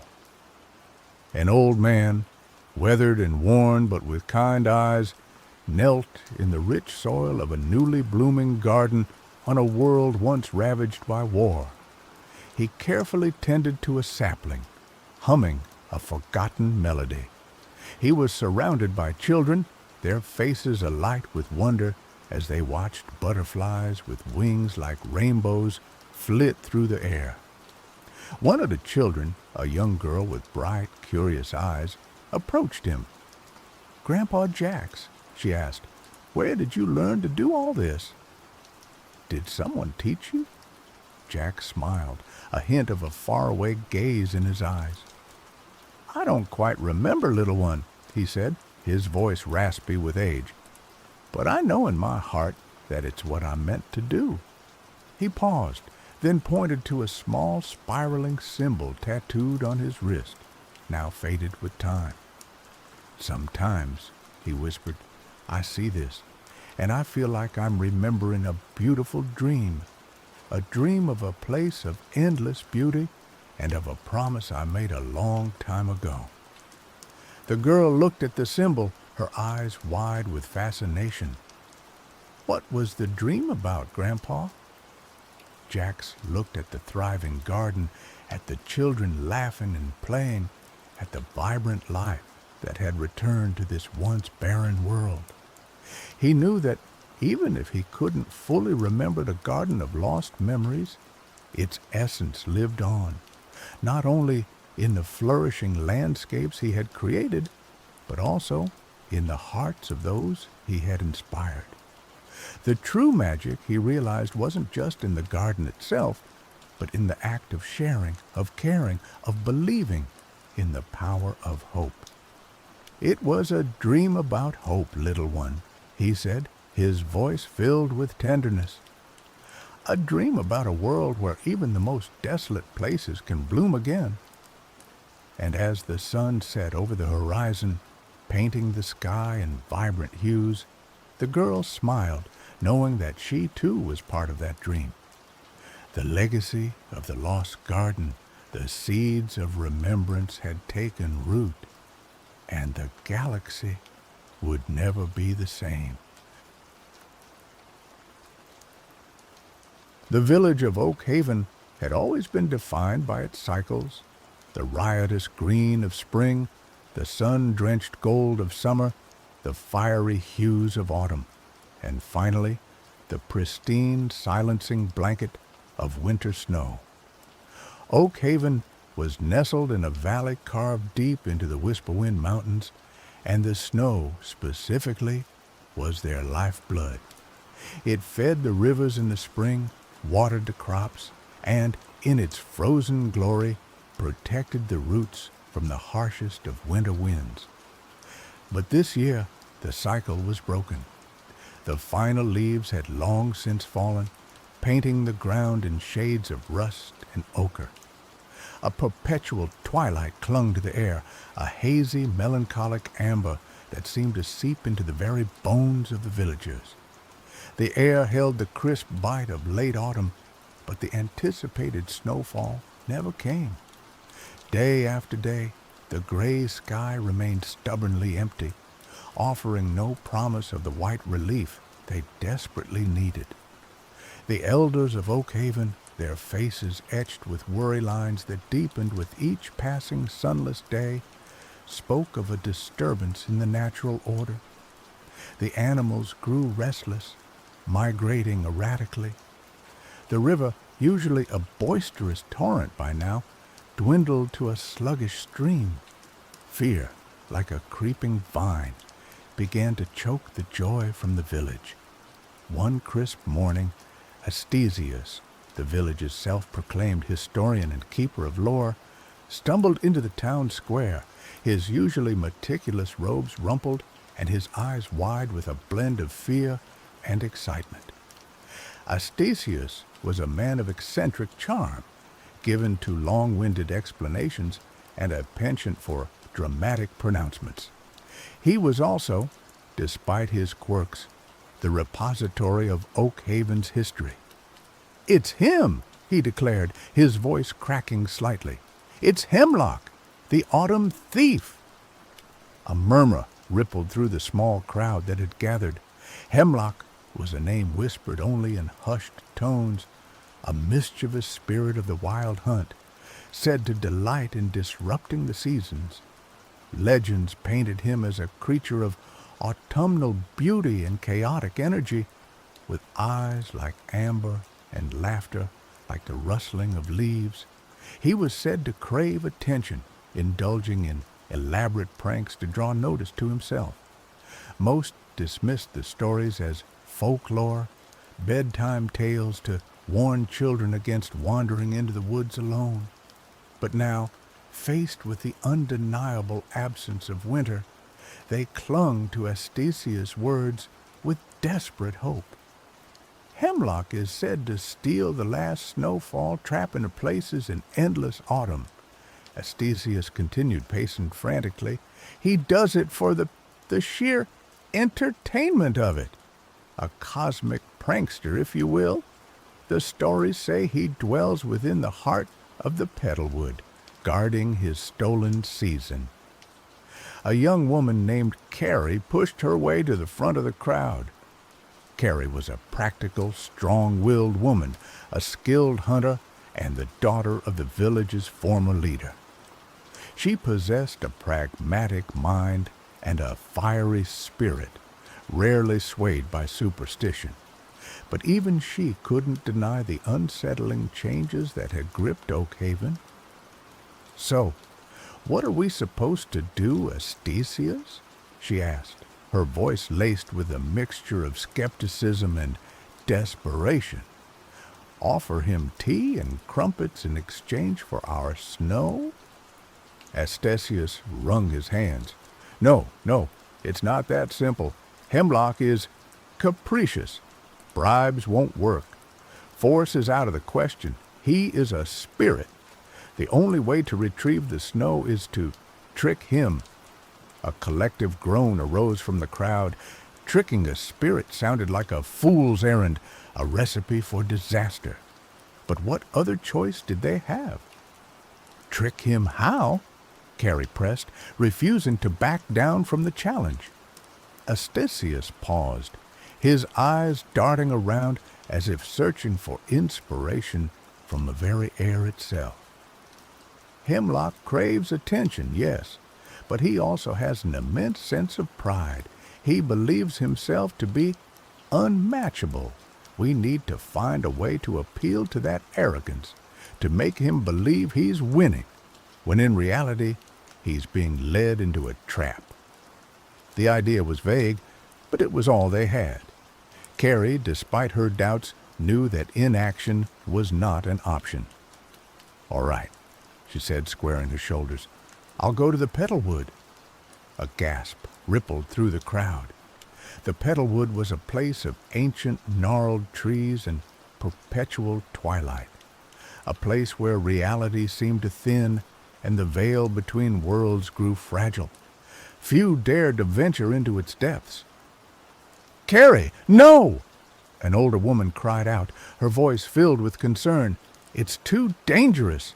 The Petalwood is unpredictable." "Someone has to go," Carrie retorted, her gaze unwavering. "We can't just sit here and watch our village wither away." She looked at Astesius.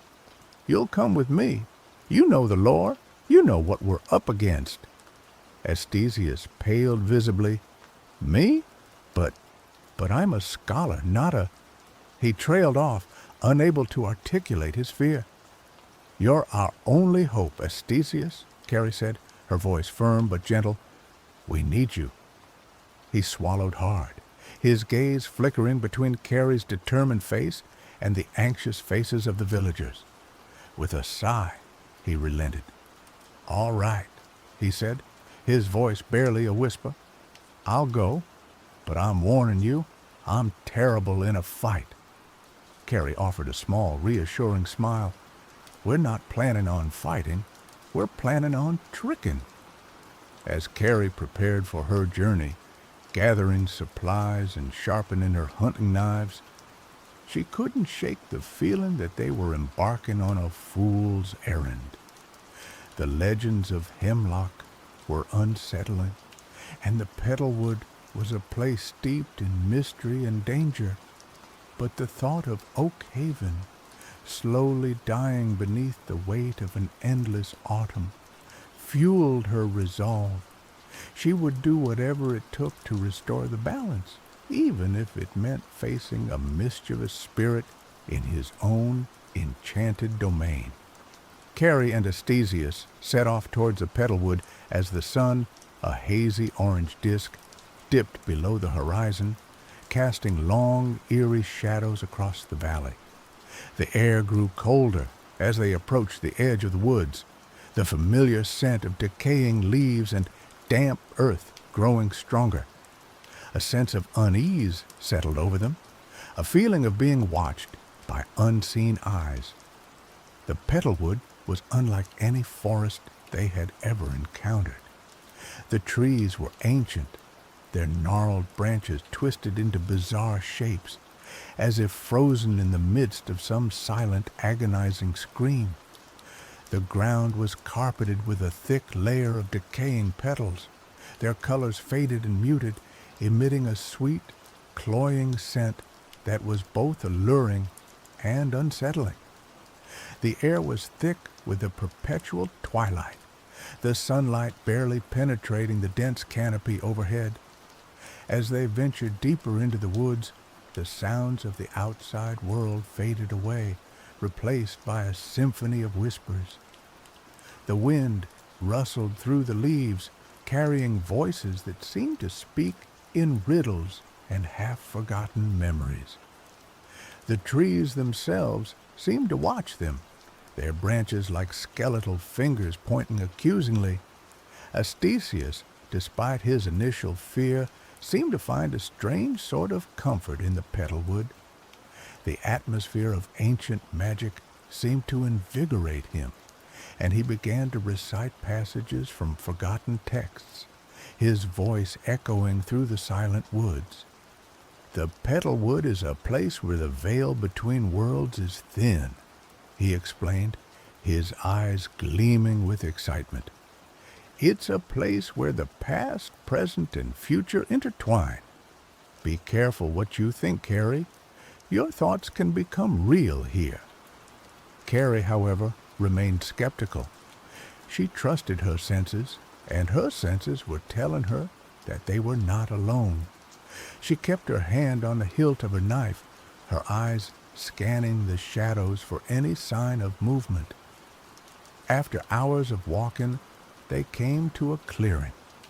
In the center of the clearing stood a towering oak tree, its branches reaching up towards the sky like supplicating arms. The tree was adorned with hundreds of small, intricately carved wooden masks, each one depicting a different emotion: joy, sorrow, anger, fear. "This is the whispering oak," Astasius said, his voice hushed with reverence. "It's said to be a gateway to the spirit world. Hemlock often uses it to communicate with mortals." As he spoke, a voice echoed from the tree, a melodious, lilting voice that seemed to weave itself into the very fabric of the forest. "Welcome, mortals," the voice said. "I have been expecting you."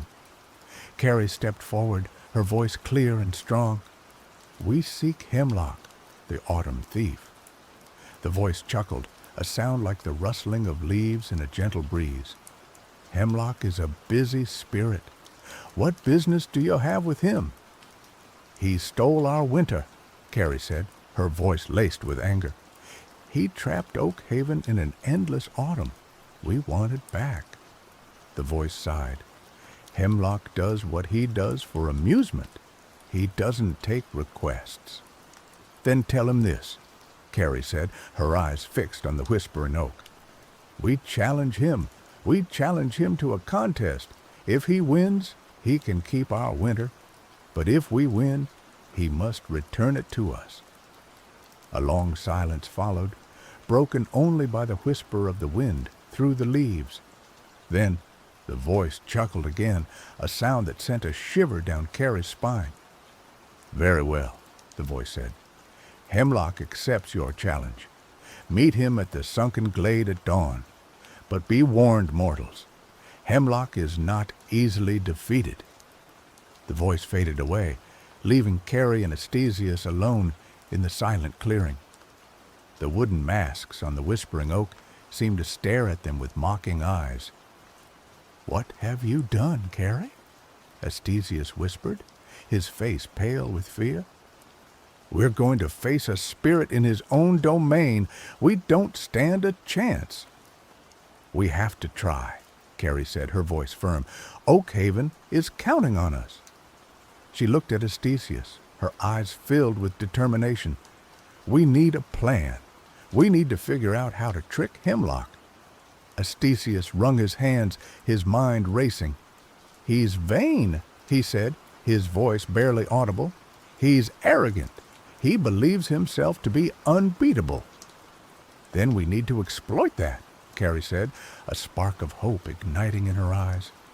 "We need to make him believe he's winning until it's too late." As the night wore on, Carrie and Astasius huddled beneath the whispering oak, devising a plan to outwit the autumn thief. The whispers of the petalwood seemed to mock them, but they refused to give up. They knew that the fate of Oak Haven rested on their shoulders. The sunken glade was a place of ethereal beauty and unsettling stillness. The ground sloped downwards, forming a bowl-shaped depression in the forest floor. A thick mist clung to the ground, obscuring the edges of the glade and creating an illusion of endless depth. In the center of the glade stood a pool of water, its surface as smooth and reflective as a mirror. As Carrie and Astasius entered the glade, they saw Hemlock standing by the edge of the pool. He was everything the legends described, a creature of autumnal beauty, with eyes like amber and hair like the rustling of leaves. He wore a cloak woven from fallen leaves, and his presence radiated an aura of chaotic energy. "Welcome, mortals," Hemlock said, his voice melodious and mocking. "I see you dare to challenge me. I admire your courage, even if it is foolish." "We're not afraid of you, Hemlock," Carrie said, her voice clear and strong. "We're here to reclaim what you stole." Hemlock laughed, a sound like the rustling of leaves in a whirlwind. "You think you can defeat me? I am a spirit of the wild hunt. I have existed since the dawn of time." "We're not trying to defeat you," Carrie said, a sly smile playing on her lips. "We're simply proposing a contest, a game, a test of skill." Hemlock raised an eyebrow, intrigued. "A game? What kind of game?" "A storytelling contest," Carrie said.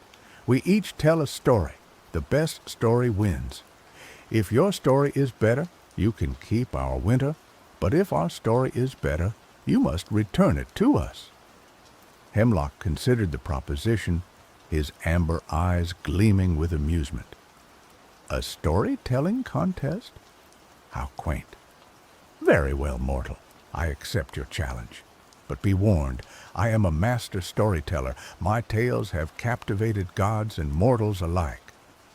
"We're not intimidated," Carrie said. "Let the contest begin." Hemlock gestured toward the pool of water.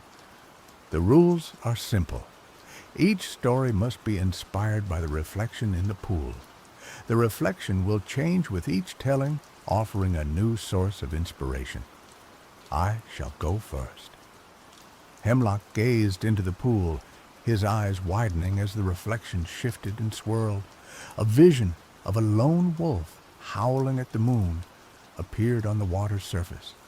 Hemlock smiled, his eyes gleaming with inspiration. He began to speak, his voice weaving a tale of loneliness, survival, and the primal call of the wild. He spoke of the wolf's struggles against the harsh elements, its desperate search for companionship, and its ultimate triumph over adversity. His words were lyrical and evocative, painting a vivid picture in the minds of Carrie and Astesius. When Hemlock finished his story, a silence fell over the sunken glade. The mist seemed to thicken, and the air grew heavy with emotion. "Impressive," Carrie said, her voice barely audible. "But it's our turn now." She looked at Astesius, her eyes pleading for inspiration. Astesius swallowed hard, his mind racing. He knew that they had to tell a story that was not only captivating, but also strategically crafted to exploit Hemlock's arrogance. He gazed into the pool, his eyes widening as the reflection shifted again. This time, a vision of a withered flower struggling to bloom in the harsh autumn frost appeared on the water's surface. Astesius began to speak, his voice trembling slightly at first, but growing stronger with each word. He told a story of perseverance, hope, and the enduring power of beauty. He spoke of the flower's defiance against the dying season, its unwavering determination to bloom despite the odds. He told of the bee that found the flower and carried its pollen across the land. He spoke of its vibrant color and sweet smell, a beacon of hope in a world consumed by decay. As Astesius spoke, Carrie realized the brilliance of his strategy. He wasn't just telling a story. He was subtly praising Hemlock, comparing him to the flower that dared to defy the natural order. He was appealing to Hemlock's vanity, making him believe that he was the hero of the story. When Astesius finished his story, Hemlock's expression was unreadable. He stared into the pool, his amber eyes narrowed in thought. "Well told," he said finally, his voice carefully neutral. "But it is my turn again, is it not?" The reflection in the pool shifted once more, this time revealing a vision of a mighty oak tree, its branches laden with golden leaves. Hemlock smiled, his eyes gleaming with confidence. He began to speak, his voice filled with pride. He told a story of strength, resilience, and the unwavering power of tradition. The oak was a king, ruling over the forest, wise and strong, a friend to the animals, and a protector of the weak. But as the story went on, the oak's leaves started to fall, one by one, until the mighty tree was bare and withered, a symbol of decaying pompousness. Carrie and Astesius exchanged glances. They knew that they had to deliver the final blow, the final twist that would secure their victory. The reflection shifted again, revealing a vision of a single snowflake falling from the sky. Carrie took a deep breath and began to speak, her voice filled with genuine emotion.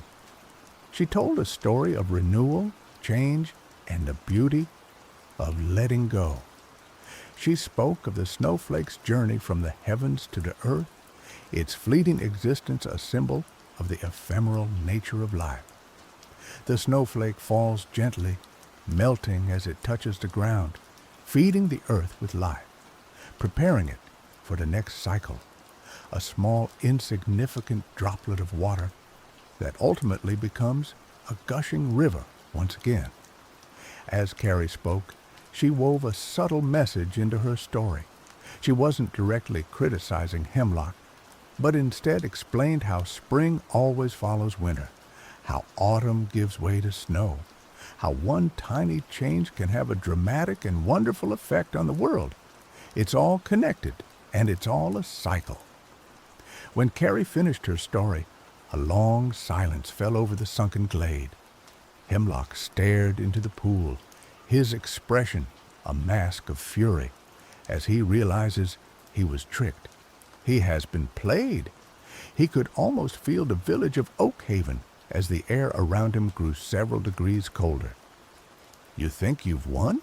he said finally, his voice laced with suppressed anger. "You think you've outsmarted me?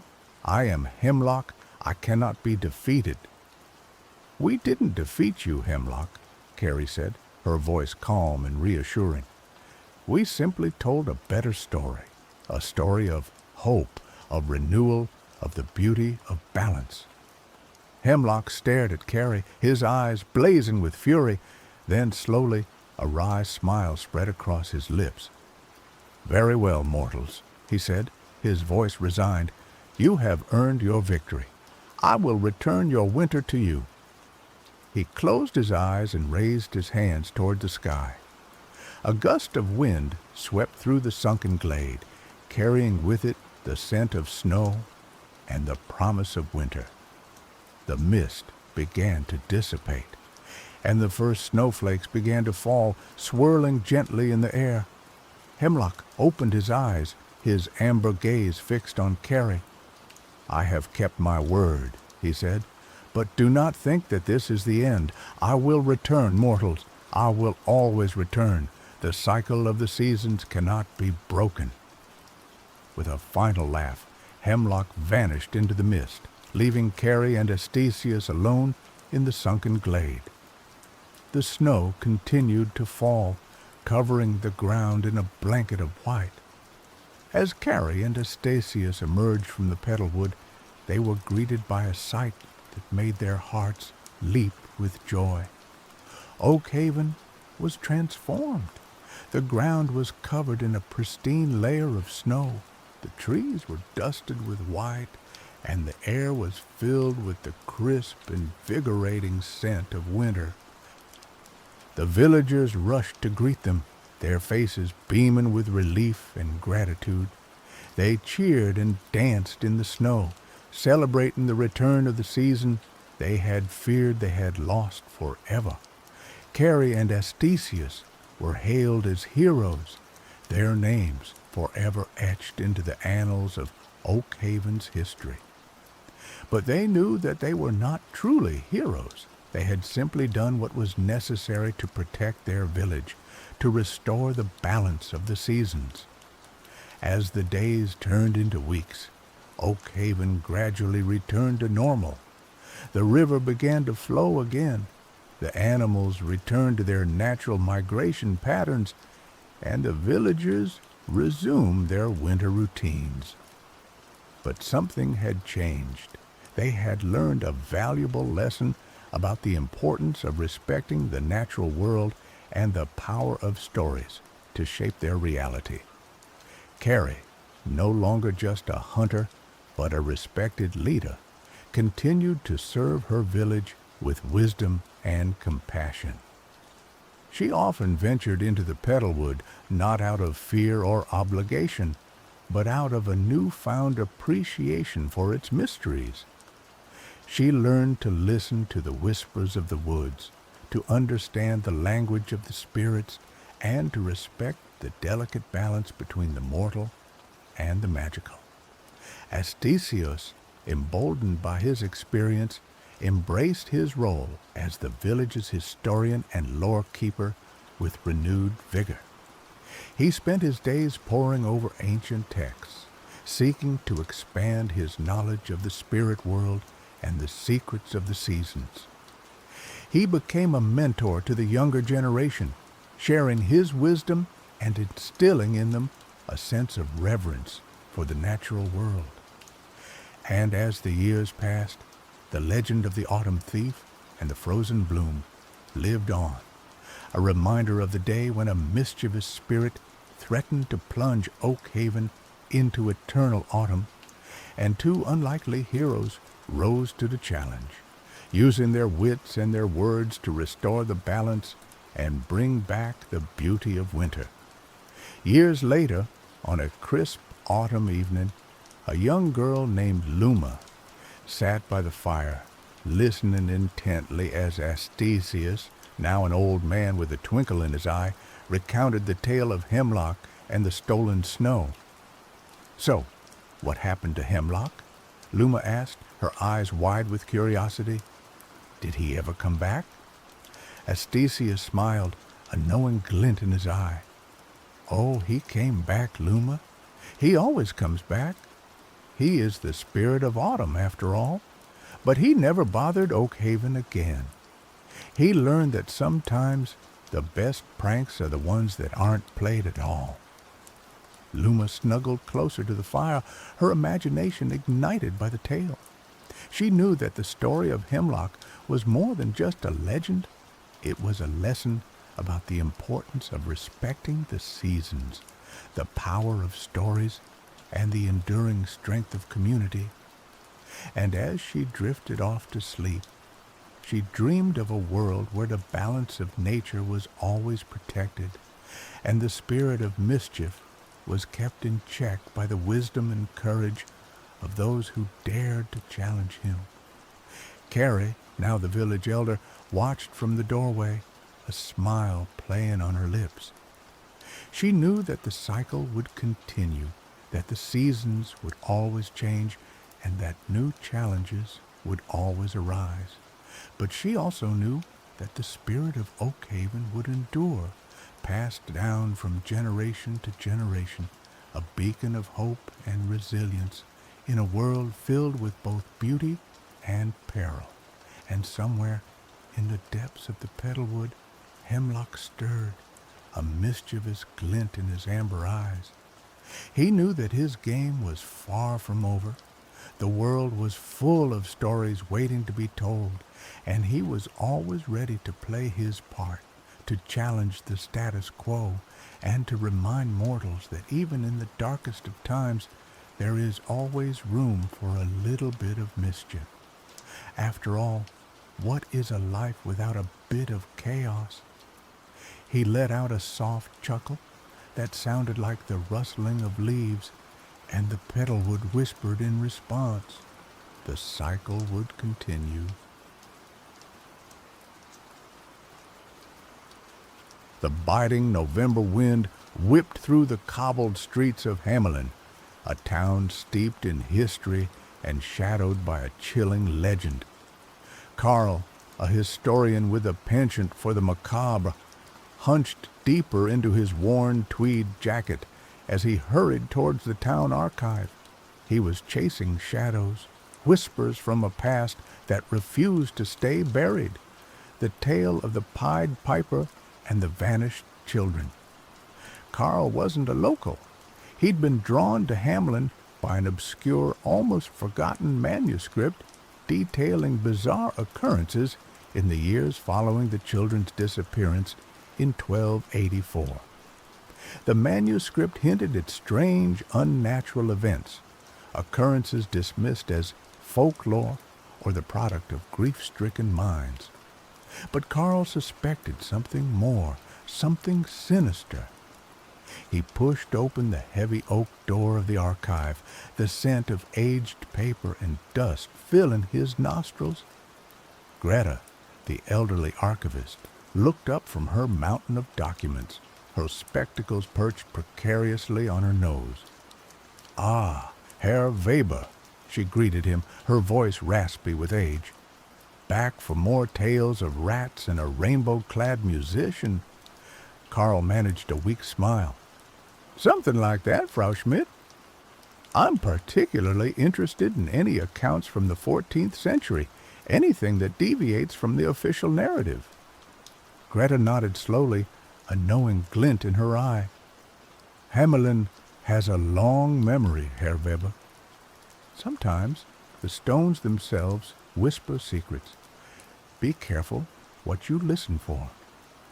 He spent the next few hours poring over ancient records, his fingers tracing the faded ink of centuries past.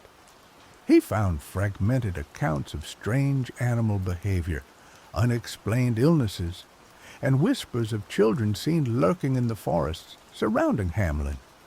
Children who seemed different. As dusk settled, casting long shadows across the archive, Carl stumbled upon a passage that sent a shiver down his spine. It described a group of villagers who claimed to have encountered children in the woods near the Koppelberg Hill, the very place where the Pied Piper was said to have led his young followers. These children were described as unnaturally pale, with eyes that glowed with an unnatural light, and voices that echoed with a haunting melody. They spoke of a debt owed, a reckoning to come. He copied the passage meticulously, his heart pounding in his chest. It was more than folklore, it was a warning. He packed his things, a sense of unease settling over him. As he turned to leave, Greta stopped him. "Herr Weber," she said, her voice barely a whisper, "there's something else you should know. Last night, I heard the music." Carl stared at her, his blood running cold. "Music? What kind of music?" "A flute," she replied, her eyes wide with fear. "A haunting, mesmerizing melody. I haven't heard it since I was a child, when my grandmother told me stories of the piper. It came from the Koppelberg." Carl left the archive, the piper's legend no longer a distant tale, but a looming threat. He looked towards the Koppelberg, its silhouette dark against the twilight sky. The wind seemed to carry a faint, almost imperceptible melody, a siren song calling him towards the hill. He knew, with a chilling certainty, that something was about to happen in Hamelin. The children were coming back. The next morning, Carl sought out Moritz, a local historian who had dedicated his life to studying the Pied Piper legend. Moritz was a recluse, living in a cluttered apartment filled with books and artifacts related to the piper. He was skeptical of most interpretations of the legend, preferring to see it as a cautionary tale about broken promises and civic responsibility. Carl found Moritz hunched over a table, meticulously cleaning a collection of antique flutes. He recounted his findings at the archive and Greta's chilling experience with the music. Moritz listened intently, his expression shifting from skepticism to concern. "The children returning? It's a fanciful notion, Carl, but I cannot deny that strange things have occurred in Hamelin throughout the centuries. There have been periods of unusual animal behavior, sudden outbreaks of illness, and a pervasive sense of unease. But what if it's more than just unease, Moritz? What if the children are real? and they're back for revenge.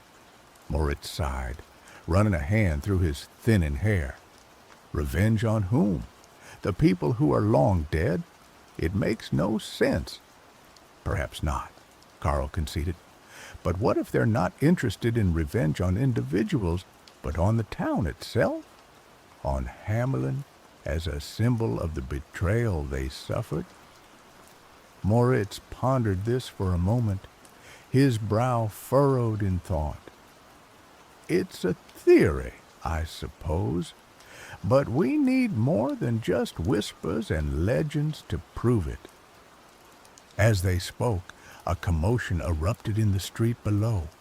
They rushed to the window and saw a crowd gathered around a group of children. The children were different, unsettling. Their skin was unnaturally pale. Their eyes glowed with an eerie luminescence, and their voices carried a strange, melodic quality. They were dressed in simple, archaic clothing, as if they had stepped out of a history book. The crowd was a mixture of fascination and fear.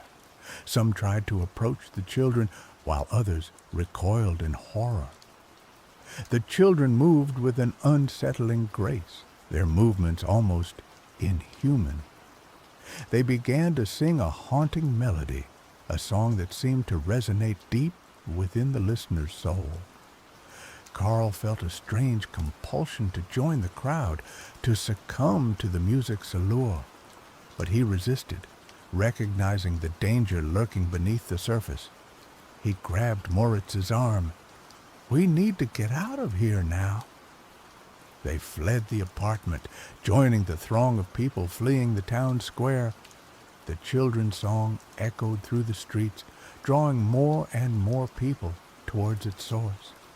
The town was descending into chaos as the children's influence spread like a contagion.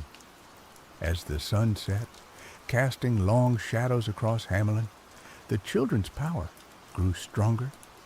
They seemed to be able to control the minds of the townspeople, compelling them to follow their every command. The streets were filled with people marching in a trance-like state, their eyes glazed over, their faces devoid of emotion.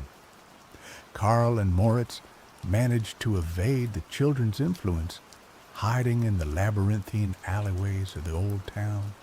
They felt a growing sense of dread, realizing the true extent of the threat they faced. "They're not just children, Carl," Moritz said, his voice trembling. "They're something else, something unnatural. They've been changed by the piper's music." Carl thought back to the manuscript he had found in the archive, the accounts of children seen lurking in the forest, their eyes glowing with an unnatural light. He realized that the piper hadn't just led the children away, he had transformed them, twisted them into something monstrous. They sought refuge in a local church, hoping to find some solace in its sacred walls. But the church was not immune to the children's influence. The pews were filled with entranced townspeople, their voices chanting the children's haunting melody. The stained glass windows seemed to distort and shift, depicting scenes of the piper leading the children away, their faces morphing into grotesque masks. As they tried to escape, they encountered Amelia, a young woman who worked as a librarian at the town's main library. She was one of the few people who seemed to be resisting the children's influence. "We have to stop them," she said, her voice filled with determination. "They're destroying our town, our lives." Amelia, a librarian with a sharp mind and resourceful nature, had noticed the strange occurrences before most. She dismissed the initial reports as mass hysteria, but the increasingly bizarre behavior of her colleagues and the unnerving calm that had settled over the town convinced her something was terribly wrong. Carl hesitated. How? We're just ordinary people, We're no match for whatever these things are. We have to try, Amelia insisted. We can't just stand by and watch our town be destroyed. She explained that she had found a hidden passage in an old book, a passage that spoke of a way to break the piper's spell. The passage described a ritual that required a specific type of flute, one made from the wood of a tree that grew only on the Koppelberg Hill, the same hill where the children were said to have vanished. It also spoke of a counter-melody, a song that could nullify the piper's enchantment. The ritual is our only hope, Amelia said, but we need the flute, and we need to find someone who knows the counter-melody. The trio, bound by a shared desire to save their town, embarked on a perilous journey to the Koppelberg. The hill was shrouded in an eerie mist, and the air was thick with the children's haunting melody. The entranced townspeople roamed the slopes, their eyes vacant, their voices chanting in unison. As they ascended the hill, they encountered obstacles, traps laid by the children to protect their domain. They navigated treacherous paths, outsmarted the entranced townspeople, and evaded the watchful eyes of the children themselves. Along the way, Amelia revealed her own connection to the legend. Her grandmother had been one of the few people in Hamelin who had refused to believe in the piper's story. She claimed that the children had not been led away by magic, but by neglect and indifference. She had instilled in Amelia a deep sense of responsibility to protect the town from repeating its past mistakes.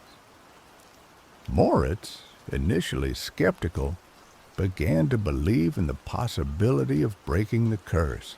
He recalled fragments of old folk songs, melodies that had been passed down through generations in Hamelin. He suspected that one of them might be the counter-melody described in the book. Finally, they reached the summit of the Koppelberg. The air was thick with magic, and the children's melody was almost deafening. In the center of the summit stood a grove of ancient trees, their branches twisted and gnarled. One of these trees, a solitary oak, was said to be the source of the wood needed for the flute. But guarding the tree were the children themselves. They stood in a circle, their eyes glowing with an unnatural light, their voices singing a haunting harmony. They were led by a young girl, her face pale and ethereal, her eyes filled with an ancient wisdom. "You cannot stop us," she said, her voice echoing with the piper's magic. "We have returned to claim what is rightfully ours." Karl, Moritz, and Amelia stood their ground, their hearts pounding in their chests. They knew that this was their last chance to save Hamelin. The air crackled with tension as the children, their eyes glowing with an unnatural light, prepared to defend their domain. The young girl who led them raised her hand, and the children's song intensified, weaving a spell of control and despair. Amelia, her face pale but resolute, stepped forward. "We don't want to fight you," she said, her voice trembling slightly. "We just want to break the spell to free our town." The young girl tilted her head, her eyes narrowing. "Free them? They deserve to suffer. They abandoned us. They forgot us. Now they will pay the price." Moritz, remembering fragments of the old folk songs, began to hum a melody, a simple tune that had been sung by generations of Hamelin children. The melody was faint at first, but it grew stronger with each passing note, resonating with the very essence of the land. The children faltered, their song wavering. The young girl glared at Moritz, her eyes filled with fury. "Silence him!" she commanded. The children surged forward, their movements unnaturally swift and graceful. Carl stepped in front of Moritz, drawing a makeshift weapon. A sharpened piece of wood he had found along the trail. He fought with a desperate courage, deflecting the children's attacks, protecting Moritz as he continued to hum the counter melody. Emilia, meanwhile, approached the ancient oak tree. She knew that she had to obtain a piece of its wood to complete the ritual. But the tree was protected by a magical barrier, a shimmering shield that repelled any attempt to touch it. She closed her eyes, focusing her thoughts on the town of Hamelin, on the people who were suffering under the children's spell. She thought of her grandmother, who had taught her the importance of remembering the past, of learning from its mistakes. She poured all of her love and hope into a single, desperate plea. The barrier flickered, and a small opening appeared. Emilia reached through, breaking off a branch from the ancient oak. As she did so, a surge of energy coursed through her body, filling her with a sense of power and purpose. Armed with the branch, Emilia retreated to Carl and Moritz's side, just as the children, enraged by Moritz's humming, overwhelmed Carl. Carl, battered and bruised, collapsed to the ground. The children surrounded Moritz, their eyes fixed on him, their voices chanting in a menacing chorus. He knew that he couldn't hold out much longer. Emilia stepped forward, holding the branch aloft. "Stop!" she cried, her voice ringing with authority. "This is your last chance. Let us leave in peace, and we will forget everything that has happened here." The young girl hesitated, her eyes filled with doubt. For a moment, it seemed as if she might agree. But then the piper's magic surged within her, hardening her resolve. "Never!" she screamed. "We will never forgive you. We will never forget." She lunged at Emilia, her fingers outstretched, her eyes burning with hatred. Emilia braced herself for the impact, but it never came. Suddenly, a figure emerged from the shadows. It was Greta, the elderly archivist. She stepped in front of Emilia, shielding her from the young girl's attack. "Enough!" Greta shouted, her voice surprisingly strong. "This has gone on long enough." She pulled out a small, intricately carved flute from her pocket. It was made from the wood of the ancient oak, the same wood that Emilia held in her hand. Greta raised the flute to her lips and began to play. The melody that she played was haunting and beautiful, a lament for the lost children of Hamelin. It was a song of sorrow and regret, of forgiveness and hope. It was the counter-melody, the song that could break the piper's spell. As Greta played, the children began to weep. Their eyes lost their unnatural glow, and their faces softened. The piper's magic faded, and they were once again just children, lost and afraid. The young girl who had led them collapsed to the ground, sobbing uncontrollably. "We just wanted to go home," she cried. "We just wanted to be loved." Greta continued to play, her melody filling the air with compassion and understanding. The entranced townspeople on the slopes of the Koppelberg began to stir, their eyes clearing, their faces returning to normal. The spell was broken.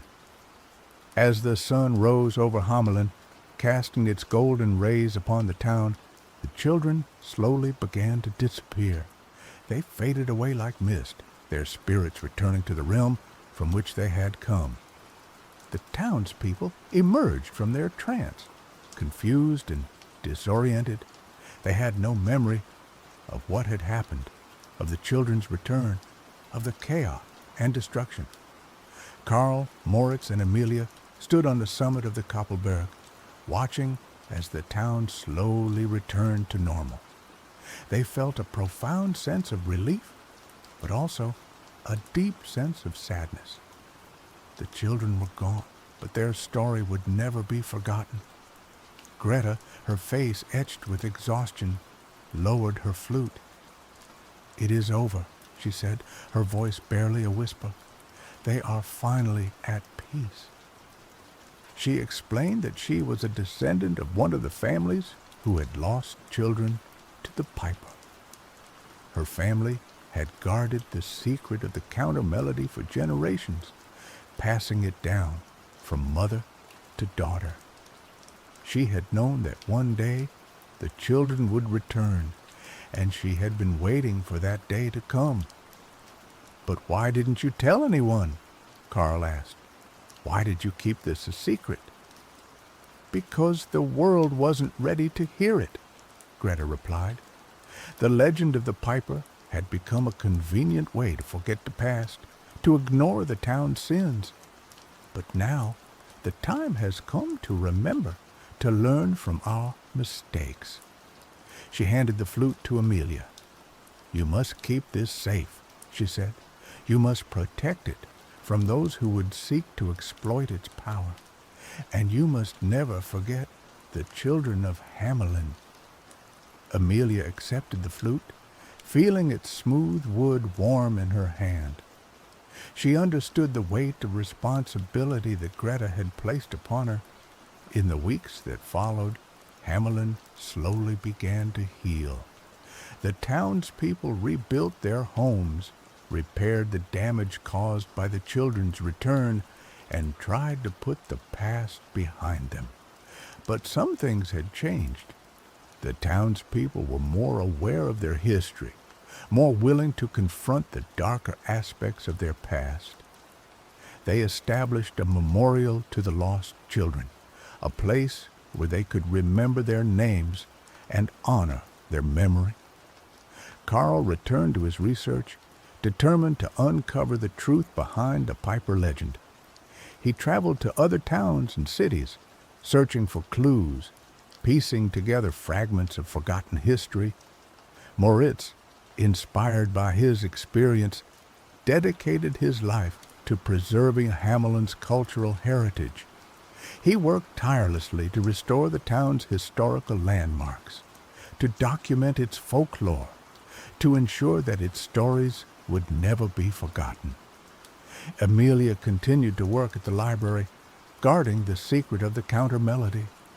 She became a symbol of hope for the town, a reminder that even in the darkest of times, there is always a chance for redemption. Time passed, and the memory of the events faded from most minds. The world moved on, but the lessons of Hamelin remained.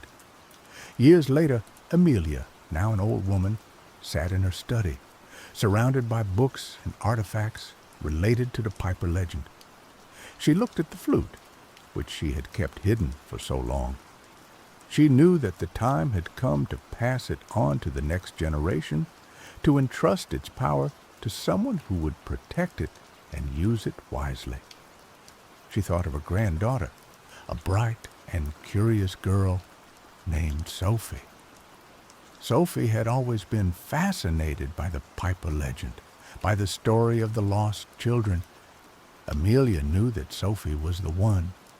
She called Sophie into her study and told her the story of the children's return, of the battle on the Koppelberg, of the power of the counter melody. She showed her the flute, explaining its significance, its responsibility. Sophie listened intently, her eyes wide with wonder. She understood the weight of the burden that her grandmother was placing upon her. "I will not let you down, Grandma," she said, her voice filled with determination. "I will protect the flute, and I will never forget the children of Hamelin." Amelia smiled, her heart filled with hope. She knew that the children's story would continue to be told, that their memory would live on, that their sacrifice would never be in vain. As Sophie left the study, clutching the flute tightly in her hand, Amelia looked out the window at the town of Hamelin. The sun was setting, casting long shadows across the streets. She could almost hear the faint echo of the piper's melody, a reminder of the past, a warning for the future. But she also heard another melody, a melody of hope, a melody of remembrance, a melody that echoed in her heart.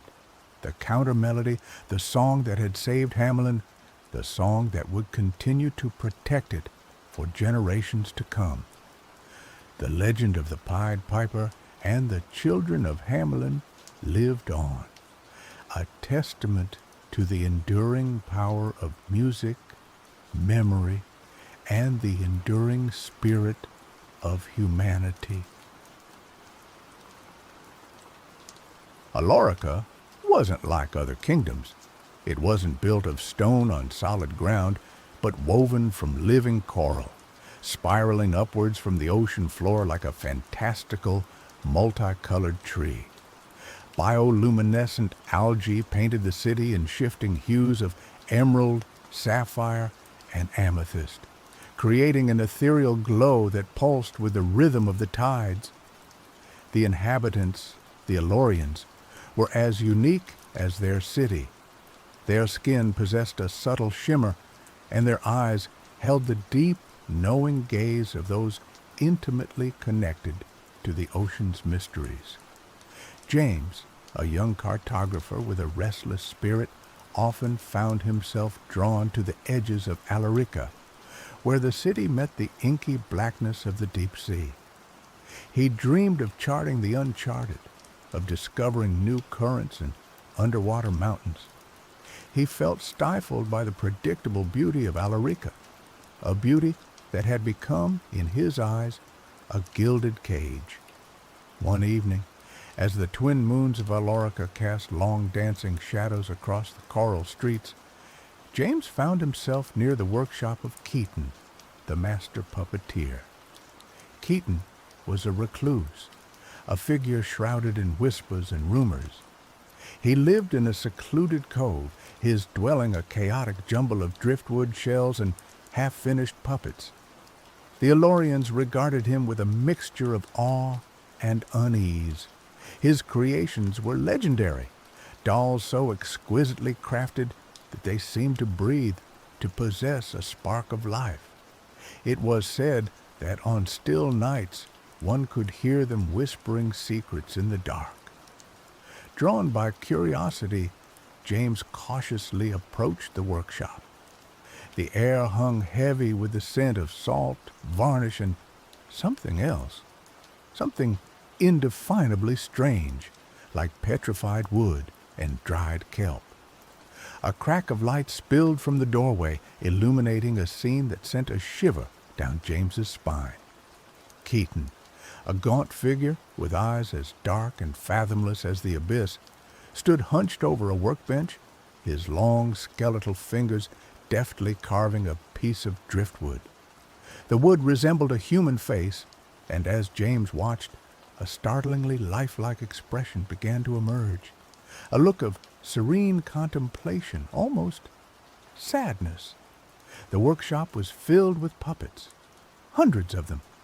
Some were suspended from the ceiling, their empty eyes staring blankly ahead. Others lay scattered on shelves, their limbs tangled in a macabre embrace. Each puppet was unique, a miniature representation of an Alorian, their features captured with uncanny accuracy. James recognized the likenesses of several villagers, the baker, the fisherman, even the high priestess. As James watched, Keaton picked up a small, ornate music box. He wound it, and a haunting melody filled the air. As the music swirled around the room, James noticed something extraordinary. The puppets seemed to stir. Their wooden limbs twitched, their heads tilted, and their painted eyes seemed to flicker with a semblance of awareness. James stumbled back in astonishment, his heart pounding in his chest. He wanted to run, to escape the unsettling atmosphere of the workshop, but he was frozen in place mesmerized by the scene unfolding before him. Suddenly, Keaton looked up, his dark eyes meeting James's. A slow, unsettling smile spread across his face. "Intrigued, young cartographer?" he rasped, his voice like the rustling of dried leaves. "You have a keen eye. Few are privileged enough to witness my creations." James found his voice, though it trembled slightly. "They're incredible. But how?" Keaton chuckled, a dry, humorless sound. "Magic, my boy. Pure, unadulterated magic. The lifeblood of Alarica, distilled into art." He gestured towards the puppets. "Each one is a vessel, a conduit. They hold the essence of their counterparts, their memories, their dreams." James felt a wave of unease wash over him. "You mean you've taken something from them?" Keaton's smile widened. "Taken? No, my boy. I've merely borrowed it. I've given them immortality, a place in my grand design." Before James could respond, Keaton turned back to his workbench, dismissing him with a wave of his hand. "Go now, young cartographer. My work calls. And remember, silence is golden in Alorica." James didn't need to be told twice. He fled from the workshop. The image of the puppets and Keaton's unsettling smile burned into his mind.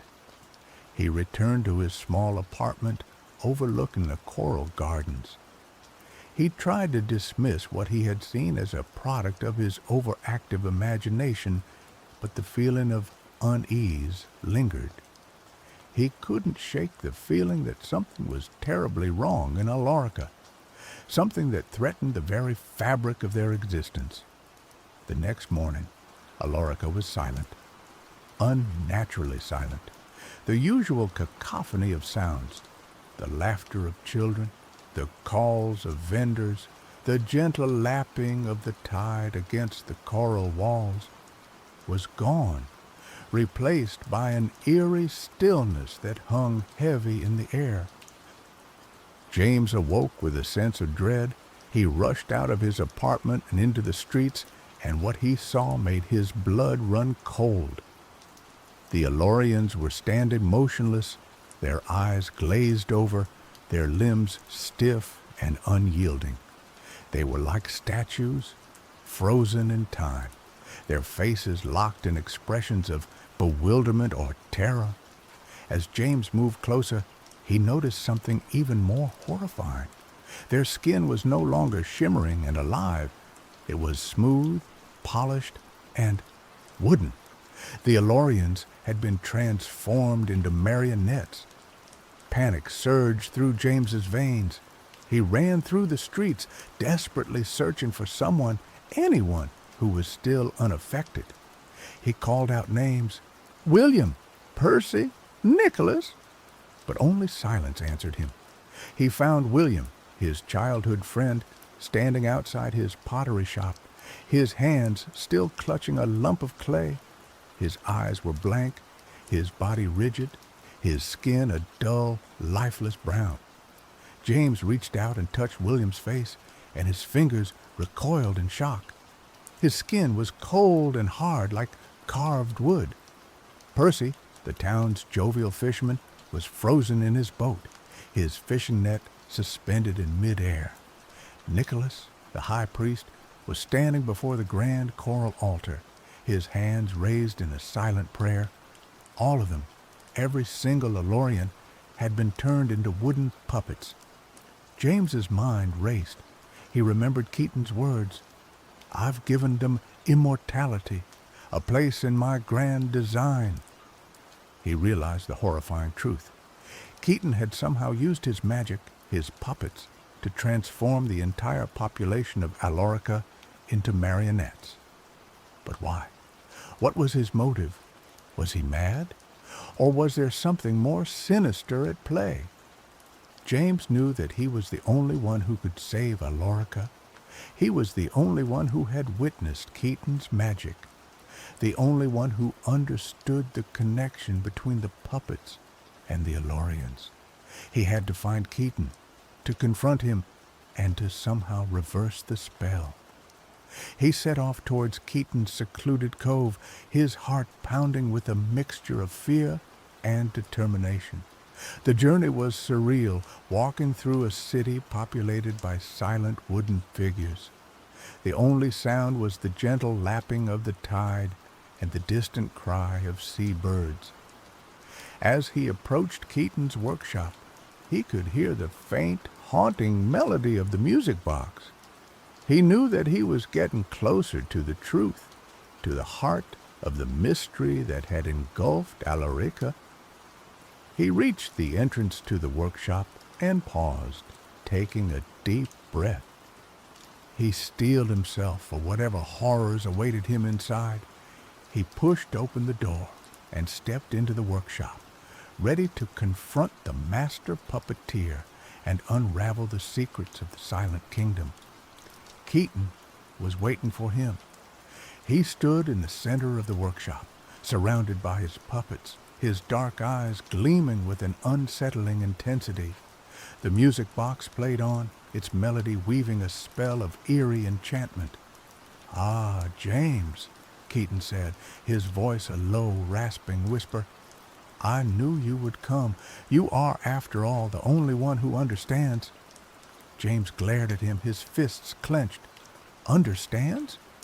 I understand that you've turned everyone in Alarica into wooden puppets. Why, Keaton? Why would you do this?" Keaton chuckled, a dry, humorless sound. "Why? Because Alarica was dying, James.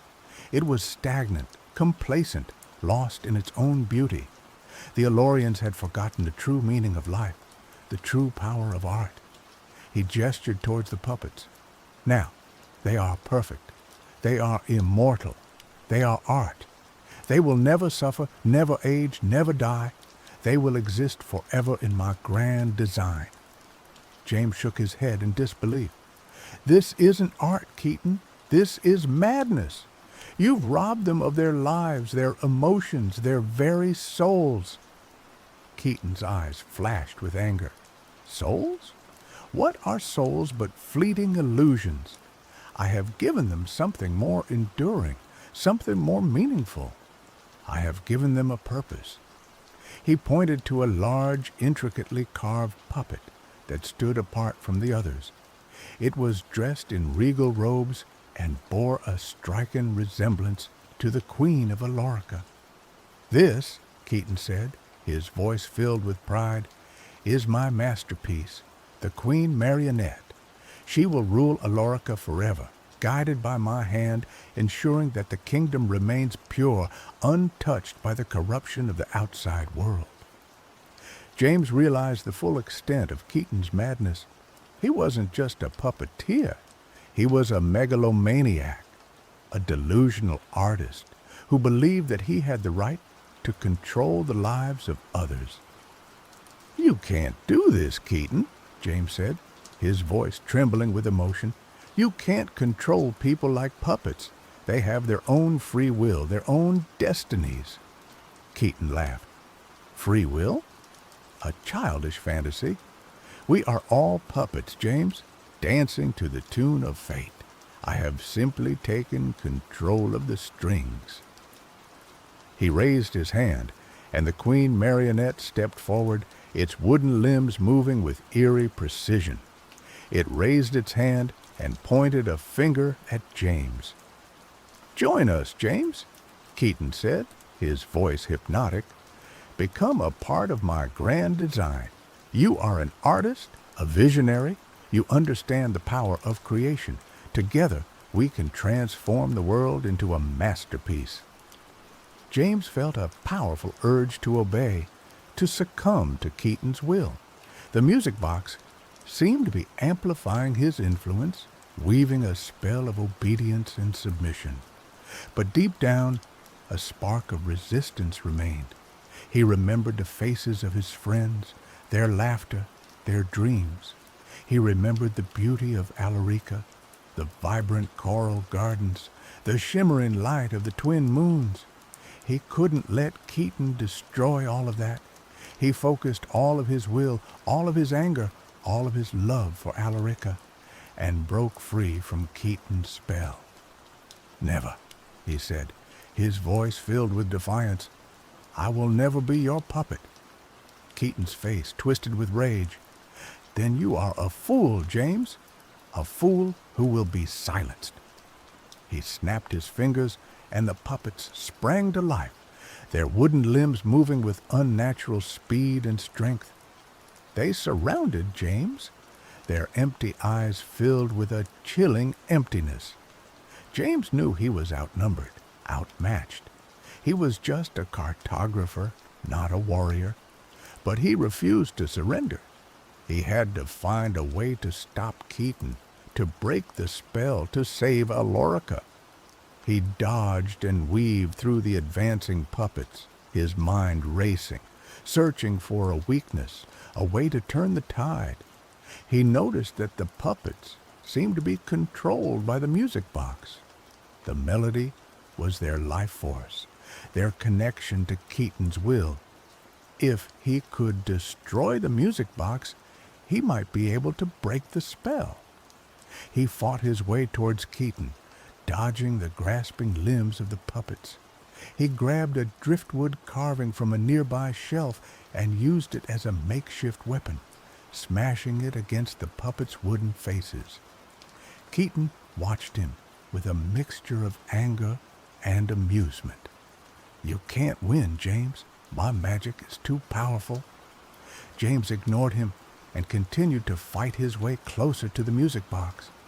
He leapt onto the workbench and grabbed the music box, raising it above his head.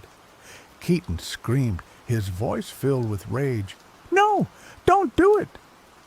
James hesitated for a moment, knowing that destroying the music box might have unforeseen consequences. But he had no choice. He had to take the risk.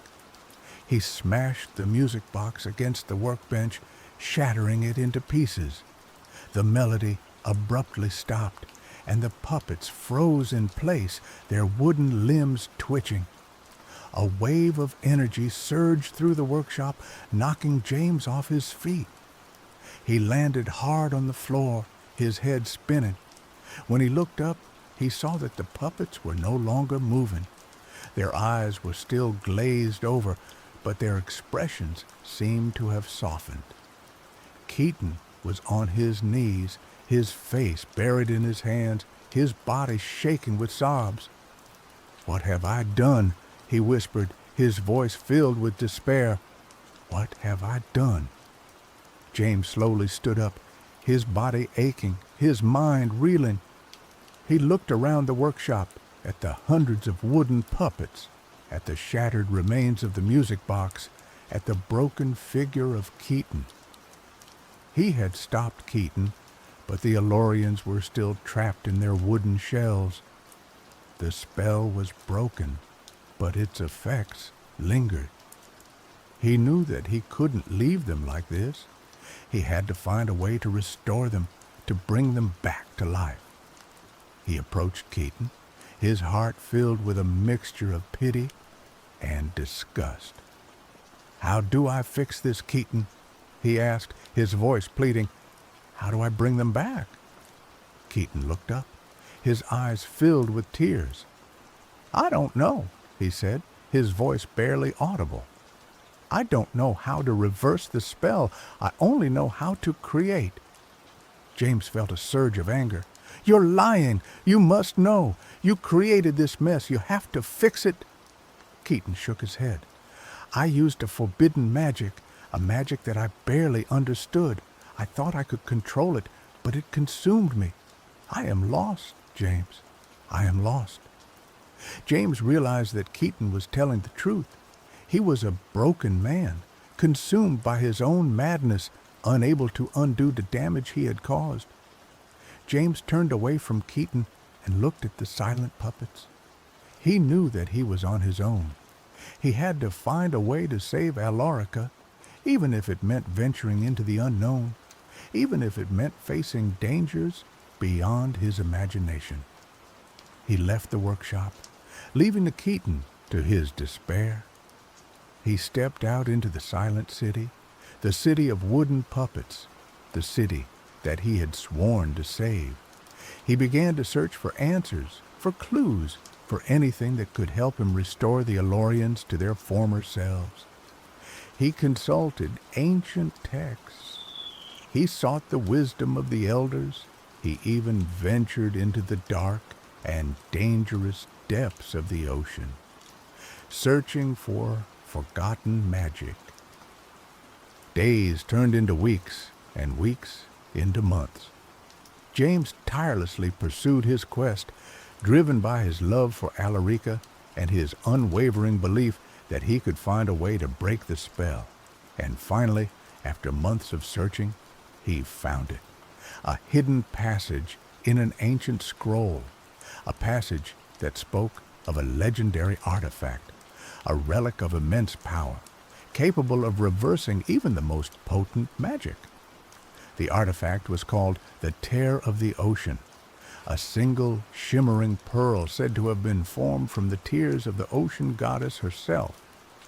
It was hidden in a forgotten temple, deep within the treacherous coral labyrinth, a maze of twisting tunnels and deadly currents.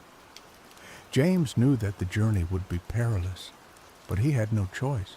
He had to retrieve the Tear of the Ocean if he wanted to save Alarica. He prepared for his journey, gathering supplies, studying maps, and honing his skills. He knew that he would face many challenges, but he was determined to succeed. He set off into the coral labyrinth, his heart filled with hope and determination. He navigated the treacherous tunnels, battling strong currents, avoiding dangerous creatures, and overcoming countless obstacles. He faced his fears, he pushed his limits, and he never gave up. And finally, after many days of relentless searching, he found it. The forgotten temple, a majestic structure of shimmering coral, stood at the heart of the labyrinth. It was guarded by ancient spirits, powerful entities that tested James's worthiness, his courage, and his compassion. He faced their trials, he proved his worth, and he was finally granted access to the inner sanctum of the temple. And there, in the center of the sanctum, resting on a pedestal of pure white coral, was the Tear of the Ocean. It was more beautiful than anything James had ever seen. It shimmered with an ethereal light, pulsating with the life force of the ocean. He reached out and took the Tear of the Ocean, his hands trembling with emotion. He could feel its power, its immense energy, its connection to the very soul of Alarica. He knew that he had found a key to saving his kingdom. He returned to Alarica, holding the Tear of the Ocean high above his head. He stood before the silent puppets, his heart filled with hope. He closed his eyes and focused all of his will, all of his love, all of his energy into the Tear of the Ocean. He whispered an ancient incantation, a prayer to the ocean goddess, asking for her forgiveness, her guidance, and her blessing. And then he unleashed the power of the Tear of the Ocean. A wave of energy surged through Alarica, washing over the wooden puppets, filling them with life, with warmth, with emotion. The wooden skin began to fade, replaced by the shimmering flesh of the Elorians. The glazed eyes began to clear, filled with awareness, with recognition, with gratitude. The silent city began to awaken, filled with the sounds of laughter, of joy, of reunion. The Elorians were back. They were free. They were alive. The celebration in Alarica was unlike anything James had ever witnessed. The Elorians danced and sang, their hearts overflowing with joy and gratitude. They showered James with praise, hailing him as a hero, a savior, the one who had brought them back from the brink of oblivion. But James didn't feel like a hero. He felt exhausted, drained, and haunted by what he had seen, by what he had done. He knew that he had saved Alarica, But he also knew that the kingdom would never be the same. The memory of the silent puppets, the image of Keaton's despair, the knowledge of the forbidden magic that lurked beneath the surface of their world, these were things that would forever haunt his dreams. He also knew that he couldn't stay in Alorica. He had changed too much. He had seen too much. He needed to escape, to find a new purpose, a new direction for his life. He approached the queen, the real queen, the one who had been restored to her throne, the one who had witnessed the horrors of Keaton's reign. "Your Majesty," he said, his voice filled with respect, "I have come to say goodbye." The queen looked at him with understanding in her eyes. "I know, James," she said. "You have done so much for Alorica. You deserve to find your own peace, your own happiness." She paused, then added, "But before you go, I have a request, a final task for you, if you are willing." James nodded. "Anything, Your Majesty." The Queen smiled. "I want you to chart the uncharted, to explore the unknown, to map the deepest depths of the ocean. I want you to use your skills, your courage, your compassion, to discover new worlds, to forge new alliances, to bring new hope to the people of the sea." She handed him a scroll, a blank map of the ocean, waiting to be filled with his discoveries. "Alorica will always be your home, James," she said, "but the ocean is your destiny." James accepted the scroll, his heart filled with a mixture of sadness and excitement. He knew that the queen was right. His destiny lay beyond the familiar shores of Alorica, in the vast, mysterious depths of the ocean. He bid farewell to the queen, to his friends, to the people of Alorica. He boarded his small ship, the Sea Wanderer, and set sail into the unknown. He charted new currents. He discovered new islands. He encountered strange and wonderful creatures. He faced storms and monsters. He navigated treacherous reefs and hidden whirlpools.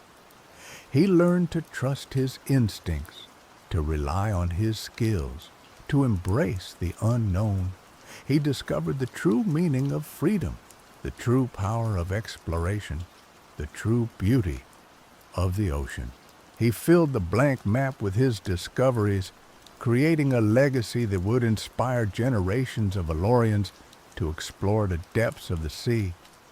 And as he sailed into the sunset, he knew that he had found his purpose, his destiny, his place in the grand tapestry of the ocean. He was James, the cartographer, the savior of Alorica, the explorer of the unknown, and he was finally free. Years later, a young Alorian girl stood on the shores of Alorica, gazing out at the vast ocean. She held a scroll in her hands, a map of the ocean, filled with the discoveries of James, the legendary cartographer. She dreamed of following in his footsteps, of exploring the unknown, of discovering new worlds. She knew that the ocean was full of dangers, but she also knew that it was full of possibilities. She looked up at the twin moons of Alorica, their light shimmering on the surface of the water. She whispered a prayer to the ocean goddess, asking for her guidance, her protection, and her blessing. And then she set sail into the unknown, ready to face whatever challenges lay ahead, ready to embrace her destiny, ready to become the next legend of the sea. The silent kingdom of Alorica had been saved, and its spirit of exploration lived on, inspiring new generations to venture into the depths of the ocean, to discover the secrets that lay hidden beneath the waves, and to never forget the lessons of the past. The tale of the puppeteer served as a constant reminder. Beauty could mask darkness, and the pursuit of perfection could lead to devastating consequences. The Alorians, forever changed, learned to cherish their freedom, their individuality, and the vibrant tapestry of life that made their underwater kingdom so unique. And so, Alorica continued to thrive, a beacon of hope and resilience in the vast and mysterious ocean, its story echoing through the ages, a testament to the power of courage, compassion, and the enduring spirit of the sea. The salt-laced wind whipped around Silas's face, stinging his cheeks and tugging at the brim of his worn-out woolen cap. He squinted, his eyes scanning the churning gray expanse of the Atlantic. For 5 years, the isolated granite sentinel on the New England coast had been his world. The lighthouse, affectionately, or perhaps begrudgingly, nicknamed Old Bess by the locals, was his post, his responsibility, and more often than not, his prison. He preferred the term refuge. Silas wasn't running from anything, not exactly. He was running towards something, solitude, peace, and a chance to unravel the tangled threads of his own thoughts. The constant rhythmic pulse of the lamp, the crashing waves, the cries of gulls, these were the sounds he needed to piece himself back together. He'd been a history professor once, bright and articulate, but the academic world had become a suffocating maze of politics and egos. Old Bess, with its unwavering beam piercing the gloom, was a simpler, more honest existence. But even in the stark simplicity of lighthouse keeping, oddities could creep in. It started subtly. A fleeting glimpse of a square-rigged ship, sails billowing in a spectral breeze, disappearing as quickly as it materialized in the thick morning fog. Silas chalked it up to fatigue, the tricks the sea played on a weary mind. Then there was the Roman galley, oars flashing, gliding silently through the mist as if rerunning a battle from millennia ago. A Viking longship, dragons carved menacingly on its prow, followed a few weeks later. He documented them meticulously in his logbook, initially dismissing them as elaborate hallucinations. He rationed his coffee, increased his sleep, and even tried meditation, a practice that, in his former life, he would have scoffed at. But the visions persisted, growing bolder, more frequent. These weren't shipwrecks or ghostly apparitions. They were complete, tangible vessels, plucked from the stream of time and momentarily deposited in his reality. He could almost smell the pitch on the decks of the galleon, hear the chanting of the Viking oarsmen, taste the salt spray from the Roman warship. He was witnessing history, or perhaps history was witnessing him. The rational part of Silas's brain, the part that still clung to its academic roots, struggled to reconcile what he was seeing with everything he understood about the universe. Time, as far as he knew, was linear. It marched forward, relentless and unforgiving. It didn't loop or bend or spontaneously regurgitate artifacts from the past. But the sea, Silas was beginning to understand, held secrets deeper than any textbook could reveal. The rhythmic pulse of the ocean, the ebb and flow of the tides, the constant whisper of the wind, it all seemed to resonate with a hidden energy, a force that could warp the very fabric of reality. Then came the storm. A nor'easter of biblical proportions slammed into the coast, unleashing its fury on Old Bess. The waves, monstrous and relentless, clawed at the granite base of the tower, threatening to swallow it whole. Silas, strapped into his harness, fought to keep the lamp burning, a defiant beacon against the raging darkness. It was in the heart of the storm as the lighthouse groaned and shuddered around him, that he received the call. It crackled through the radio, a static-laced voice barely audible above the howling wind. "Mayday, Mayday! This is the Kronos, cargo vessel Kronos, requesting immediate assistance. We are taking on water, position approximately—" The voice trailed off, lost in a burst of static. Silas gripped the microphone, his heart pounding into his chest. "This is Old Bess Lighthouse, New England coast. Repeat your position, Kronos. What is your cargo?" More static. Then a faint, desperate voice, younger this time, panicked. We're caught in some kind of temporal anomaly. Our navigation is haywire. We don't know where we are. We're going down." "Temporal anomaly?" Silas repeated, his voice barely a whisper. He checked the date on his modern digital clock. The Kronos. He knew that name. That ship wasn't due to be launched for another 100 years. It was supposed to be the first commercial vessel equipped with experimental time displacement technology. He quickly tried to regain his composure. The distress was of a ship that doesn't exist until another 100 years. "Kronos, this is Old Bess Lighthouse. Can you give me your coordinates?" "Coordinates are unreadable. The system is damaged. We are somewhere in the North Atlantic." The voice was cracking, almost tearful. "Please help us." Silas hesitated. This was impossible.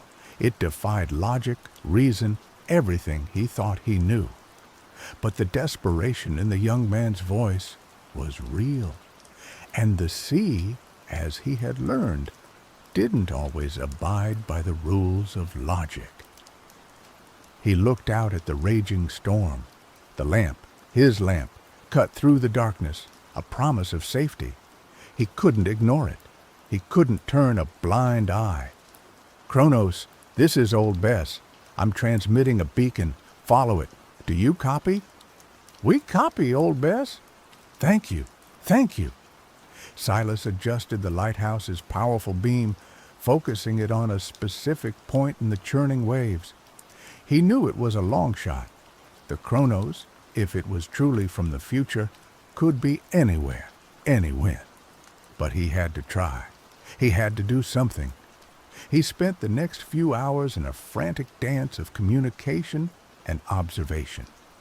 The Kronos' signal was weak, intermittent, but he managed to glean fragments of information. The ship was powered by a revolutionary fusion reactor, its hull constructed from an advanced alloy unknown in his time. The crew was small, barely a handful of engineers and scientists, all young and filled with the naive optimism of those who dared to tamper with the fundamental laws of the universe. As the storm began to subside, a faint light appeared on the horizon.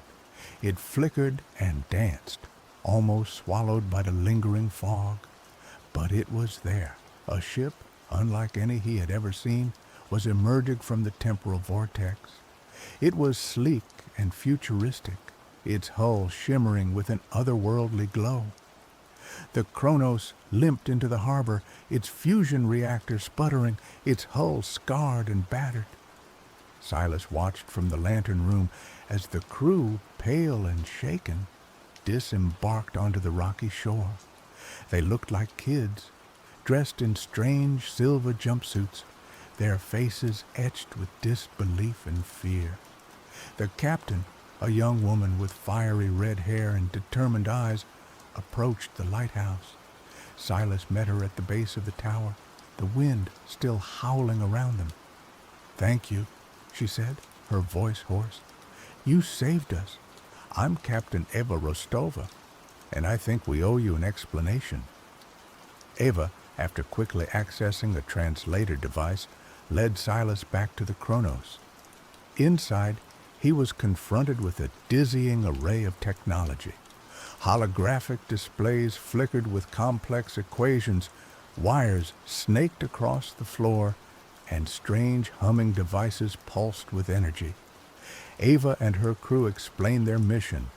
The Kronos was a prototype designed to test the feasibility of temporal cargo transport. Their goal was to transport valuable resources from the future to the present, alleviating shortages and driving scientific advancement. But something had gone wrong. The ship had become destabilized, caught in a temporal eddy, and flung back in time. "We don't know how we ended up so far in the past," Ava confessed, her face etched with worry. "Our navigation systems are fried. We're stranded." Silas listened, his mind reeling. He had always been fascinated by history, but he had never imagined that he would become a part of it, or rather, that the future would become a part of him. "What can I do to help?" he asked, surprised by the calm in his own voice. Ava smiled, a flicker of hope in her eyes. "We need to repair our navigation system, but we don't have the resources or the knowledge of this era to do it alone. We need your help to navigate the past, to stay hidden, and to find a way back to our own time." And so, Silas found himself drawn into a conspiracy that spanned centuries. He became the guardian of the Kronos, helping Ava and her crew scavenge for parts, navigate the treacherous waters of the past, and avoid detection by the authorities. He learned about the future, about the wonders of technology, and the dangers of unchecked ambition. He also learned about the past, about the resilience of the human spirit and the timeless power of hope. They hid the Kronos in a secluded cove, accessible only by a narrow, treacherous passage. Silas became their liaison, venturing into the nearby town to purchase supplies and gather information, always careful to avoid raising suspicion. He told people the futuristic ship was a wealthy industrialist's private yacht, undergoing secret repairs. The crew of the Kronos were brilliant, but hopelessly out of their element. They were accustomed to a world of instant communication and automated systems. They struggled with the technology, or lack thereof, of the 21st century. Silas found himself teaching them how to barter, how to navigate by the stars, and how to avoid the prying eyes of the local gossip. One night, while huddled around a makeshift campfire on the beach, Ava asked Silas about his past. He hesitated, reluctant to dredge up the painful memories. "I was a professor," he said finally. "I taught history, but I lost my way." "What happened?" Ava asked gently. Silas sighed. "I believed in the power of knowledge, in the ability of history to teach us about ourselves, but I became disillusioned. I saw how easily history could be manipulated, distorted, used to justify agendas and fuel conflicts." "So you ran away?" Ava asked. Silas nodded. "I came here to find peace, to escape the noise and the lies. But I guess you can't escape the past or the future, no matter how hard you try." Ava smiled. "Maybe you were meant to be here, Silas. Maybe you were meant to help us." As the weeks turned into months, Silas and Ava grew closer. They shared their hopes and their fears, their dreams and their regrets. Silas found himself drawn to Ava's energy, her intelligence, her unwavering determination. She, in turn, was captivated by his wisdom, his compassion, and his quiet strength. But their sanctuary couldn't last forever. The Kronos' presence in the past was creating ripples in the timeline, anomalies that were becoming increasingly difficult to ignore. The visions that Silas had been experiencing grew stronger, more chaotic. He saw glimpses of future wars, of technological disasters, of realities that could never be allowed to exist. One day, a stranger arrived in town. He was a tall, imposing man with cold eyes and sharp suit. He introduced himself as Agent Thorn, a representative of a shadowy organization known only as the Chronal Integrity Agency. Thorn knew about the Chronos. He knew about Ava and her crew, and he knew about Silas. "We've been monitoring your activities, Mr. Blackwood," Thorn said, his voice smooth and menacing. "You've become involved in something far beyond your understanding. The Chronos is a threat to the stability of time itself. It must be neutralized." Silas stood his ground. "They're not a threat. They're just trying to get home.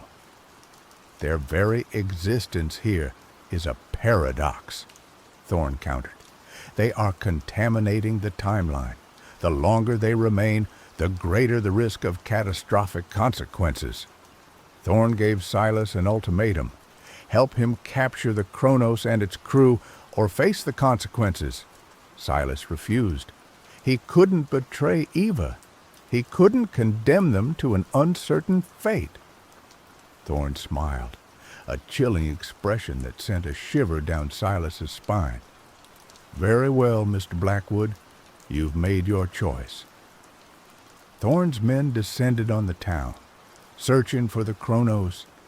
Silas and Eva were forced to flee, leading Thorn's agents on a desperate chase through the rugged coastline. They fought with everything they had, using their knowledge of the terrain and Ava's futuristic technology to evade capture. But they were outnumbered and outgunned. Thorn was relentless, and his agents were closing in. Cornered on a cliff overlooking the sea, Ava turned to Silas, her eyes filled with a mixture of fear and resolve. "There's only one way to stop them," she said. "We have to activate the Chronos' temporal drive. We have to jump to another time, another place. But it's risky. We don't know where we'll end up." Silas looked at Ava, his heart aching. He knew that this was their only chance, but he also knew that it meant leaving everything behind, abandoning his life, his home, his past. He took Ava's hand, his grip firm and unwavering. "Then let's do it," he said. "Let's jump." They raced back to the Chronos, Thorn's agents hot on their heels. Ava scrambled to activate the temporal drive, the ship humming with raw power. Silas stood guard, wielding a rusty old shotgun he had found in the lighthouse, determined to protect Ava until the very end. As the Chronos trembled, ready to leap through time, Thorn burst into the ship, his gun raised. "It's over, Rostova," he said, his voice dripping with malice. "You can't escape." Ava ignored him, her fingers flying across the control panel. The temporal drive reached critical mass. The ship bathed in an eerie blue light. "Goodbye, Agent Thorn," she said, a defiant smile on her face. "See you in another life." With a deafening roar, the Chronos vanished, leaving Thorn standing alone in the empty cove. Silas and Ava found themselves hurtling through the temporal vortex, a chaotic maelstrom of colors and sensations. They had no idea where they were going, or what awaited them on the other side. When the Chronos finally stabilized, they found themselves in a world unlike anything they had ever imagined. The sky was a vibrant shade of purple, the trees glowed with bioluminescent light, and strange alien creatures roamed the landscape. They had jumped not just to another time, but to another dimension. Ava and Silas spent the next few months exploring this new world, marveling at its wonders and adapting to its challenges. They discovered that the inhabitants were a peaceful, intelligent race, far more advanced than humans. They learned about their culture, their technology, and their philosophy, but they never forgot about their own world or their own time. They knew that they had to find a way back to warn humanity about the dangers of temporal manipulation and to prevent the rise of organizations like the Chronal Integrity Agency. With the help of their new alien friends, they managed to repair the Kronos' temporal drive and recalibrate its navigation system. They were ready to return. But before they left, Ava turned to Silas, her eyes filled with gratitude and love. "Thank you, Silas," she said. "You saved my life, and you showed me the true meaning of courage and sacrifice." Silas smiled. "You showed me that there's always hope, even in the darkest of times." They embraced, a silent promise of a future together, whatever that future may hold. With a final farewell to their alien friends, Ava and Silas boarded the Kronos and set course for their own time. They knew that their journey was far from over. They had a mission to fulfill, a warning to deliver. But they also knew that they were not alone. They had each other, and they had the knowledge and the experience that they had gained from their incredible adventure. As the Kronos vanished once more into the temporal stream, Silas looked back at the strange, beautiful world they were leaving behind. He knew that he would never forget it. He knew that it had changed him forever. He was no longer a disillusioned professor, hiding from the world in an old lighthouse. He was a time traveler, a protector of the timeline, a guardian of hope. And he was ready for whatever the future might bring. Back in the 21st century, Silas and Ava emerged from the temporal vortex, landing the Kronos in a remote, uninhabited island. They knew that they couldn't simply reveal themselves to the world. They had to be careful, strategic, and above all, discreet. They spent years gathering information, studying the timeline, and identifying potential threats. They tracked the activities of the Chronal Integrity Agency, uncovering their secret agendas and their insidious methods. They also sought out allies, individuals who shared their concerns and who were willing to fight for the preservation of time. They found them in unexpected places: a reclusive physicist, a disillusioned historian, a rogue CIA agent. Together, they formed a clandestine organization dedicated to protecting the timeline from those who would seek to manipulate it for their own gain. They called themselves the Chronal Guardians. Silas and Ava became the leaders of this organization, using their knowledge and their skills to guide their allies and to thwart the plans of their enemies. They traveled the world, investigating temporal anomalies, rescuing stranded time travelers, and preventing catastrophic paradoxes. They were always one step ahead of the Chronal Integrity Agency, anticipating their moves and disrupting their operations. They exposed their lies, revealed their secrets, and ultimately brought them down, dismantling their organization and dismantling their control over the timeline. In the end, Silas and Ava achieved their mission. They secured a future of time, ensuring that it would remain a stable and predictable force. They became legends, whispered about in hushed tones by those who knew the truth. But they never forgot their humble beginnings or the lessons they had learned in the old lighthouse on the New England coast. They continued to protect the timeline, vigilant and unwavering, always ready to face whatever challenges the future might bring. And so, the story of the lighthouse keeper and the time traveler became a timeless tale, a reminder that even the most ordinary of people can become extraordinary when faced with the impossible. A tale still lingering in the salty winds that whip along the coast, among the waves crashing and the warning of Old Bess. Liam knelt before the stark white marble of Una's tomb, the chill of the mortal world clinging to him deeper than the autumn air. It had been a year since the fever took her, a year of hollow days and echoing nights, a year of a silence so profound it drowned out the birdsong, the laughter of children, the very rhythm of his own heart. Una had been more than a wife. She was the sun in his sky, the steady hand guiding his ship through turbulent waters, the quiet understanding in a world of chaos. They had built a life together, brick by brick, filled with shared dreams, whispered secrets, and a love so vibrant it had seemed indestructible. Now, only the cold, unyielding stone remained. He traced the inscription on the tomb with a trembling finger. Una, beloved, her light remains.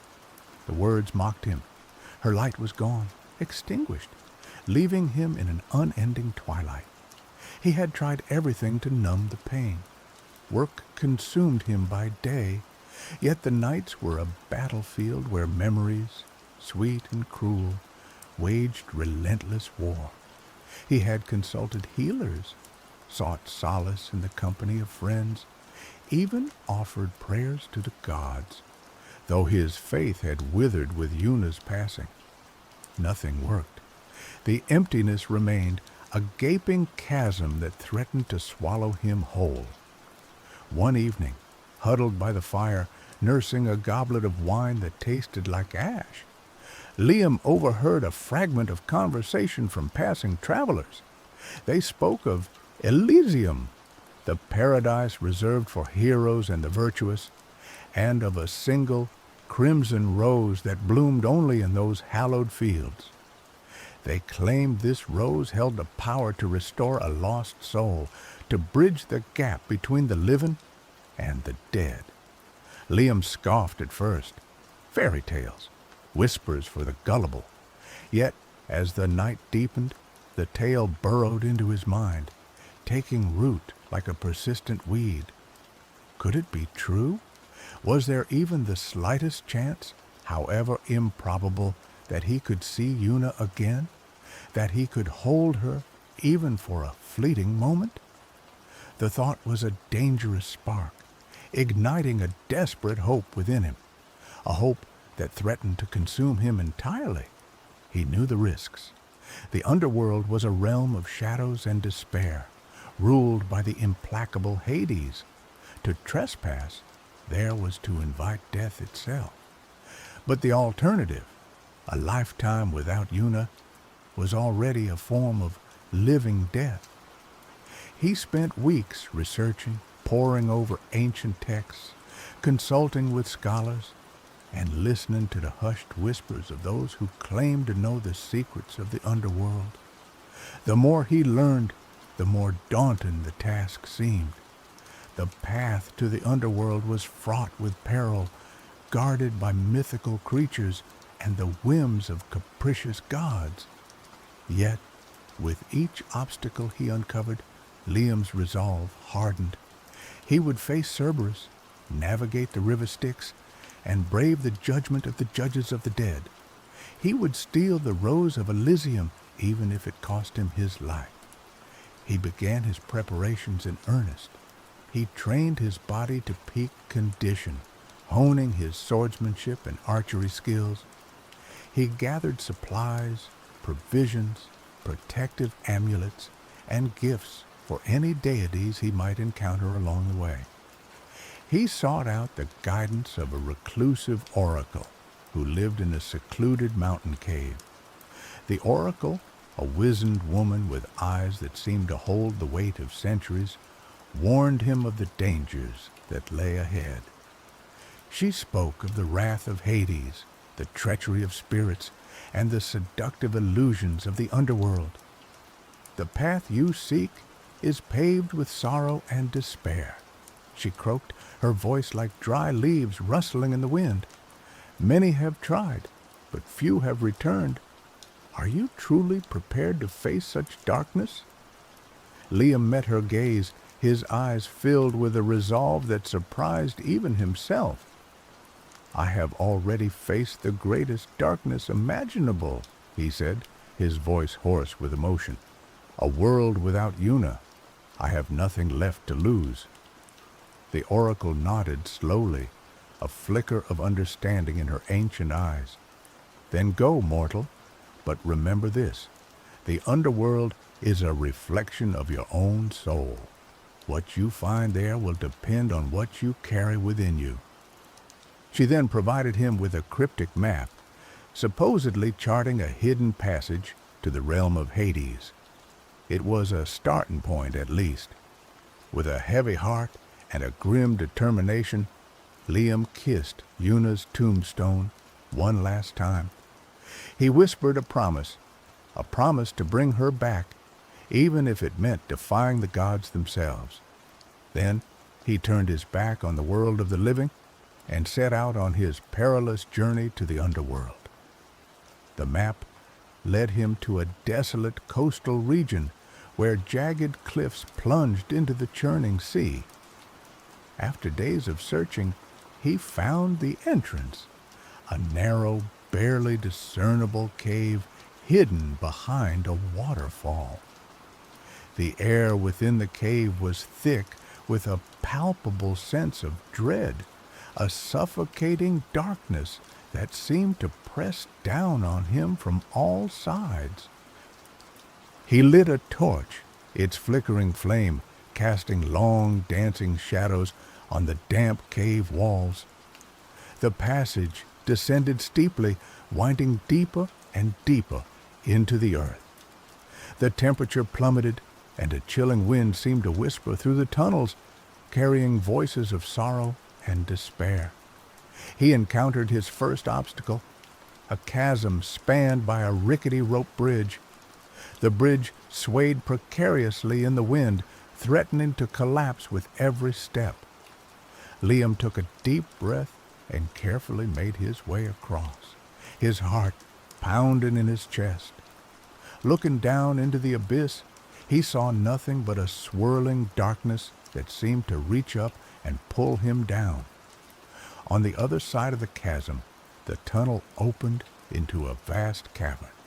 The air was thick with the stench of sulfur, and the ground was littered with bones. In the center of the cavern, a monstrous figure stirred. Cerberus, the three-headed hound of Hades, guardian of the underworld. The beast was even more terrifying than the legends had described. Each head roared with a different voice, one a deep, guttural growl, another a high-pitched whine, and the third a chilling shriek. Its eyes glowed with malevolent red light, and its teeth were like jagged daggers. Liam knew he couldn't defeat Cerberus in a direct confrontation. He had to use his wits. He remembered hearing that Cerberus was fond of sweet things. He reached into his pack and pulled out a honeyed cake he had baked before leaving. He tossed the cake towards the beast. Cerberus hesitated for a moment, then lunged at the offering, the three heads snarling and snapping at each other in their eagerness to devour the treat. While the beast was distracted, Liam slipped past, his heart pounding in his chest. He continued his descent, the tunnels becoming increasingly twisted and labyrinthine. He encountered lost souls, trapped in the underworld for eternity, their faces etched with despair. Some begged him for help, others warned him of the dangers ahead. He offered them words of comfort and encouragement, but he knew he couldn't save them. He had his own quest to complete. Finally, after what seemed like an eternity, he reached the river Styx, the boundary between the world of the living and the realm of the dead. The river was a murky, black torrent, its waters swirling with the souls of the departed. a gnarled old ferryman, Karen, waited on the bank, his eyes like burning coals. He demanded payment for passage, a silver coin for each soul. Liam had anticipated this. He placed 2 silver coins in Karen's outstretched hand, one for his passage and one for his return, if he ever managed to escape. Karen grunted and gestured for him to board the ferry. The boat was rickety and overcrowded with souls, each wailing and lamenting their fate. As they crossed the river, Liam felt a cold dread wash over him. He was entering the realm of the dead, a place from which few ever returned. On the other side of the Styx, Liam found himself in a desolate wasteland. The sky was a perpetual twilight, and the air was heavy with the scent of decay. He could feel the weight of countless souls pressing down on him, their collective sorrow a palpable force. He soon encountered the judges of the dead, Minos, Rhadamanthus, and Iacchus, who sat in judgment on the souls of the departed. They questioned him about his purpose in the underworld, their voices cold and impartial. Liam told them the truth, that he sought to retrieve his beloved Una from Elysium. The judges exchanged glances, their faces unreadable. "Your quest is a transgression against the natural order," Minos said, his voice echoing through the wasteland. "The dead must remain dead. To interfere with their fate is to invite the wrath of the gods." "I understand the risks," Liam replied, his voice firm, "but I cannot live without Una. I am willing to face any consequences." The judges deliberated for a moment, then Rhadamanthus spoke. "Very well, we will allow you to proceed, but be warned, the path to Elysium is guarded by many trials. If you fail, you will be condemned to spend eternity in the underworld." They granted him passage, but their words hung heavy in the air, a chilling reminder of the stakes. He continued his journey, guided by the faint glimmer of Elysium in the distance. The path to Elysium was treacherous. He navigated through fields of torment, where the wicked were punished for their sins. He avoided the clutches of vengeful spirits who sought to drag him down into the depths of despair. He battled monstrous creatures born of nightmares. At one point, he encountered a siren, her voice as sweet as honey, promising him eternal happiness if he would only abandon his quest and join her in her enchanted realm. He resisted her charms, knowing that true happiness could only be found with Una. Finally, after enduring countless trials, he reached the gates of Elysium. They were made of gleaming gold and guarded by a stern-faced warrior. "Halt, mortal!" the warrior boomed. "No living being is permitted to enter Elysium. Turn back now, or face the consequences." Liam stood his ground, his eyes filled with determination. "I seek only to retrieve my beloved Una," he said. "I will not leave without her." The warrior raised his spear, preparing to strike. But then a voice rang out from within Elysium. "Let him pass." The warrior lowered his spear, and the gates swung open, revealing the breathtaking beauty of Elysium. Elysium was everything the legends had promised, a paradise of lush green fields, sparkling rivers, and eternal sunshine. The air was filled with the scent of flowers and the sound of music. Souls wandered freely, their faces radiant with peace and joy. Liam walked through the fields, searching for Una. He called her name, his voice trembling with hope and anticipation. Suddenly, he saw her. She stood in a field of wildflowers, her face as beautiful as he remembered. Her eyes sparkled with love and recognition. "Liam?"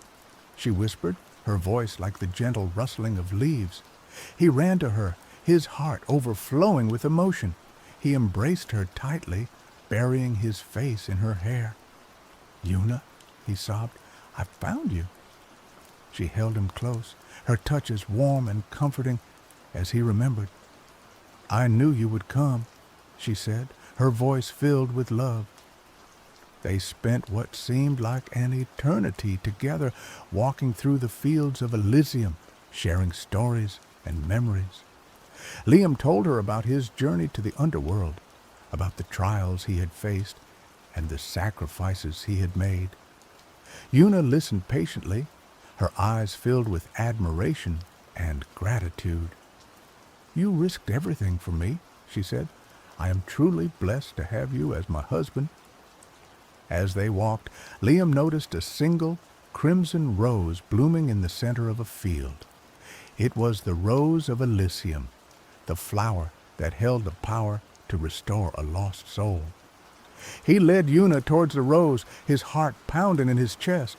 He knew what he had to do. "Una," he said, his voice filled with emotion, "this rose, it can bring you back to the world of the living, but it comes at a cost." He explained that only the soul attached to the rose could return. It was a one-way ticket. Una looked at him, her eyes filled with a mixture of love and sorrow. "I know," she said. "I already knew."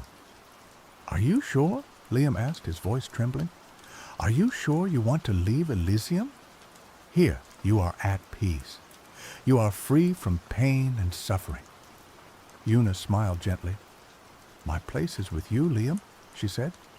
"Wherever you are, that is where I belong. I want to be with you, to share your life, to face whatever challenges lie ahead, even if it's just for a little while." Liam's eyes welled up with tears. He reached out and plucked the rose of Elysium, its petals as soft as velvet, its fragrance intoxicating. He held the rose out to Una, his hand trembling. "Take it," he said. "Come back to me."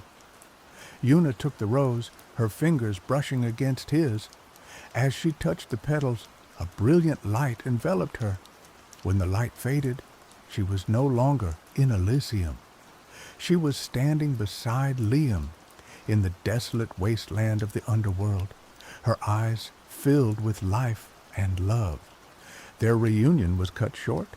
The ground trembled beneath their feet, and a wave of scorching heat washed over them. A figure materialized before them, radiating power and rage. It was Aphrodite, the goddess of love and beauty, but her face was contorted with fury. "You dare defy the laws of the gods?" she thundered, her voice shaking the very foundations of the underworld. "You steal from Elysium, and you upset the balance of life and death.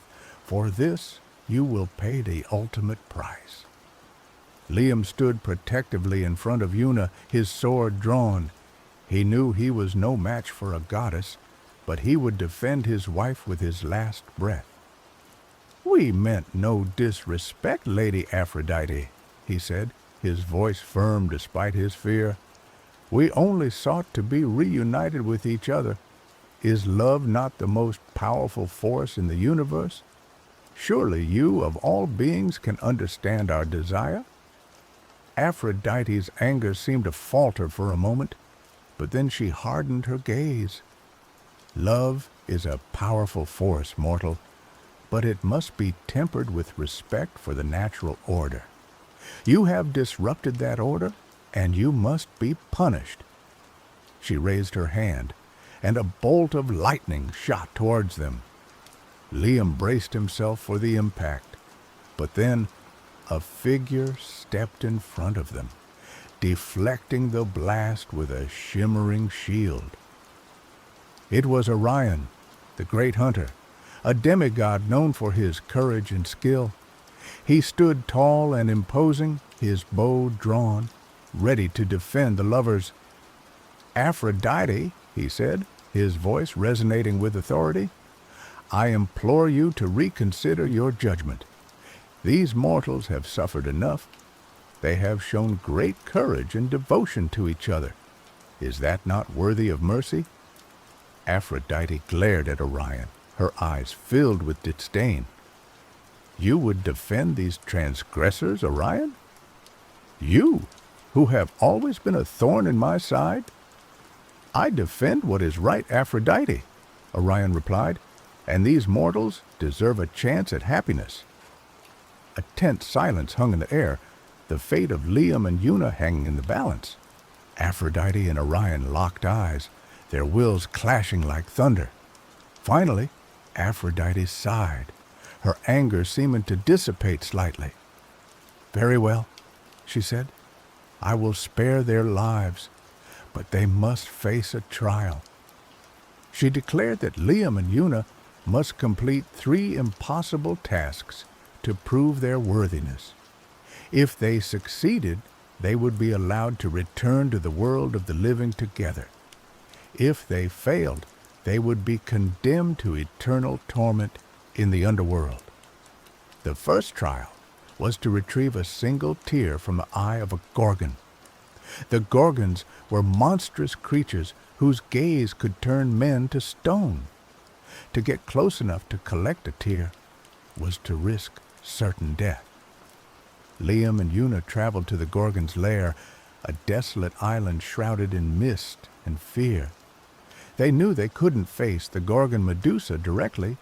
Her gaze was too deadly. They devised a plan to use a polished shield, reflecting her image back at her. Liam approached the Gorgon's lair cautiously, shielding Una behind him. He held up the polished shield, carefully angling it to reflect the Gorgon's face. Medusa saw her own reflection and, in a moment of horrific self-awareness, wept. Her tear, brimming with sorrow and self-loathing, trickled down her petrified cheek. Liam, with incredible speed, caught the tear in a vial he had prepared. They retreated from the lair, the weight of their success tempered by the horror of what they had witnessed. The second trial was to fetch a song from the lips of a harpy. Harpies were winged creatures known for their hideous appearance and their piercing, mournful songs. Their songs were said to drive men mad with grief and despair. Liam and Una sought the harpies in a ravaged forest. They knew that directly trying to capture a song would be impossible. The harpies were too swift and their songs too potent. Una came up with the idea to lure them in with a scent they found irresistible. Una, remembering lullabies her mother used to sing, began to hum a beautiful, haunting melody. The melody echoed through the forest, drawing the attention of the harpies. They descended from the trees, drawn by the sweet, mournful tune. As the harpies listened, transfixed by Una's song, one of them began to sing along, its voice blending with hers. The song was a lament for lost loves, for forgotten dreams, for the pain of existence. Liam carefully captured the harpy's song in a specially crafted flute. The third trial was to extract a promise from the lips of Hades himself. This was the most daunting task of all.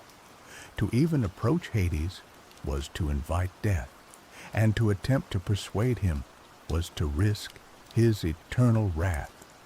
Liam and Una descended into the deepest, darkest recesses of the underworld, guided by the flickering light of their torches. They finally reached the throne room of Hades, a cavernous space filled with shadows and despair. Hades sat on his throne, his face as cold and implacable as the stone from which it was carved. He regarded them with a look of disdain. "Mortals," he said, his voice like the grinding of bones, "you dare trespass in my domain again?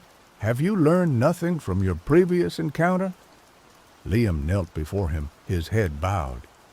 "Great Hades," he said, "we have come to ask for your mercy. We have completed the trials set before us by Aphrodite. We ask only for the chance to return to the world of the living together. Hades laughed, a chilling sound that echoed through the throne room. Mercy? In the underworld? Such a concept is unknown here. Why should I grant you your request? What do I gain from it? Liam thought for a moment, then spoke with conviction. You gain nothing, Lord Hades, but perhaps you would gain a small measure of respect. By granting us our wish, you would show that even in the realm of death, love and compassion can exist. Hades was silent for a long moment, studying Liam with his penetrating gaze. Finally, he spoke. I will grant you your wish, he said, but on one condition. Liam's heart leaped with hope. Anything, Lord Hades, he said. Name your price. The Rose of Elysium, Hades said. You must return it to the fields from whence it came. You cannot take it back to the mortal world. It belongs here, in the realm of the dead. Liam hesitated. He had risked everything to obtain the rose. It was the symbol of his love for Una, the key to their reunion. But he knew he had no choice. Very well, Lord Hades, he said. We accept your condition. Hades nodded, his expression unreadable. With a wave of his hand, he opened a portal back to the world of the living. Liam and Una emerged from the portal, blinking in the sunlight. They were back in their world together, but their journey was not yet complete. They traveled back to the entrance to the underworld, back to the fields of Elysium. With heavy hearts, they walked to the spot where Liam had plucked the Rose of Elysium. Liam took the rose from Una's hand, his fingers brushing against hers. He looked into her eyes, his heart filled with love and sorrow. Are you sure about this, Una? He asked. Once we return this rose, you will be bound to the natural order. We will never be able to return to the underworld, even in death. Una smiled gently. I am sure, Liam, she said. I have seen the wonders of Elysium, but my place is with you in the world of the living. I want to experience life with you, to share your joys and sorrows, to grow old together, even if it means facing the challenges and uncertainties of the mortal world. Liam nodded, his eyes filled with tears. He placed the Rose of Elysium back in the earth, its crimson petals a stark contrast to the green grass. As he released the flower, a wave of warmth washed over them. Una felt a sense of peace settle over her, a feeling of acceptance and belonging. They turned and walked away from the entrance to the underworld, hand in hand, their hearts filled with hope and determination. They had defied the gods, faced death, and endured countless trials. But they had also found a love that transcended the boundaries of life and death. Their trials continued in the mortal world. Una, having been brought back unnaturally, found that her body was frail. She tired easily, and she was haunted by memories of the underworld. Liam cared for her tenderly, nursing her back to health and shielding her from the harsh realities of the world. They rebuilt their lives, brick by brick, just as they had done before. They found joy in the simple things, the warmth of the sun, the laughter of children, the comfort of each other's presence. Years passed, and Una's health gradually improved. She grew stronger, her spirit renewed. They traveled, saw new places, and met new people. They lived life to the fullest, cherishing every moment together. They never forgot their journey to the underworld or the sacrifices they had made. They told their story to their children and grandchildren, passing down the tale of the Rose of Elysium and the power of love. Their story became a legend, a testament to the enduring strength of the human spirit. It was a reminder that even in the face of death, love can triumph. When Una finally passed away many years later, Liam was by her side, holding her hand. He felt a pang of grief, but it was not the same crushing despair he had felt before. He knew that Una had lived a full and happy life, and that their love would endure beyond the grave. He buried her beside the tomb he had built for her so long ago. On her tombstone, he inscribed a new message: Una, beloved, her light remains. Her love conquers all. Liam lived for many more years, carrying Una's memory in his heart. He never remarried, and he remained devoted to her memory until the day he died. When he finally passed away, his soul traveled to the underworld. He crossed the river Styx and stood before the judges of the dead. They recognized him, and they smiled. "You have lived a good life, mortal," Minos said. "You have shown great courage, compassion, and love. You are worthy of Elysium." Liam was led to the fields of Elysium, where he was reunited with Una. They embraced, their love as strong as ever. They spent eternity together in the paradise of Elysium, their souls intertwined, their love a beacon of hope in the realm of the dead. They had defied the gods, faced death, and conquered the underworld. And in the end, they had found true and everlasting love. Their legend lived on, a testament to the power of love, sacrifice, and the enduring strength of the human spirit. And somewhere, in a quiet corner of Elysium, a single crimson rose bloomed eternally, a symbol of their love and their triumph over death. The rose of Elysium, a reminder that even in the darkest of times, love can bloom and conquer all. And somewhere, also, those two were always together. The harmattan wind, a dry, rasping breath from the Sahara, whipped through the skeletal remains of Oyo-Ile, the ancient capital of the Yoruba kingdom. Once, smoke from the sacred fire had billowed here, a visible connection to the heavens, a promise of prosperity and the watchful gaze of the Orishas, the deities. Now, only dust devils danced where flames had once leaped, and the silence was a heavy shroud. Ayo, a diviner with eyes like polished obsidian and the lean strength of a desert cat, knelt before the blackened altar. He traced the intricate carvings, each a prayer, a sacrifice, a plea answered long ago. Today, there was no answer. The fire pit was cold, a gaping maw in the heart of the ruined city. The ember of Alaafin, the eternal flame symbolizing the king's divine right and the kingdom's connection to the cosmos, was extinguished. Ayo closed his eyes, and the wind seemed to whisper secrets in his ear, not secrets of the living, but echoes of the dead, the lamentations of ancestors, and the distant murmurs of the Orishas. He saw visions flicker behind his eyelids, a sky choked with darkness, fields withering under a merciless sun, and the faces of his people etched with despair. He opened his eyes with a jolt. The vision was clear.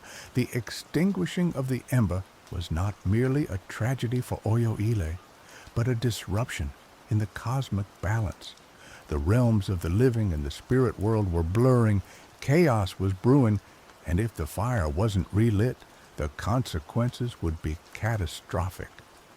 Ayo was no ordinary diviner. He was a Babalawo, a master of Ifa divination, chosen by the Orishas themselves.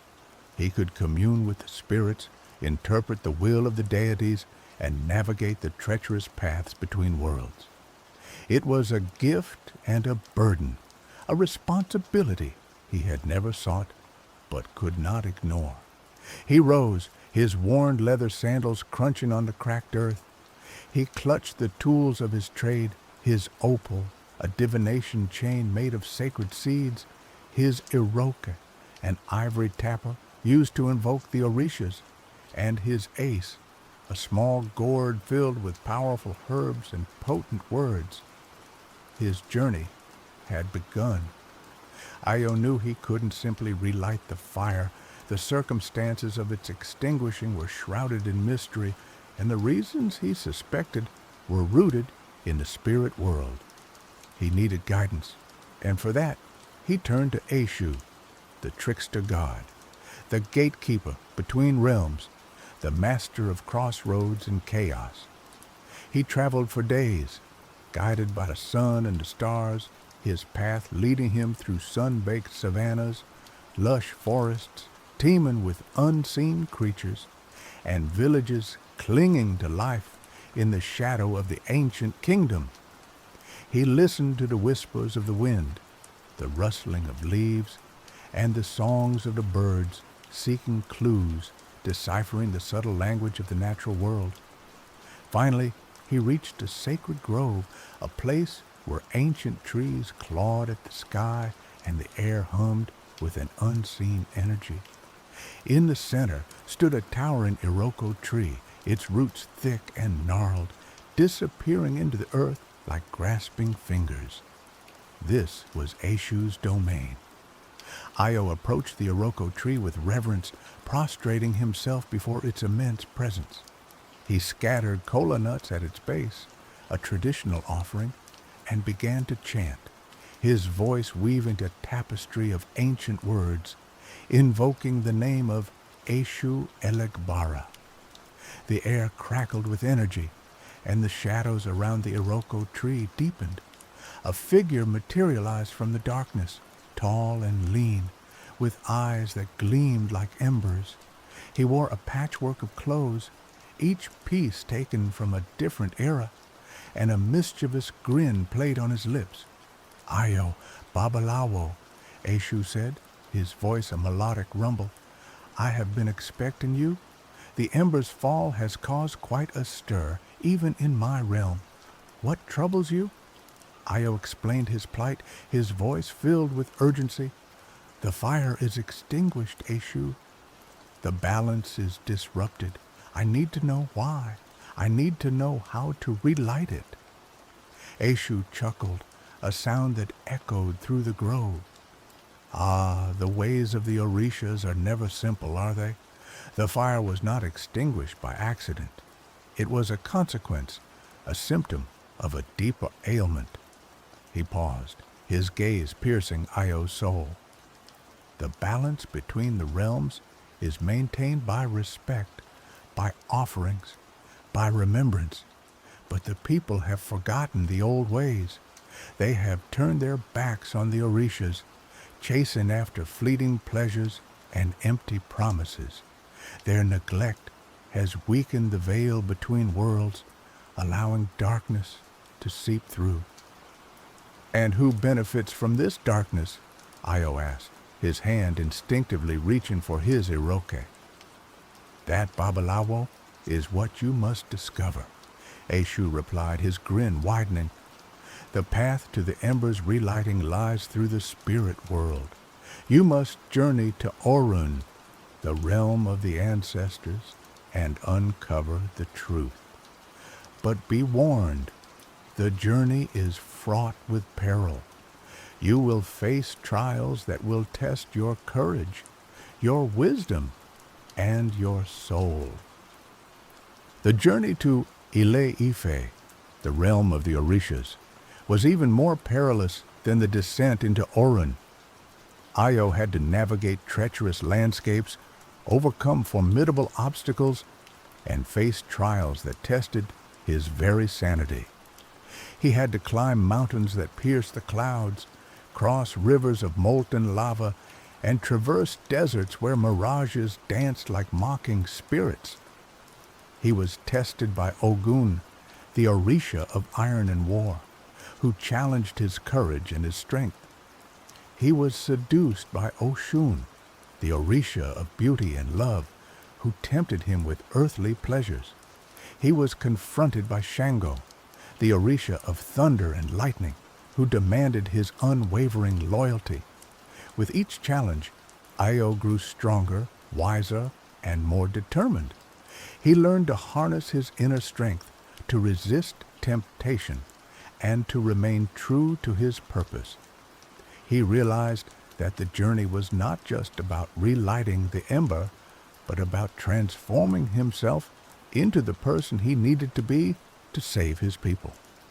Finally, after what seemed like an eternity, he reached Ile-Ife, a city of shimmering gold and radiant light. The air was filled with the scent of flowers and incense, and the sounds of music and laughter echoed through the streets. It was a place of unparalleled beauty and serenity, a refuge from the chaos and darkness of the other world. He was greeted by Obatala, the Orisha of purity and light, who welcomed him with open arms. "Ayo Babalawo," Obatala said, his voice filled with compassion. "We have been waiting for you. You have proven yourself worthy to stand before the Orishas." Obatala led Io to a grand palace, where all the Orishas were gathered. They sat on thrones of gold and ivory, their faces radiating divine power. Io prostrated himself before them, his heart filled with awe and reverence.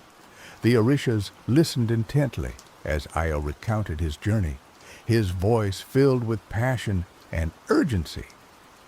They knew the danger that Iku posed, and they understood the importance of relighting the sacred fire.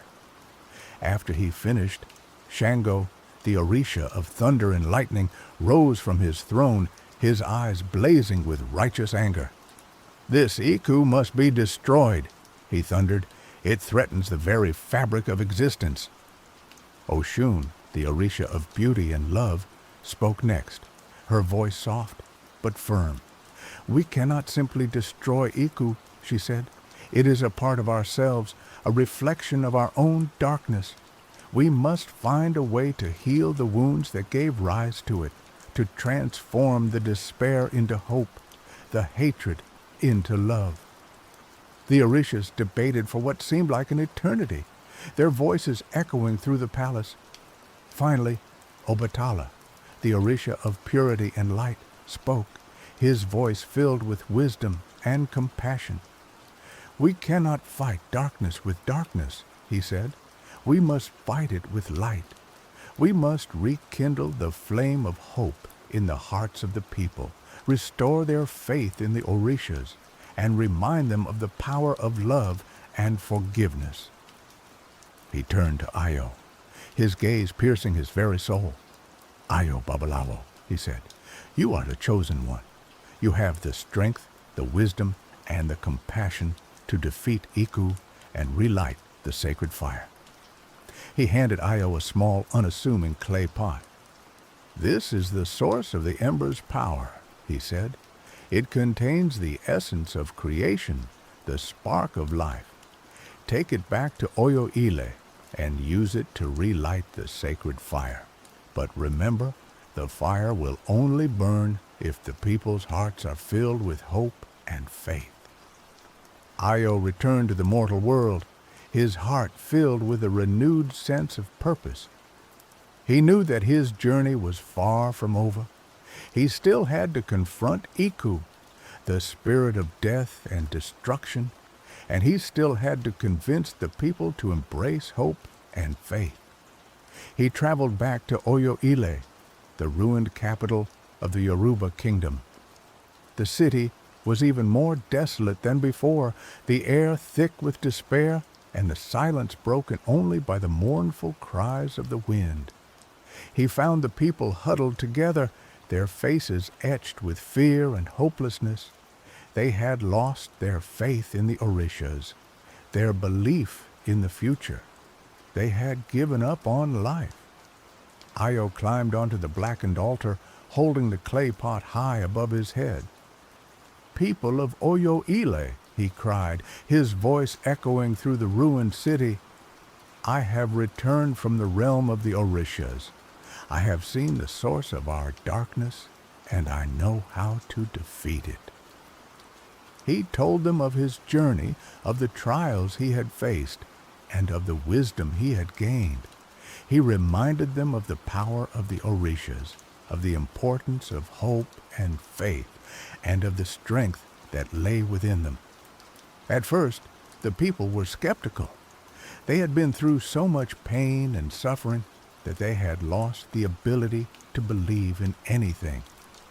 But as Io spoke, his passion and sincerity began to touch their hearts. He showed them the clay pot, the source of the ember's power. "This is the spark of life," he said.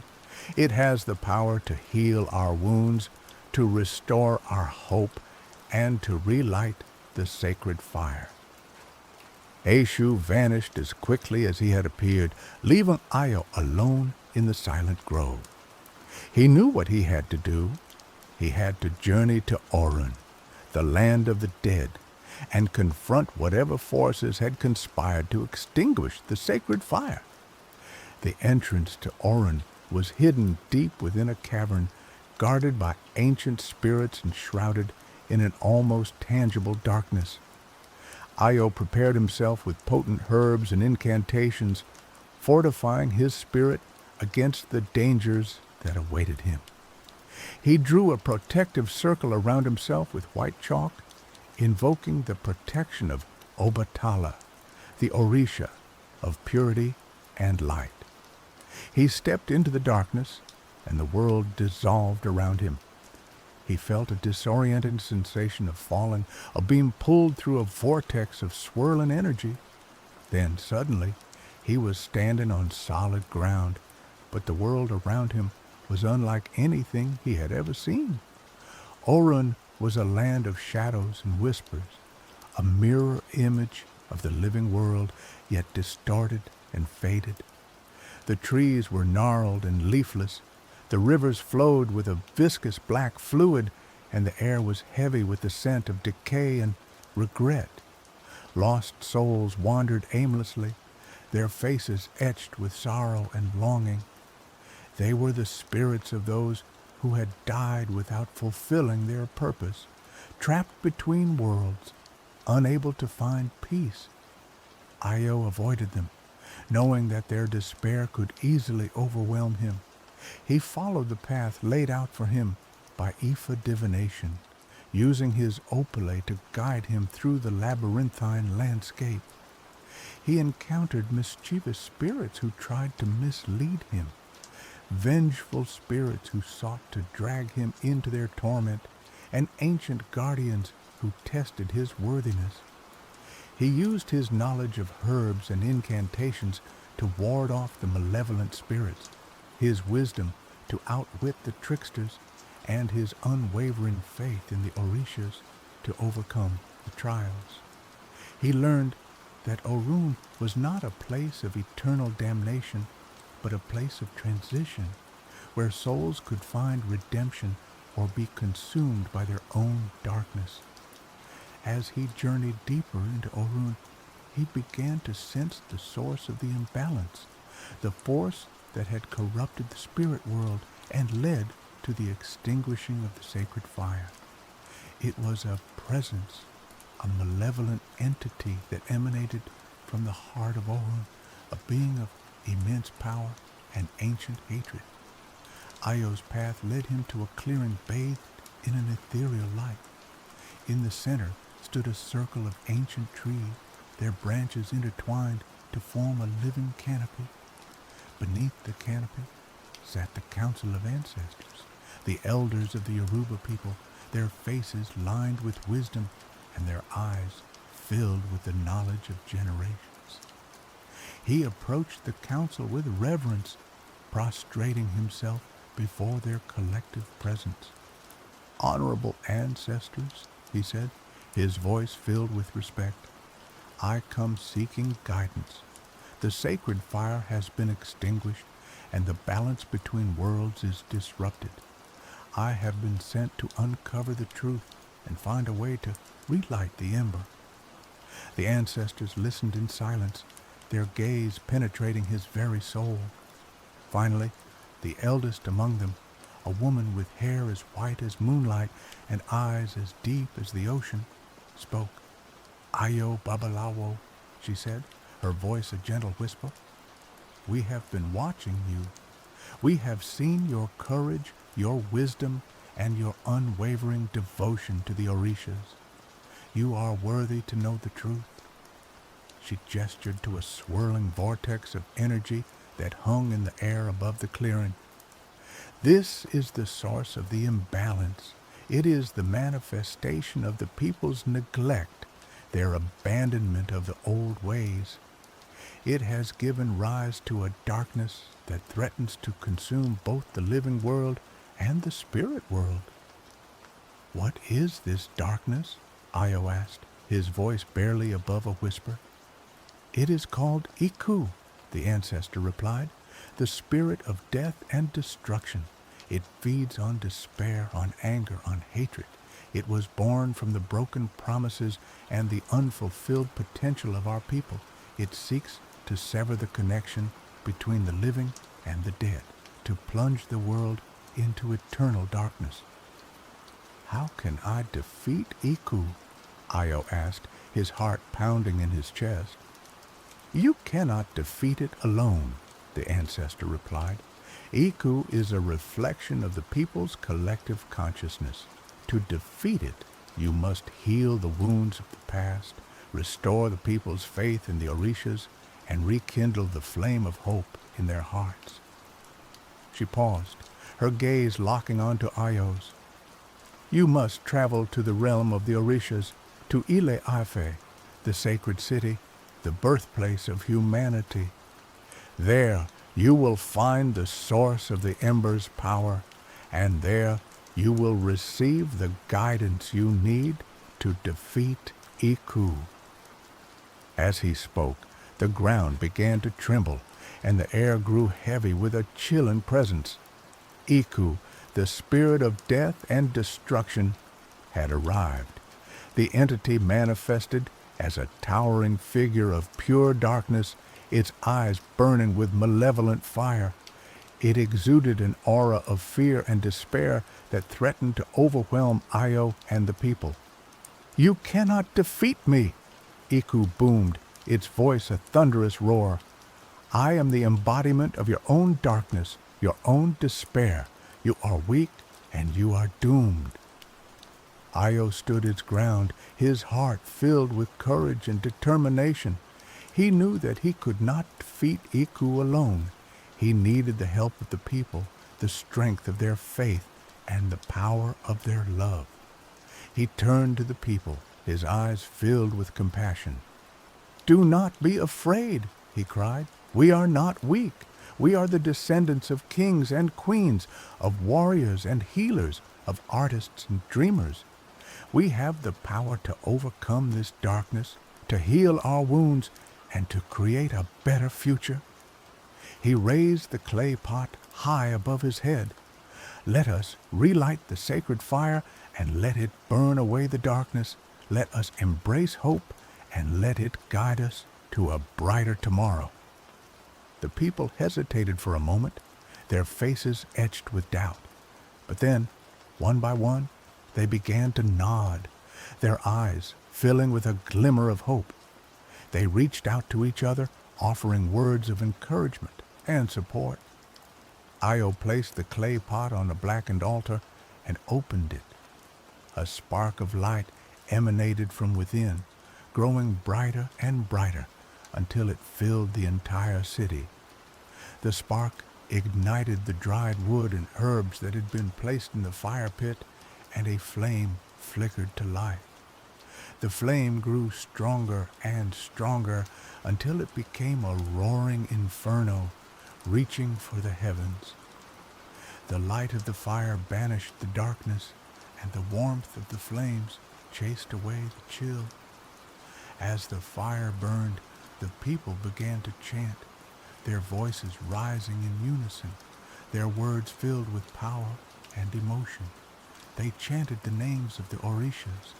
They chanted the names of their ancestors, and they chanted the names of their loved ones.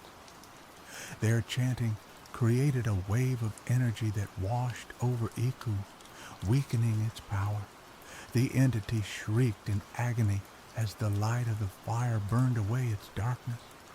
Finally, with a deafening roar, Iku exploded into a million pieces, its essence scattered to the winds. The spirit of death and destruction was defeated, its reign of terror brought to an end. As the flames of the sacred fire danced in the sky, the people of Oyo-Ile rejoiced. They had overcome their darkness, they had restored their faith, and they had rekindled a flame of hope in their hearts. Ayo watched as the people celebrated, his heart filled with joy and gratitude. He had done his duty, he had fulfilled his purpose, and he had saved his people from destruction. He knew that the journey was far from over. The world would always face challenges, and the darkness would always lurk in the shadows.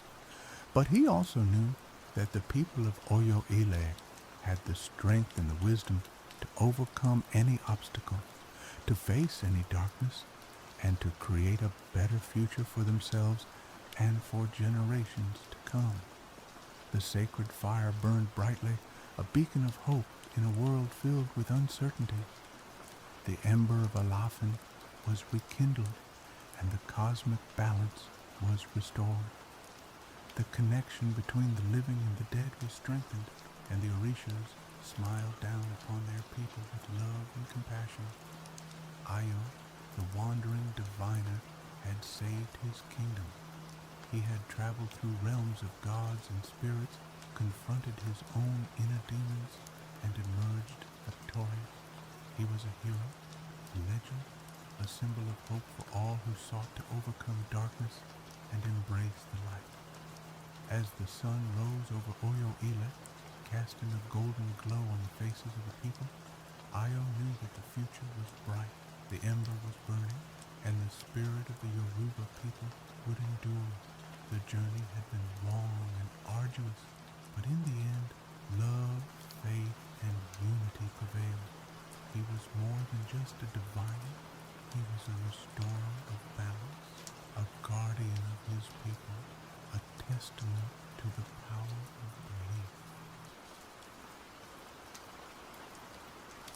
At bay, she was skilled, confident, and generally avoided trouble.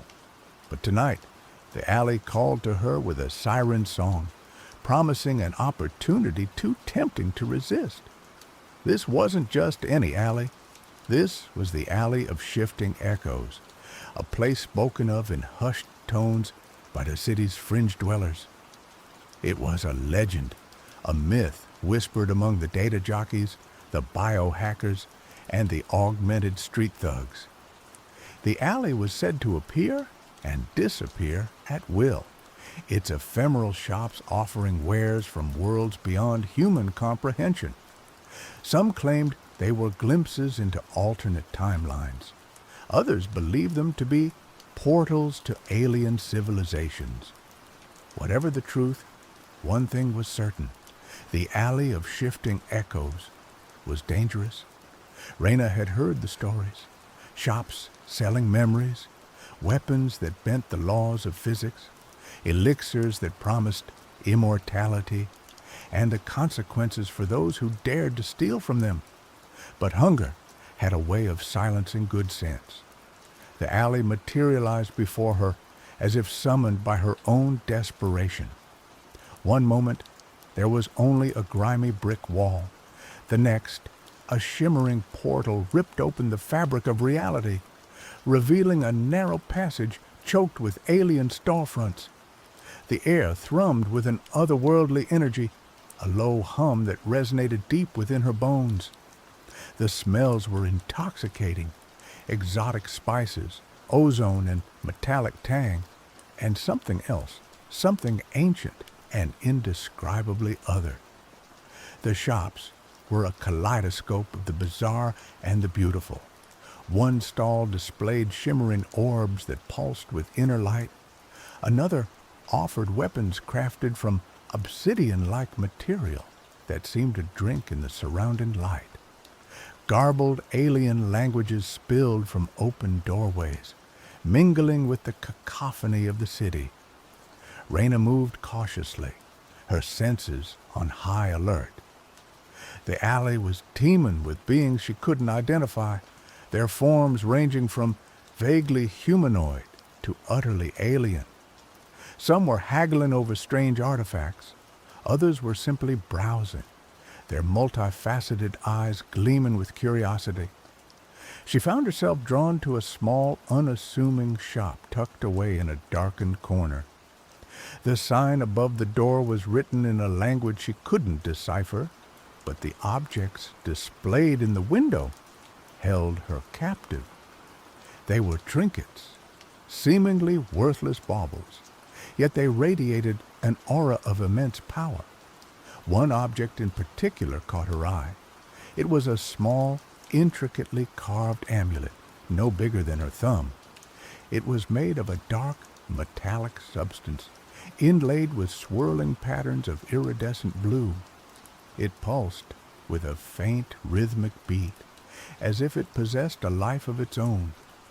Raina felt an inexplicable pull towards it, a desire to possess it that overwhelmed her reason. Inside the shop, the air was thick with incense and the low, guttural chanting of the shopkeeper. He was a being of indeterminate age and species, his skin leathery and etched with strange symbols. He sat cross-legged behind a cluttered counter, his eyes large and black, seemingly seeing right through her. Raina knew she shouldn't. She knew the risks. But the amulet called to her, promising something she couldn't name. She waited for the shopkeeper to look away for a split second. Then, with a speed born of years of practice, she snatched the amulet and slipped it into her pocket. She melted back into the crowd, her heart pounding in her chest. She didn't dare look back. She just ran, pushing past alien beings, ignoring the strange glances and the unintelligible curses. She had to get out of the alley, back into the familiar chaos of Neo-Kyoto. She burst out of the alley, the portal slamming shut behind her, leaving only the grimy brick wall in its wake. She leaned against the wall, catching her breath, the amulet heavy in her pocket. She had done it. She had stolen from the alley of shifted echoes and gotten away with it, or so she thought. The next morning, Raina woke with a jolt, a sense of unease clinging to her like a shroud. She felt disoriented, as if she had slept for days. She glanced around her small, cramped apartment, a converted storage unit in the lower levels of the city. Everything seemed normal, yet off. She got out of bed and walked to the window, a small, grimy opening that offered a view of the towering skyscrapers and the perpetual neon glow of Neo-Kyoto. But the view was different. The buildings were somehow taller, the neon signs brighter, the air thicker with a strange, unfamiliar haze. She dismissed it as the lingering effects of a restless night and went to the communal washroom to clean up. As she looked at her reflection in the cracked mirror, she gasped. Her face was different. Her features were sharper, her eyes more intense, and there was a faint, almost imperceptible shimmer around her. She touched her face, her fingers tracing the unfamiliar contours. Something was happening to her, something she didn't understand. She went back to her apartment and took out the amulet, the one she had stolen from the alley of shifting echoes. It pulsed with a faint, rhythmic beat, its iridescent blue patterns swirling hypnotically. As she held it, she felt a surge of power, a connection to something vast and ancient. But the power came with a price. As she clutched the amulet, A wave of dizziness washed over her. She stumbled, catching herself on the edge of her bed. When the dizziness subsided, she looked around the room, her heart pounding in her chest. Everything was exactly as she had left it, except for one thing, the door. It was gone. In its place was a solid brick wall, identical to the one that hid the alley of shifting echoes. Panic seized her. She ran to the wall, pounding on it with her fists. Nothing. It was as solid as bedrock. She was trapped. She tried the window. It was sealed shut. The glass fused to the frame. She kicked at it, punched at it, but it wouldn't budge. She was trapped, alone, in her cramped apartment with no way out. She sank to the floor, her head in her hands. What had she done? What had she stolen? What had she unleashed? As the initial panic subsided, a cold dread settled in. She was cursed to never leave, to be imprisoned within the confines of her own apartment. But why? What was the meaning of it all? Days turned into weeks, weeks into months. Raina lived in a state of perpetual anxiety and growing despair.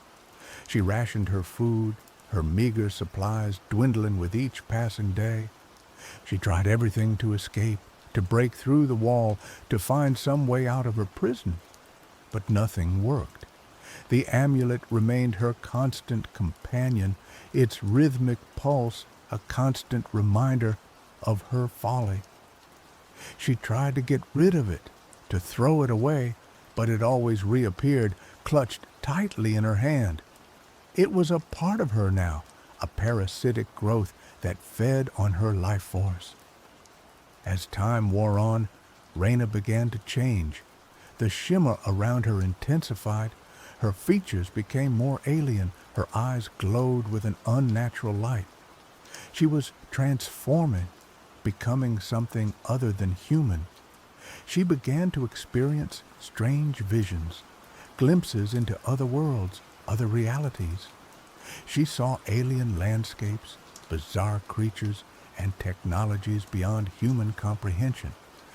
The amulet was opening her mind, exposing her to the vastness of the universe. But the visions were also terrifying. She saw war, destruction, and the decay of civilizations. She saw the dark side of the universe, the horrors that lurked in the shadows. She realized that the amulet wasn't just a trinket. It was a key to unlocking the secrets of the universe. But it was also a burden, a curse that was slowly consuming her.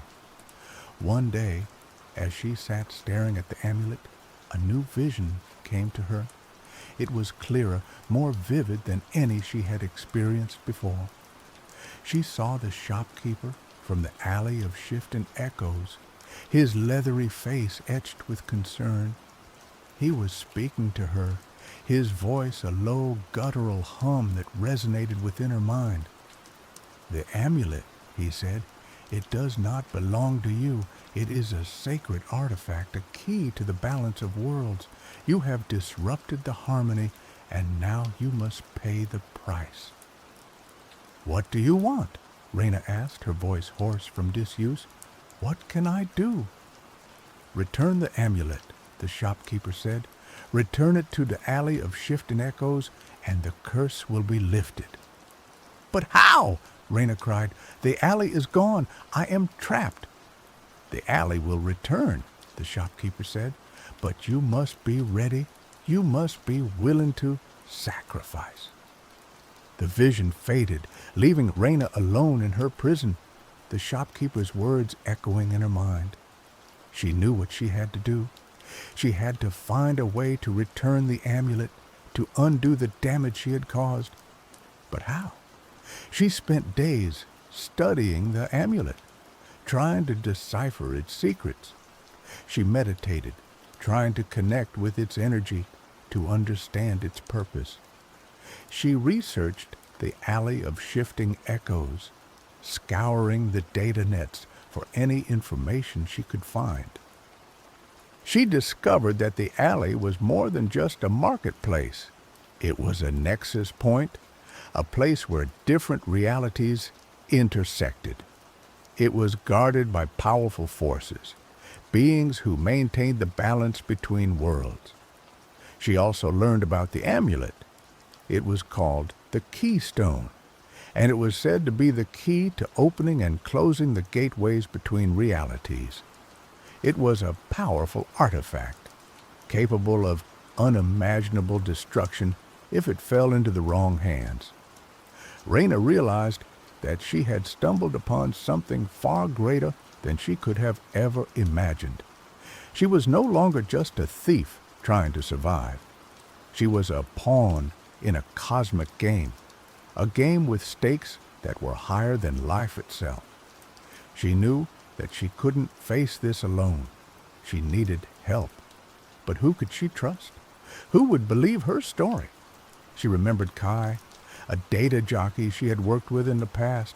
He was eccentric, paranoid, and often unreliable. But he was also brilliant. He knew the data nets like the back of his hand, and he had a network of contacts that stretched across the city. Raina hadn't seen Kai in years, but she knew where to find him. He frequented a dive bar in the lower levels of the city, a place where the augmented and the forgotten gathered to drown their sorrows. It took her weeks to prepare. She had to conserve her remaining food, to repair her tattered clothes, and to steel herself for the journey. She didn't know if she would ever return to her apartment, but she had to try. One night, when the moon was full and the city was shrouded in a thick fog, Raina made her move. She focused her mind, channeling the energy of the amulet. She closed her eyes and imagined the alley of shifting echoes, the shimmering portal, the alien storefronts. She felt a surge of power, a tearing sensation in her mind. When she opened her eyes, she gasped. The wall was gone. In its place was a swirling vortex of energy, a gateway to another dimension. The alley of shifting echoes had returned. Raina stepped through the portal, her heart pounding in her chest. The alley was even more chaotic than she remembered. Alien beings jostled past her, their strange languages filling the air. The smells were overwhelming, a mix of exotic spices, ozone and metallic tang, and something else, something ancient and indescribably other. She made her way through the crowd, her senses on high alert. She had to find Kai, to convince him to help her. She found him in the back of the bar, hunched over a terminal, his fingers flying across the keyboard. He was surrounded by empty glasses and discarded data chips, his eyes bloodshot and unfocused. "Kai," Raina said, her voice barely a whisper. Kai looked up, his eyes widening in surprise. "Raina, is that really you? What are you doing here?" "I need your help," Raina said. "I'm in trouble." Kai raised an eyebrow, his expression skeptical. "Trouble? You? What kind of trouble could you possibly be in?" Raina took a deep breath and told him everything. She told him about the alley of shifting echoes, the amulet, the curse, and the shopkeeper's warning.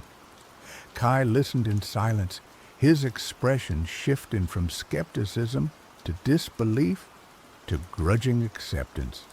He knew Raina. He knew that she wasn't one to exaggerate, that she wouldn't come to him unless she was desperate. "Okay," Kai said when she had finished. "I believe you, but this is insane. You're talking about alternate realities, curses, and cosmic artifacts. This is way beyond my pay grade." "I know," Raina said, "but you're the only one who can help me. I need you to research the amulet, to find out what it is and what it does. I need you to help me find a way to return it to the alley of shifting echoes." Kai hesitated for a moment, then sighed. "All right," he said. "I'll help you, but you owe me big time." They spent the next few days holed up in Kai's apartment, a cramped and cluttered space filled with computers, cables, and discarded junk food wrappers. Kai delved into the data nets, searching for any information he could find on the amulet. Raina, meanwhile, tried to control her visions, to understand the power that was coursing through her veins. Kai discovered that the amulet was indeed a powerful artifact, a key to unlocking the secrets of the universe. It was said to be able to manipulate reality, to open gateways to other dimensions, and to grant its wielder unimaginable power. But it was also dangerous. The amulet was sentient, with a will of its own. It could corrupt its wielder, twisting their desires and amplifying their darkest impulses. Raina was beginning to understand the true nature of the curse. It wasn't just about being trapped in her apartment. It was about the amulet slowly consuming her, turning her into something other than human. They also discovered that the Alley of Shifting Echoes was in danger. A powerful force was trying to control it, to seize its power for their own nefarious purposes. If they succeeded, the consequences could be catastrophic, not just for the alley, but for the entire universe. Raina and Kai realized that they had to act fast. They had to return the amulet to the Alley of Shifting Echoes to restore the balance and prevent the forces of darkness from taking control. But how? They knew that they couldn't just walk into the alley and hand the amulet over to the shopkeeper. The forces that were trying to control the alley would be watching, waiting for an opportunity to strike. They needed a plan. Kai suggested that they use a loophole in the code, a hidden pathway that would allow them to bypass the security protocols and slip into the alley unnoticed. It was risky, but it was their only chance. Raina agreed. They prepared for their mission, gathering the necessary equipment and steeling themselves for the dangers ahead. One night, when the moon was full and the city was shrouded in a thick fog, Raina and Kai made their move. They followed Kai's instructions, navigating the labyrinthine data nets, dodging security protocols, and evading detection. They finally reached the hidden pathway, a shimmering portal that led to the Alley of Shifting Echoes. They stepped through the portal, their hearts pounding in their chests. The alley was even more chaotic than they remembered. The air was thick with tension, the alien beings moving with a sense of urgency. They made their way through the crowd, trying to blend in to avoid attracting attention. They reached the shop where Raina had stolen the amulet, the shopkeeper standing behind a counter, his leathery face etched with anticipation. "You have returned," the shopkeeper said, his voice a low guttural hum. "I have been waiting for you." "We have the amulet," Raina said. "We want to return it." The shopkeeper nodded. "Give it to me," he said, "and the curse will be lifted." Raina hesitated. She knew that giving up the amulet would mean giving up the power that it had granted her. But she also knew that it was the right thing to do, that it was the only way to save herself and the Alley of Shifting Echoes. She took a deep breath and handed the amulet to the shopkeeper. As soon as the shopkeeper touched the amulet, a surge of energy coursed through the alley. The air crackled with power, the alien beings gasping in awe. The shopkeeper raised the amulet above his head, his eyes glowing with an unearthly light.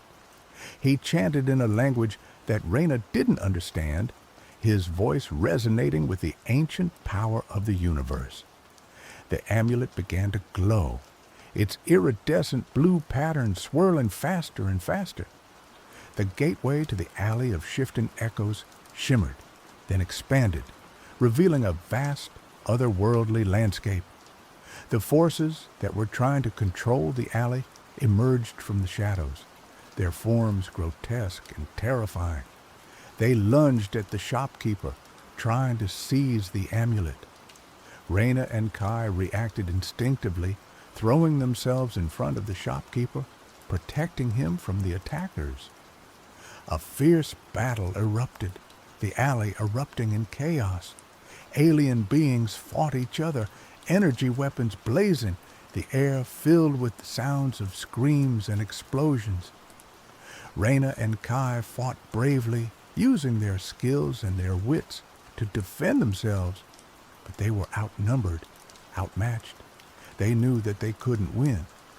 As the forces of darkness closed in, the shopkeeper raised the amulet even higher, his chanting growing louder and more intense. The gateway to the alley of shifting echoes pulsed with power, a vortex of energy threatening to engulf everything. With a final, desperate surge of energy, the shopkeeper unleashed the full power of the amulet. The gateway exploded, sending a shock wave that ripped through the alley, obliterating the forces of darkness. The alley was silent, the air clear, the alien beings gone. Raina and Kai lay on the ground, exhausted and battered, but alive. The shopkeeper approached them, his leathery face etched with gratitude. "You have saved the alley of shifting echoes," he said. "You have restored the balance."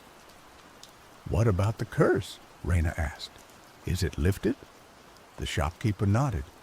"The curse is gone," he said. "You are free." Raina felt a weight lift from her shoulders, a sense of peace that she hadn't felt in months. She was free.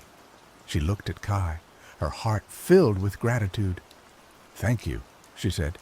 "You saved me." Kai smiled, his eyes tired but happy. "Don't mention it," he said. "It was an adventure." The shopkeeper turned to Raina. "You have proven yourself worthy," he said. "You have shown courage, compassion, and a willingness to sacrifice. I offer you a choice. You can return to your old life, forget about the alley of shifting echoes, and live in peace. Or you can stay here and help me protect the alley from future threats." Raina thought for a moment. She had always been a survivor, a thief, a ghost in the machine.